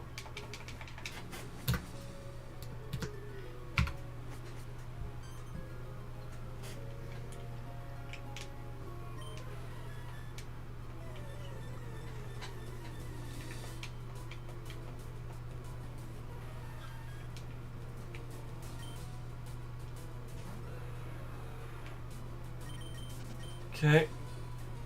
5 more. Ah, son of a gun. I blink on the turn. There we go. 4 more. Come on. So all other things I want to do. Not gonna... The stream's not ending, don't worry. I'm just doing one other thing I want to do today. Well, not today, I'm going to do soon. So far, no attack miss up, so I don't have to, like, soft reset.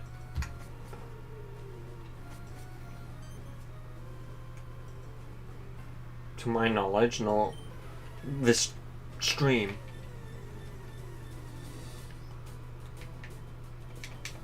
I was really, like, debating, several hours ago, around 1 o'clock, whether or not I could do it. Turns out, I mentioned it earlier in the stream, I just want to restate it. My brother, what did he do? He took down the internet the other day, and I didn't have access to the proper internet because he was trying to get it to work for his computer. He got it. What? Yeah, he got it working now, so now I have internet, he has internet, we're all set. Last one, and then I'm going to do my thing. It's 7 o'clock now, so I'm just going to do this. 30. Is this behind? This feels like it's behind.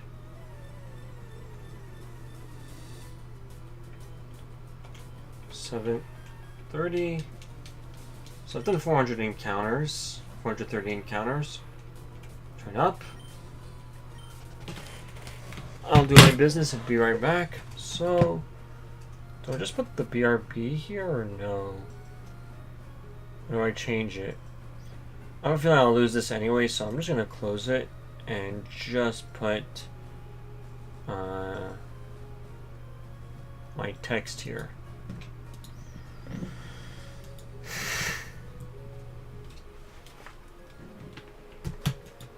And I'm going to do... Oh, wait.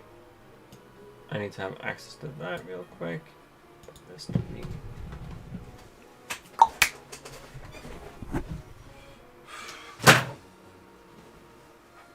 And then...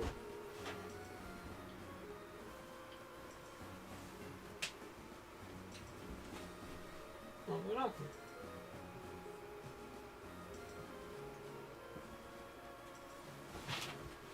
So...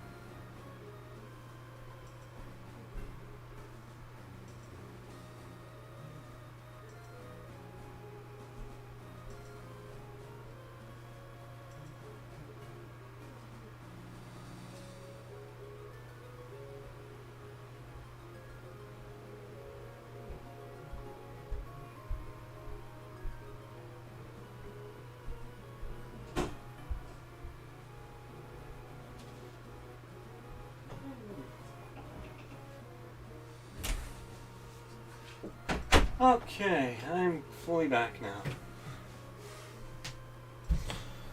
Whew, Belai. No one else is here, so let me just put on my mic real quick in Discord. That's going there. Let me grab up that.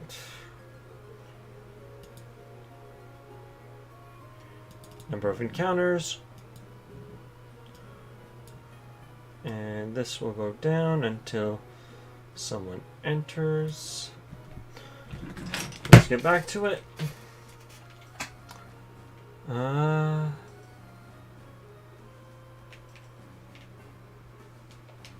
Wait, what?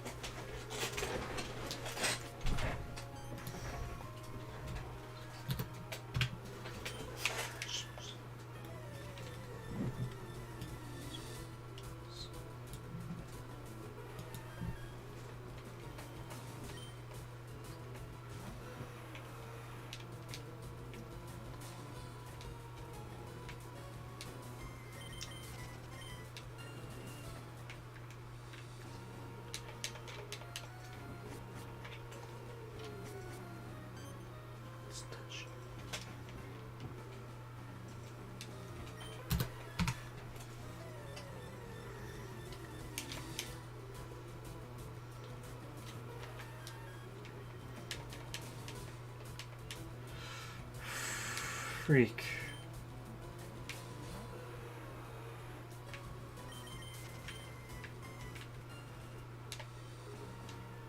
$733.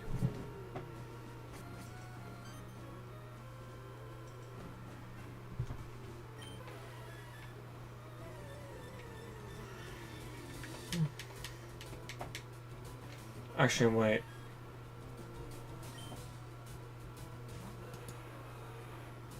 Okay, it's almost been an hour.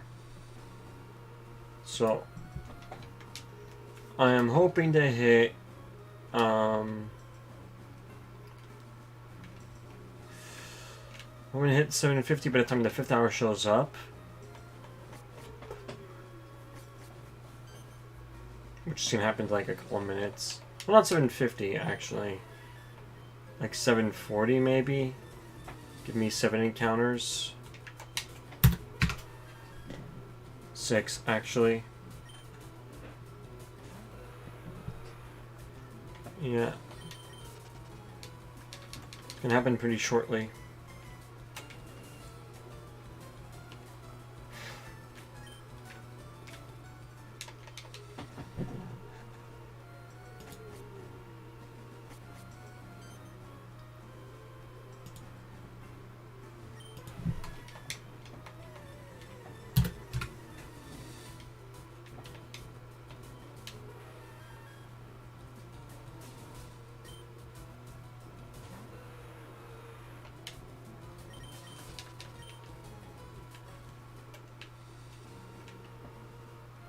Also, I don't know if anyone was hearing my friends earlier.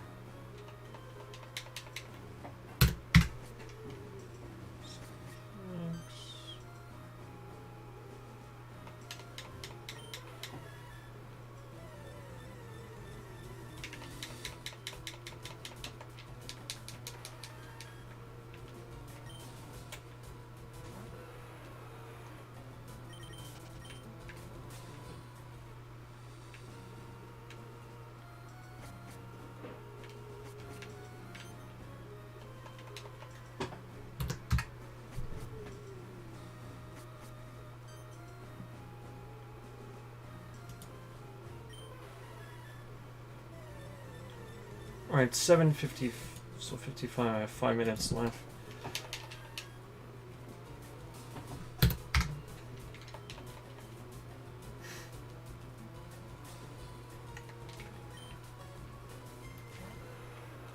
Alright. I can probably get several encounters. I mean, you can wait till 40. And then we'll see.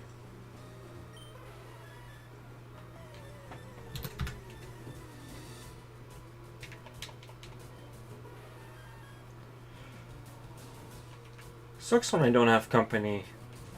God, I don't have people to bounce off of or anything. God damn.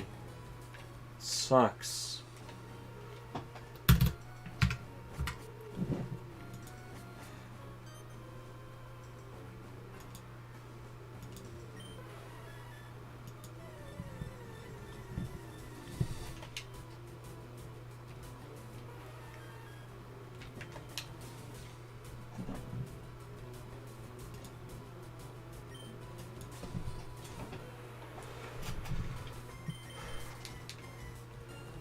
I'll continue.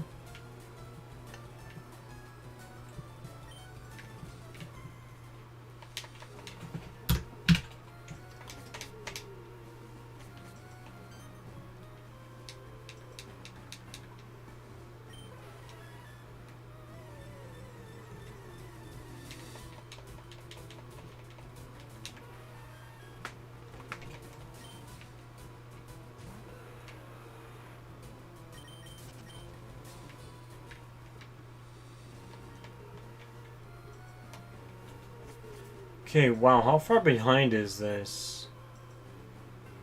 This is really far behind for some reason.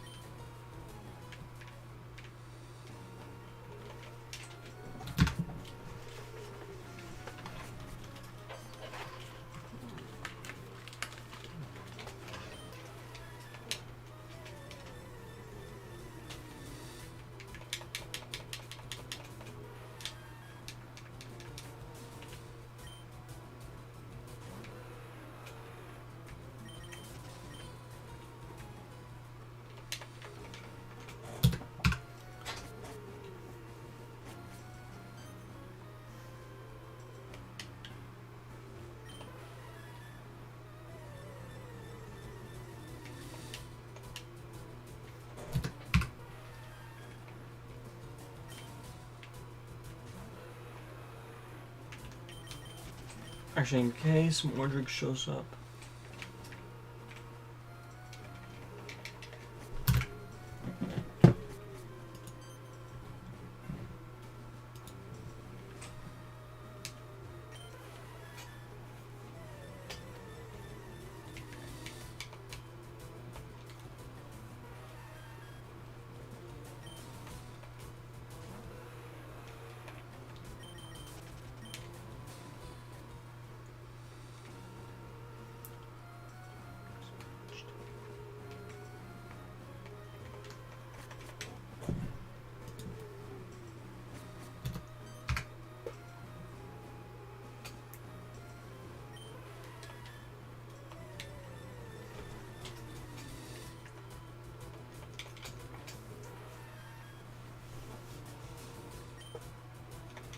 Flew away. Well, I have 3 more encounters left. For the 5th hour mark dings. So I missed half of that. So I'm gonna need it. You know what? I'll say this.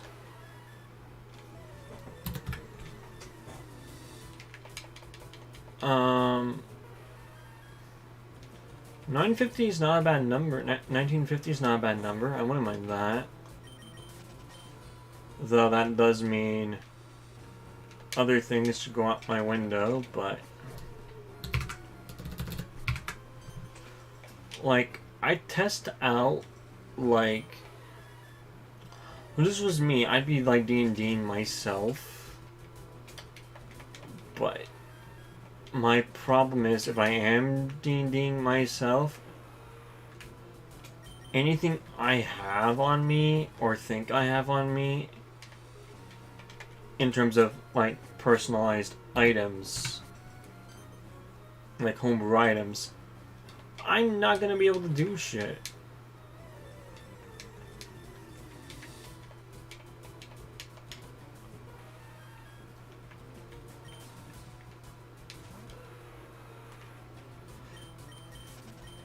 Wait, did I not? Oh, I didn't knock up that counter. So I'll do it. What? God damn. I did knock up that counter, so I'm gonna do it now. Twice.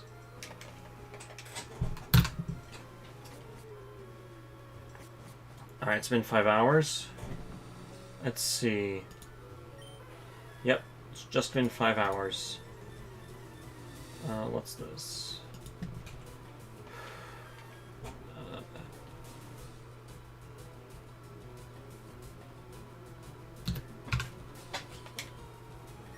I'll double check this, but so far this sounds like the right amount. I'll double check this tomorrow. I'll have an extra 100 to 100, maybe 250 when I come back. And if not, like almost 400. No. It'd be like 250. I'd have to be playing like during class almost. It'd be that absurd. Like, I'm no better than the kids who don't pay attention to class. It's outrageous.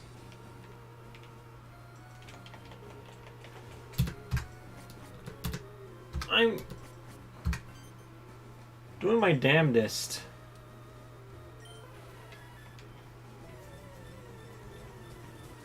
As a DM, and they just don't listen.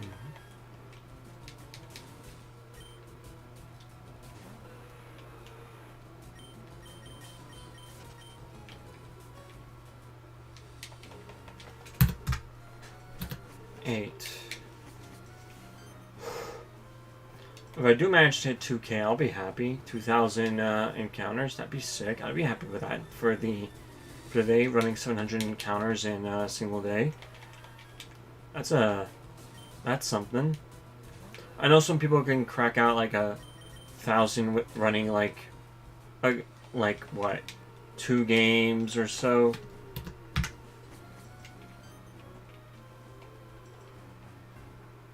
Because then you can get 100 done in half the time. And I simply don't have the resources to do that. I'll sort of state that earlier we were talking about the console as well. Kind of like the fact that the first console I played, PlayStation, is technically winning it. I liked no more, but I like Nintendo differently.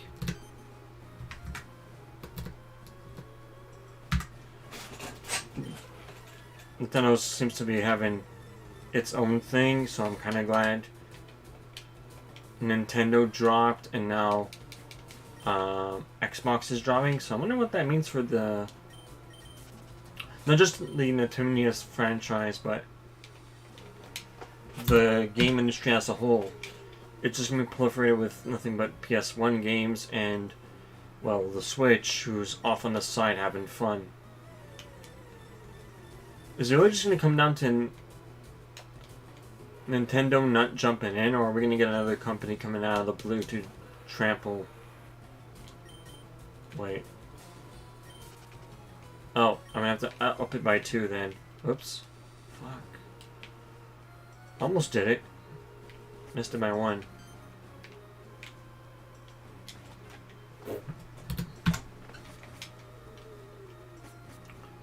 I almost can't wait for this campaign to be over. It's gonna be a long way for it to be over, because I take my time with my players to level them up. They want to level up every session? Nah. Get your first 5 levels easy. Your next 10 are gonna be like over the course of like 40 sessions, so it got stuff. Yep. I also need to write down the adventure log. Because no one kept an adventure log but me, so I'm writing down certain events. I'm abridging it effectively, making cliff notes. So I get send it to the next player, but also them so they remember stuff. Not what they got, but what happened. What events transpired.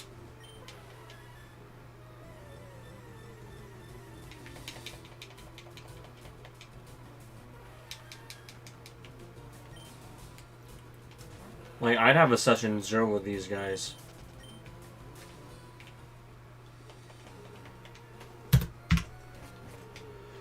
Like, I'd need ridiculous amounts of prep. Oh my god, I almost thought I saw it. Like, my eyes went wide. Wait. I didn't increment the counter, didn't I? Nope.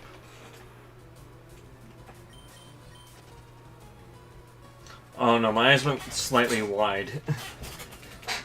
I'm seeing the playback now. My eyes went slightly wide. I was like, ooh.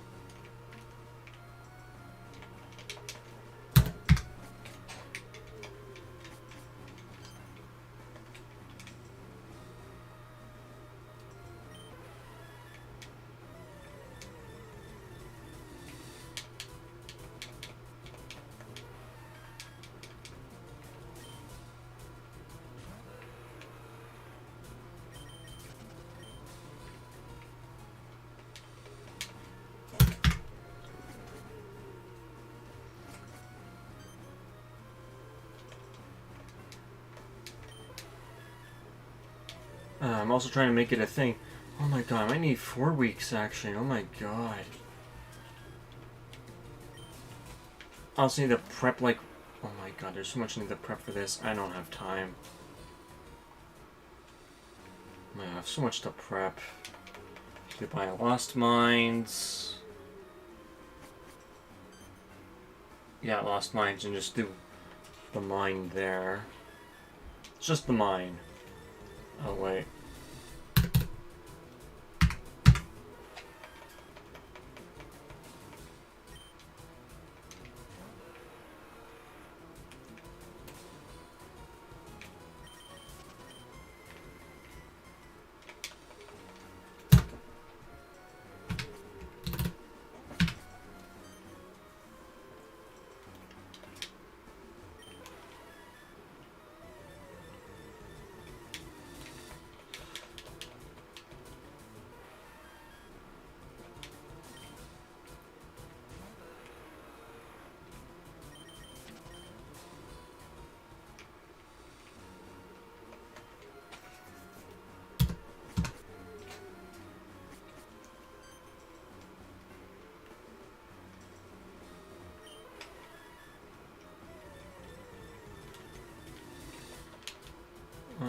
Nope, this is a 3. Sorry.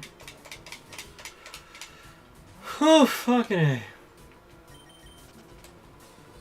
But also, what does this mean for Hyperdimension Neptunia? God, I'm hoping Mordrick's gonna come back soon. God. Well, at least thanks to that not a lot of my friends show up. Like, it was a good, what, hour or so? Almost 2 hours. I'd say hour, actually.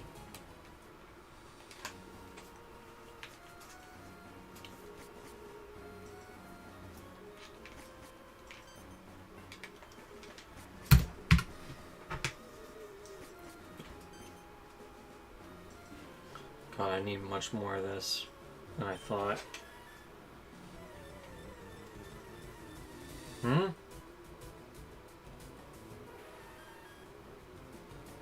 Have I been doing this wrong the whole time? I could have sworn I just did this. Hold up. I could have sworn I just did this. Give me a sec.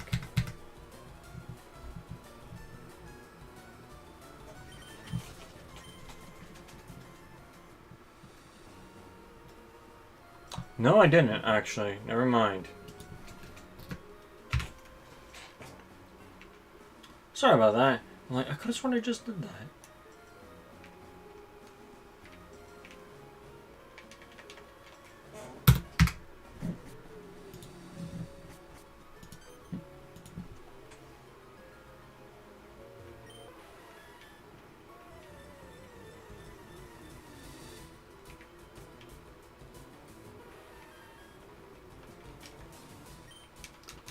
Okay, I'm starting to think I jumped up 2 because I'm looking at my thing. My playback is extra slow for no reason.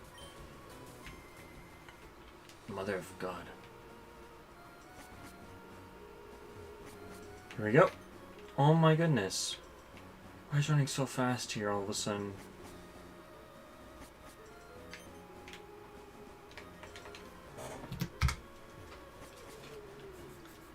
Come on. Be shining for me. It's almost been like, what, so many encounters. It's been 2 years since my last shiny. Be nice to me.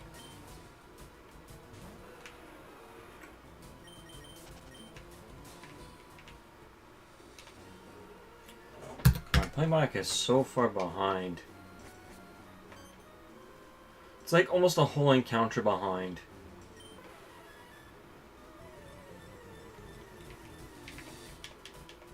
So now I'm leaving and it's just starting the encounter. Okay, back in.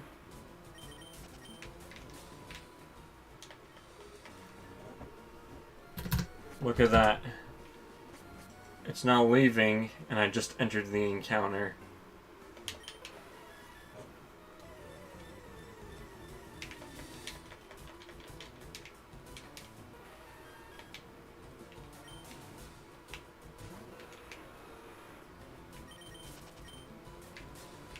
Oh my God.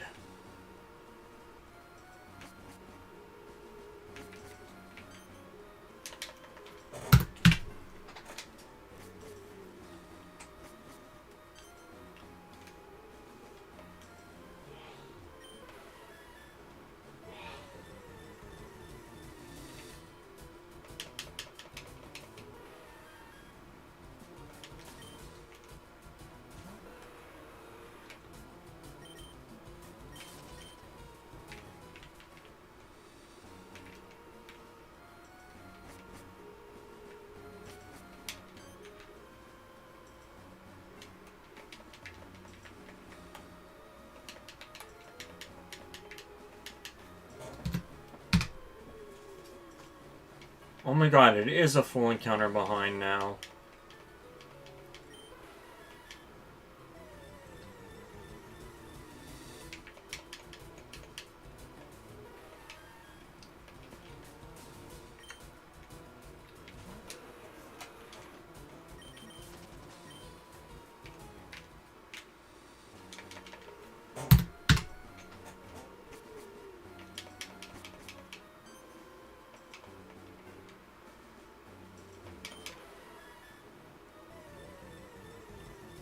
Just now getting into an encounter with MEW.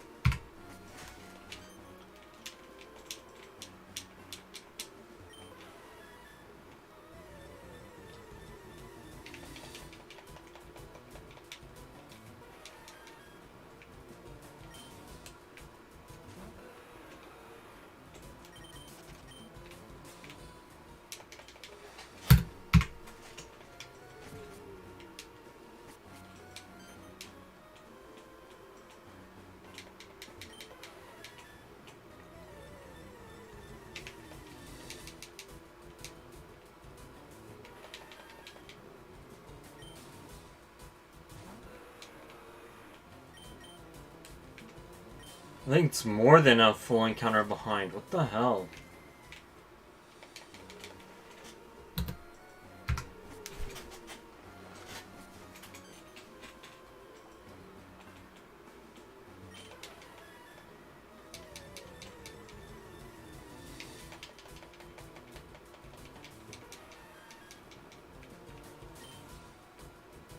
Seven. Almost at 100 here.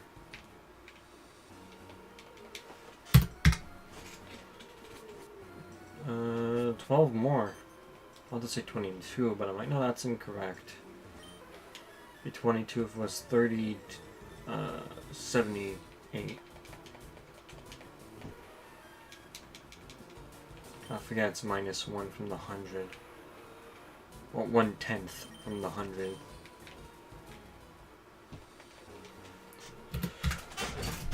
$90, $789.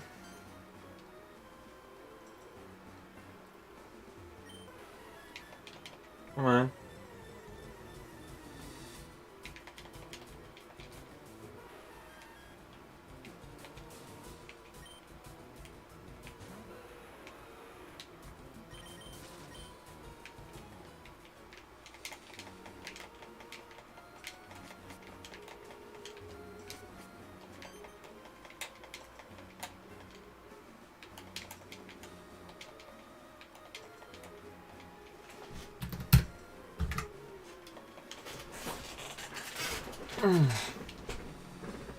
Yeah, it's 90.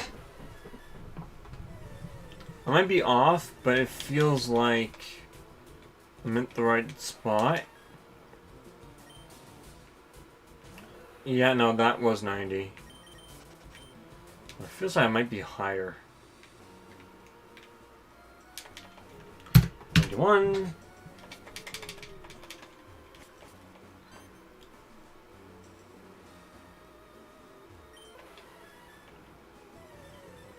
It might be because I paused my my Elgato a couple hours ago, but which confused me, and then I got back on track, and then yeah.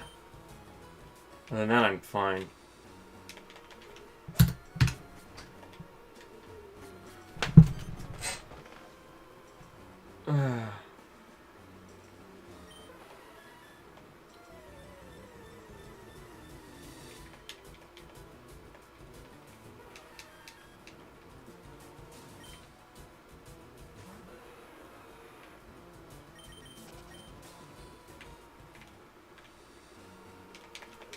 I'm starting to think I'm behind.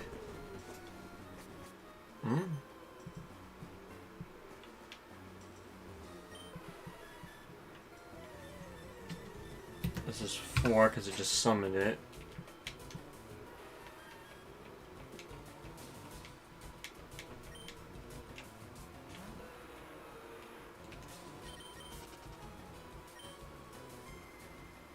Am I late?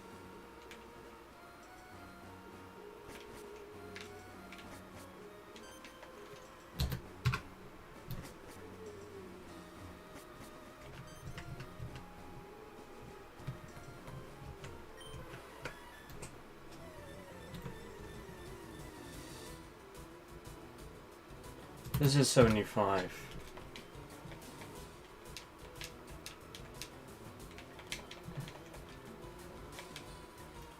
Wow. This thing is royally behind.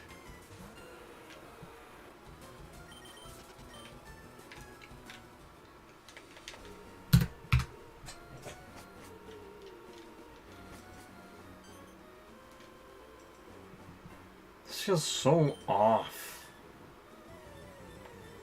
At least feels that way to me.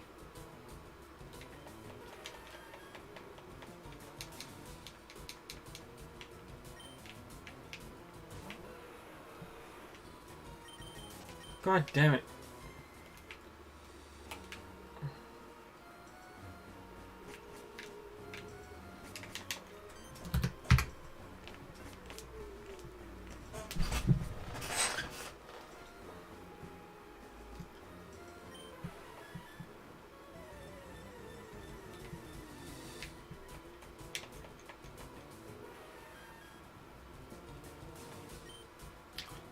This feels off AF. I have no idea what's happening.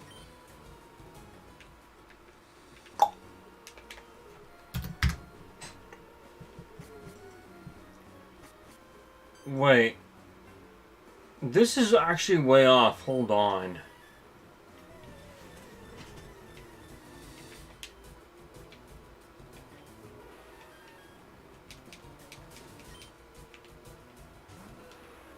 I'm gonna count that as 9.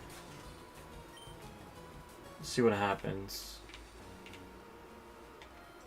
This one will be counted as 800. I might just leave it here. No one else has shown up. I feel like I might as well leave it here at 180. But hey, not bad for 500 encounters in 5 hours. Yeah, no, that's fine. Let me see how I'm doing on my clock. 521.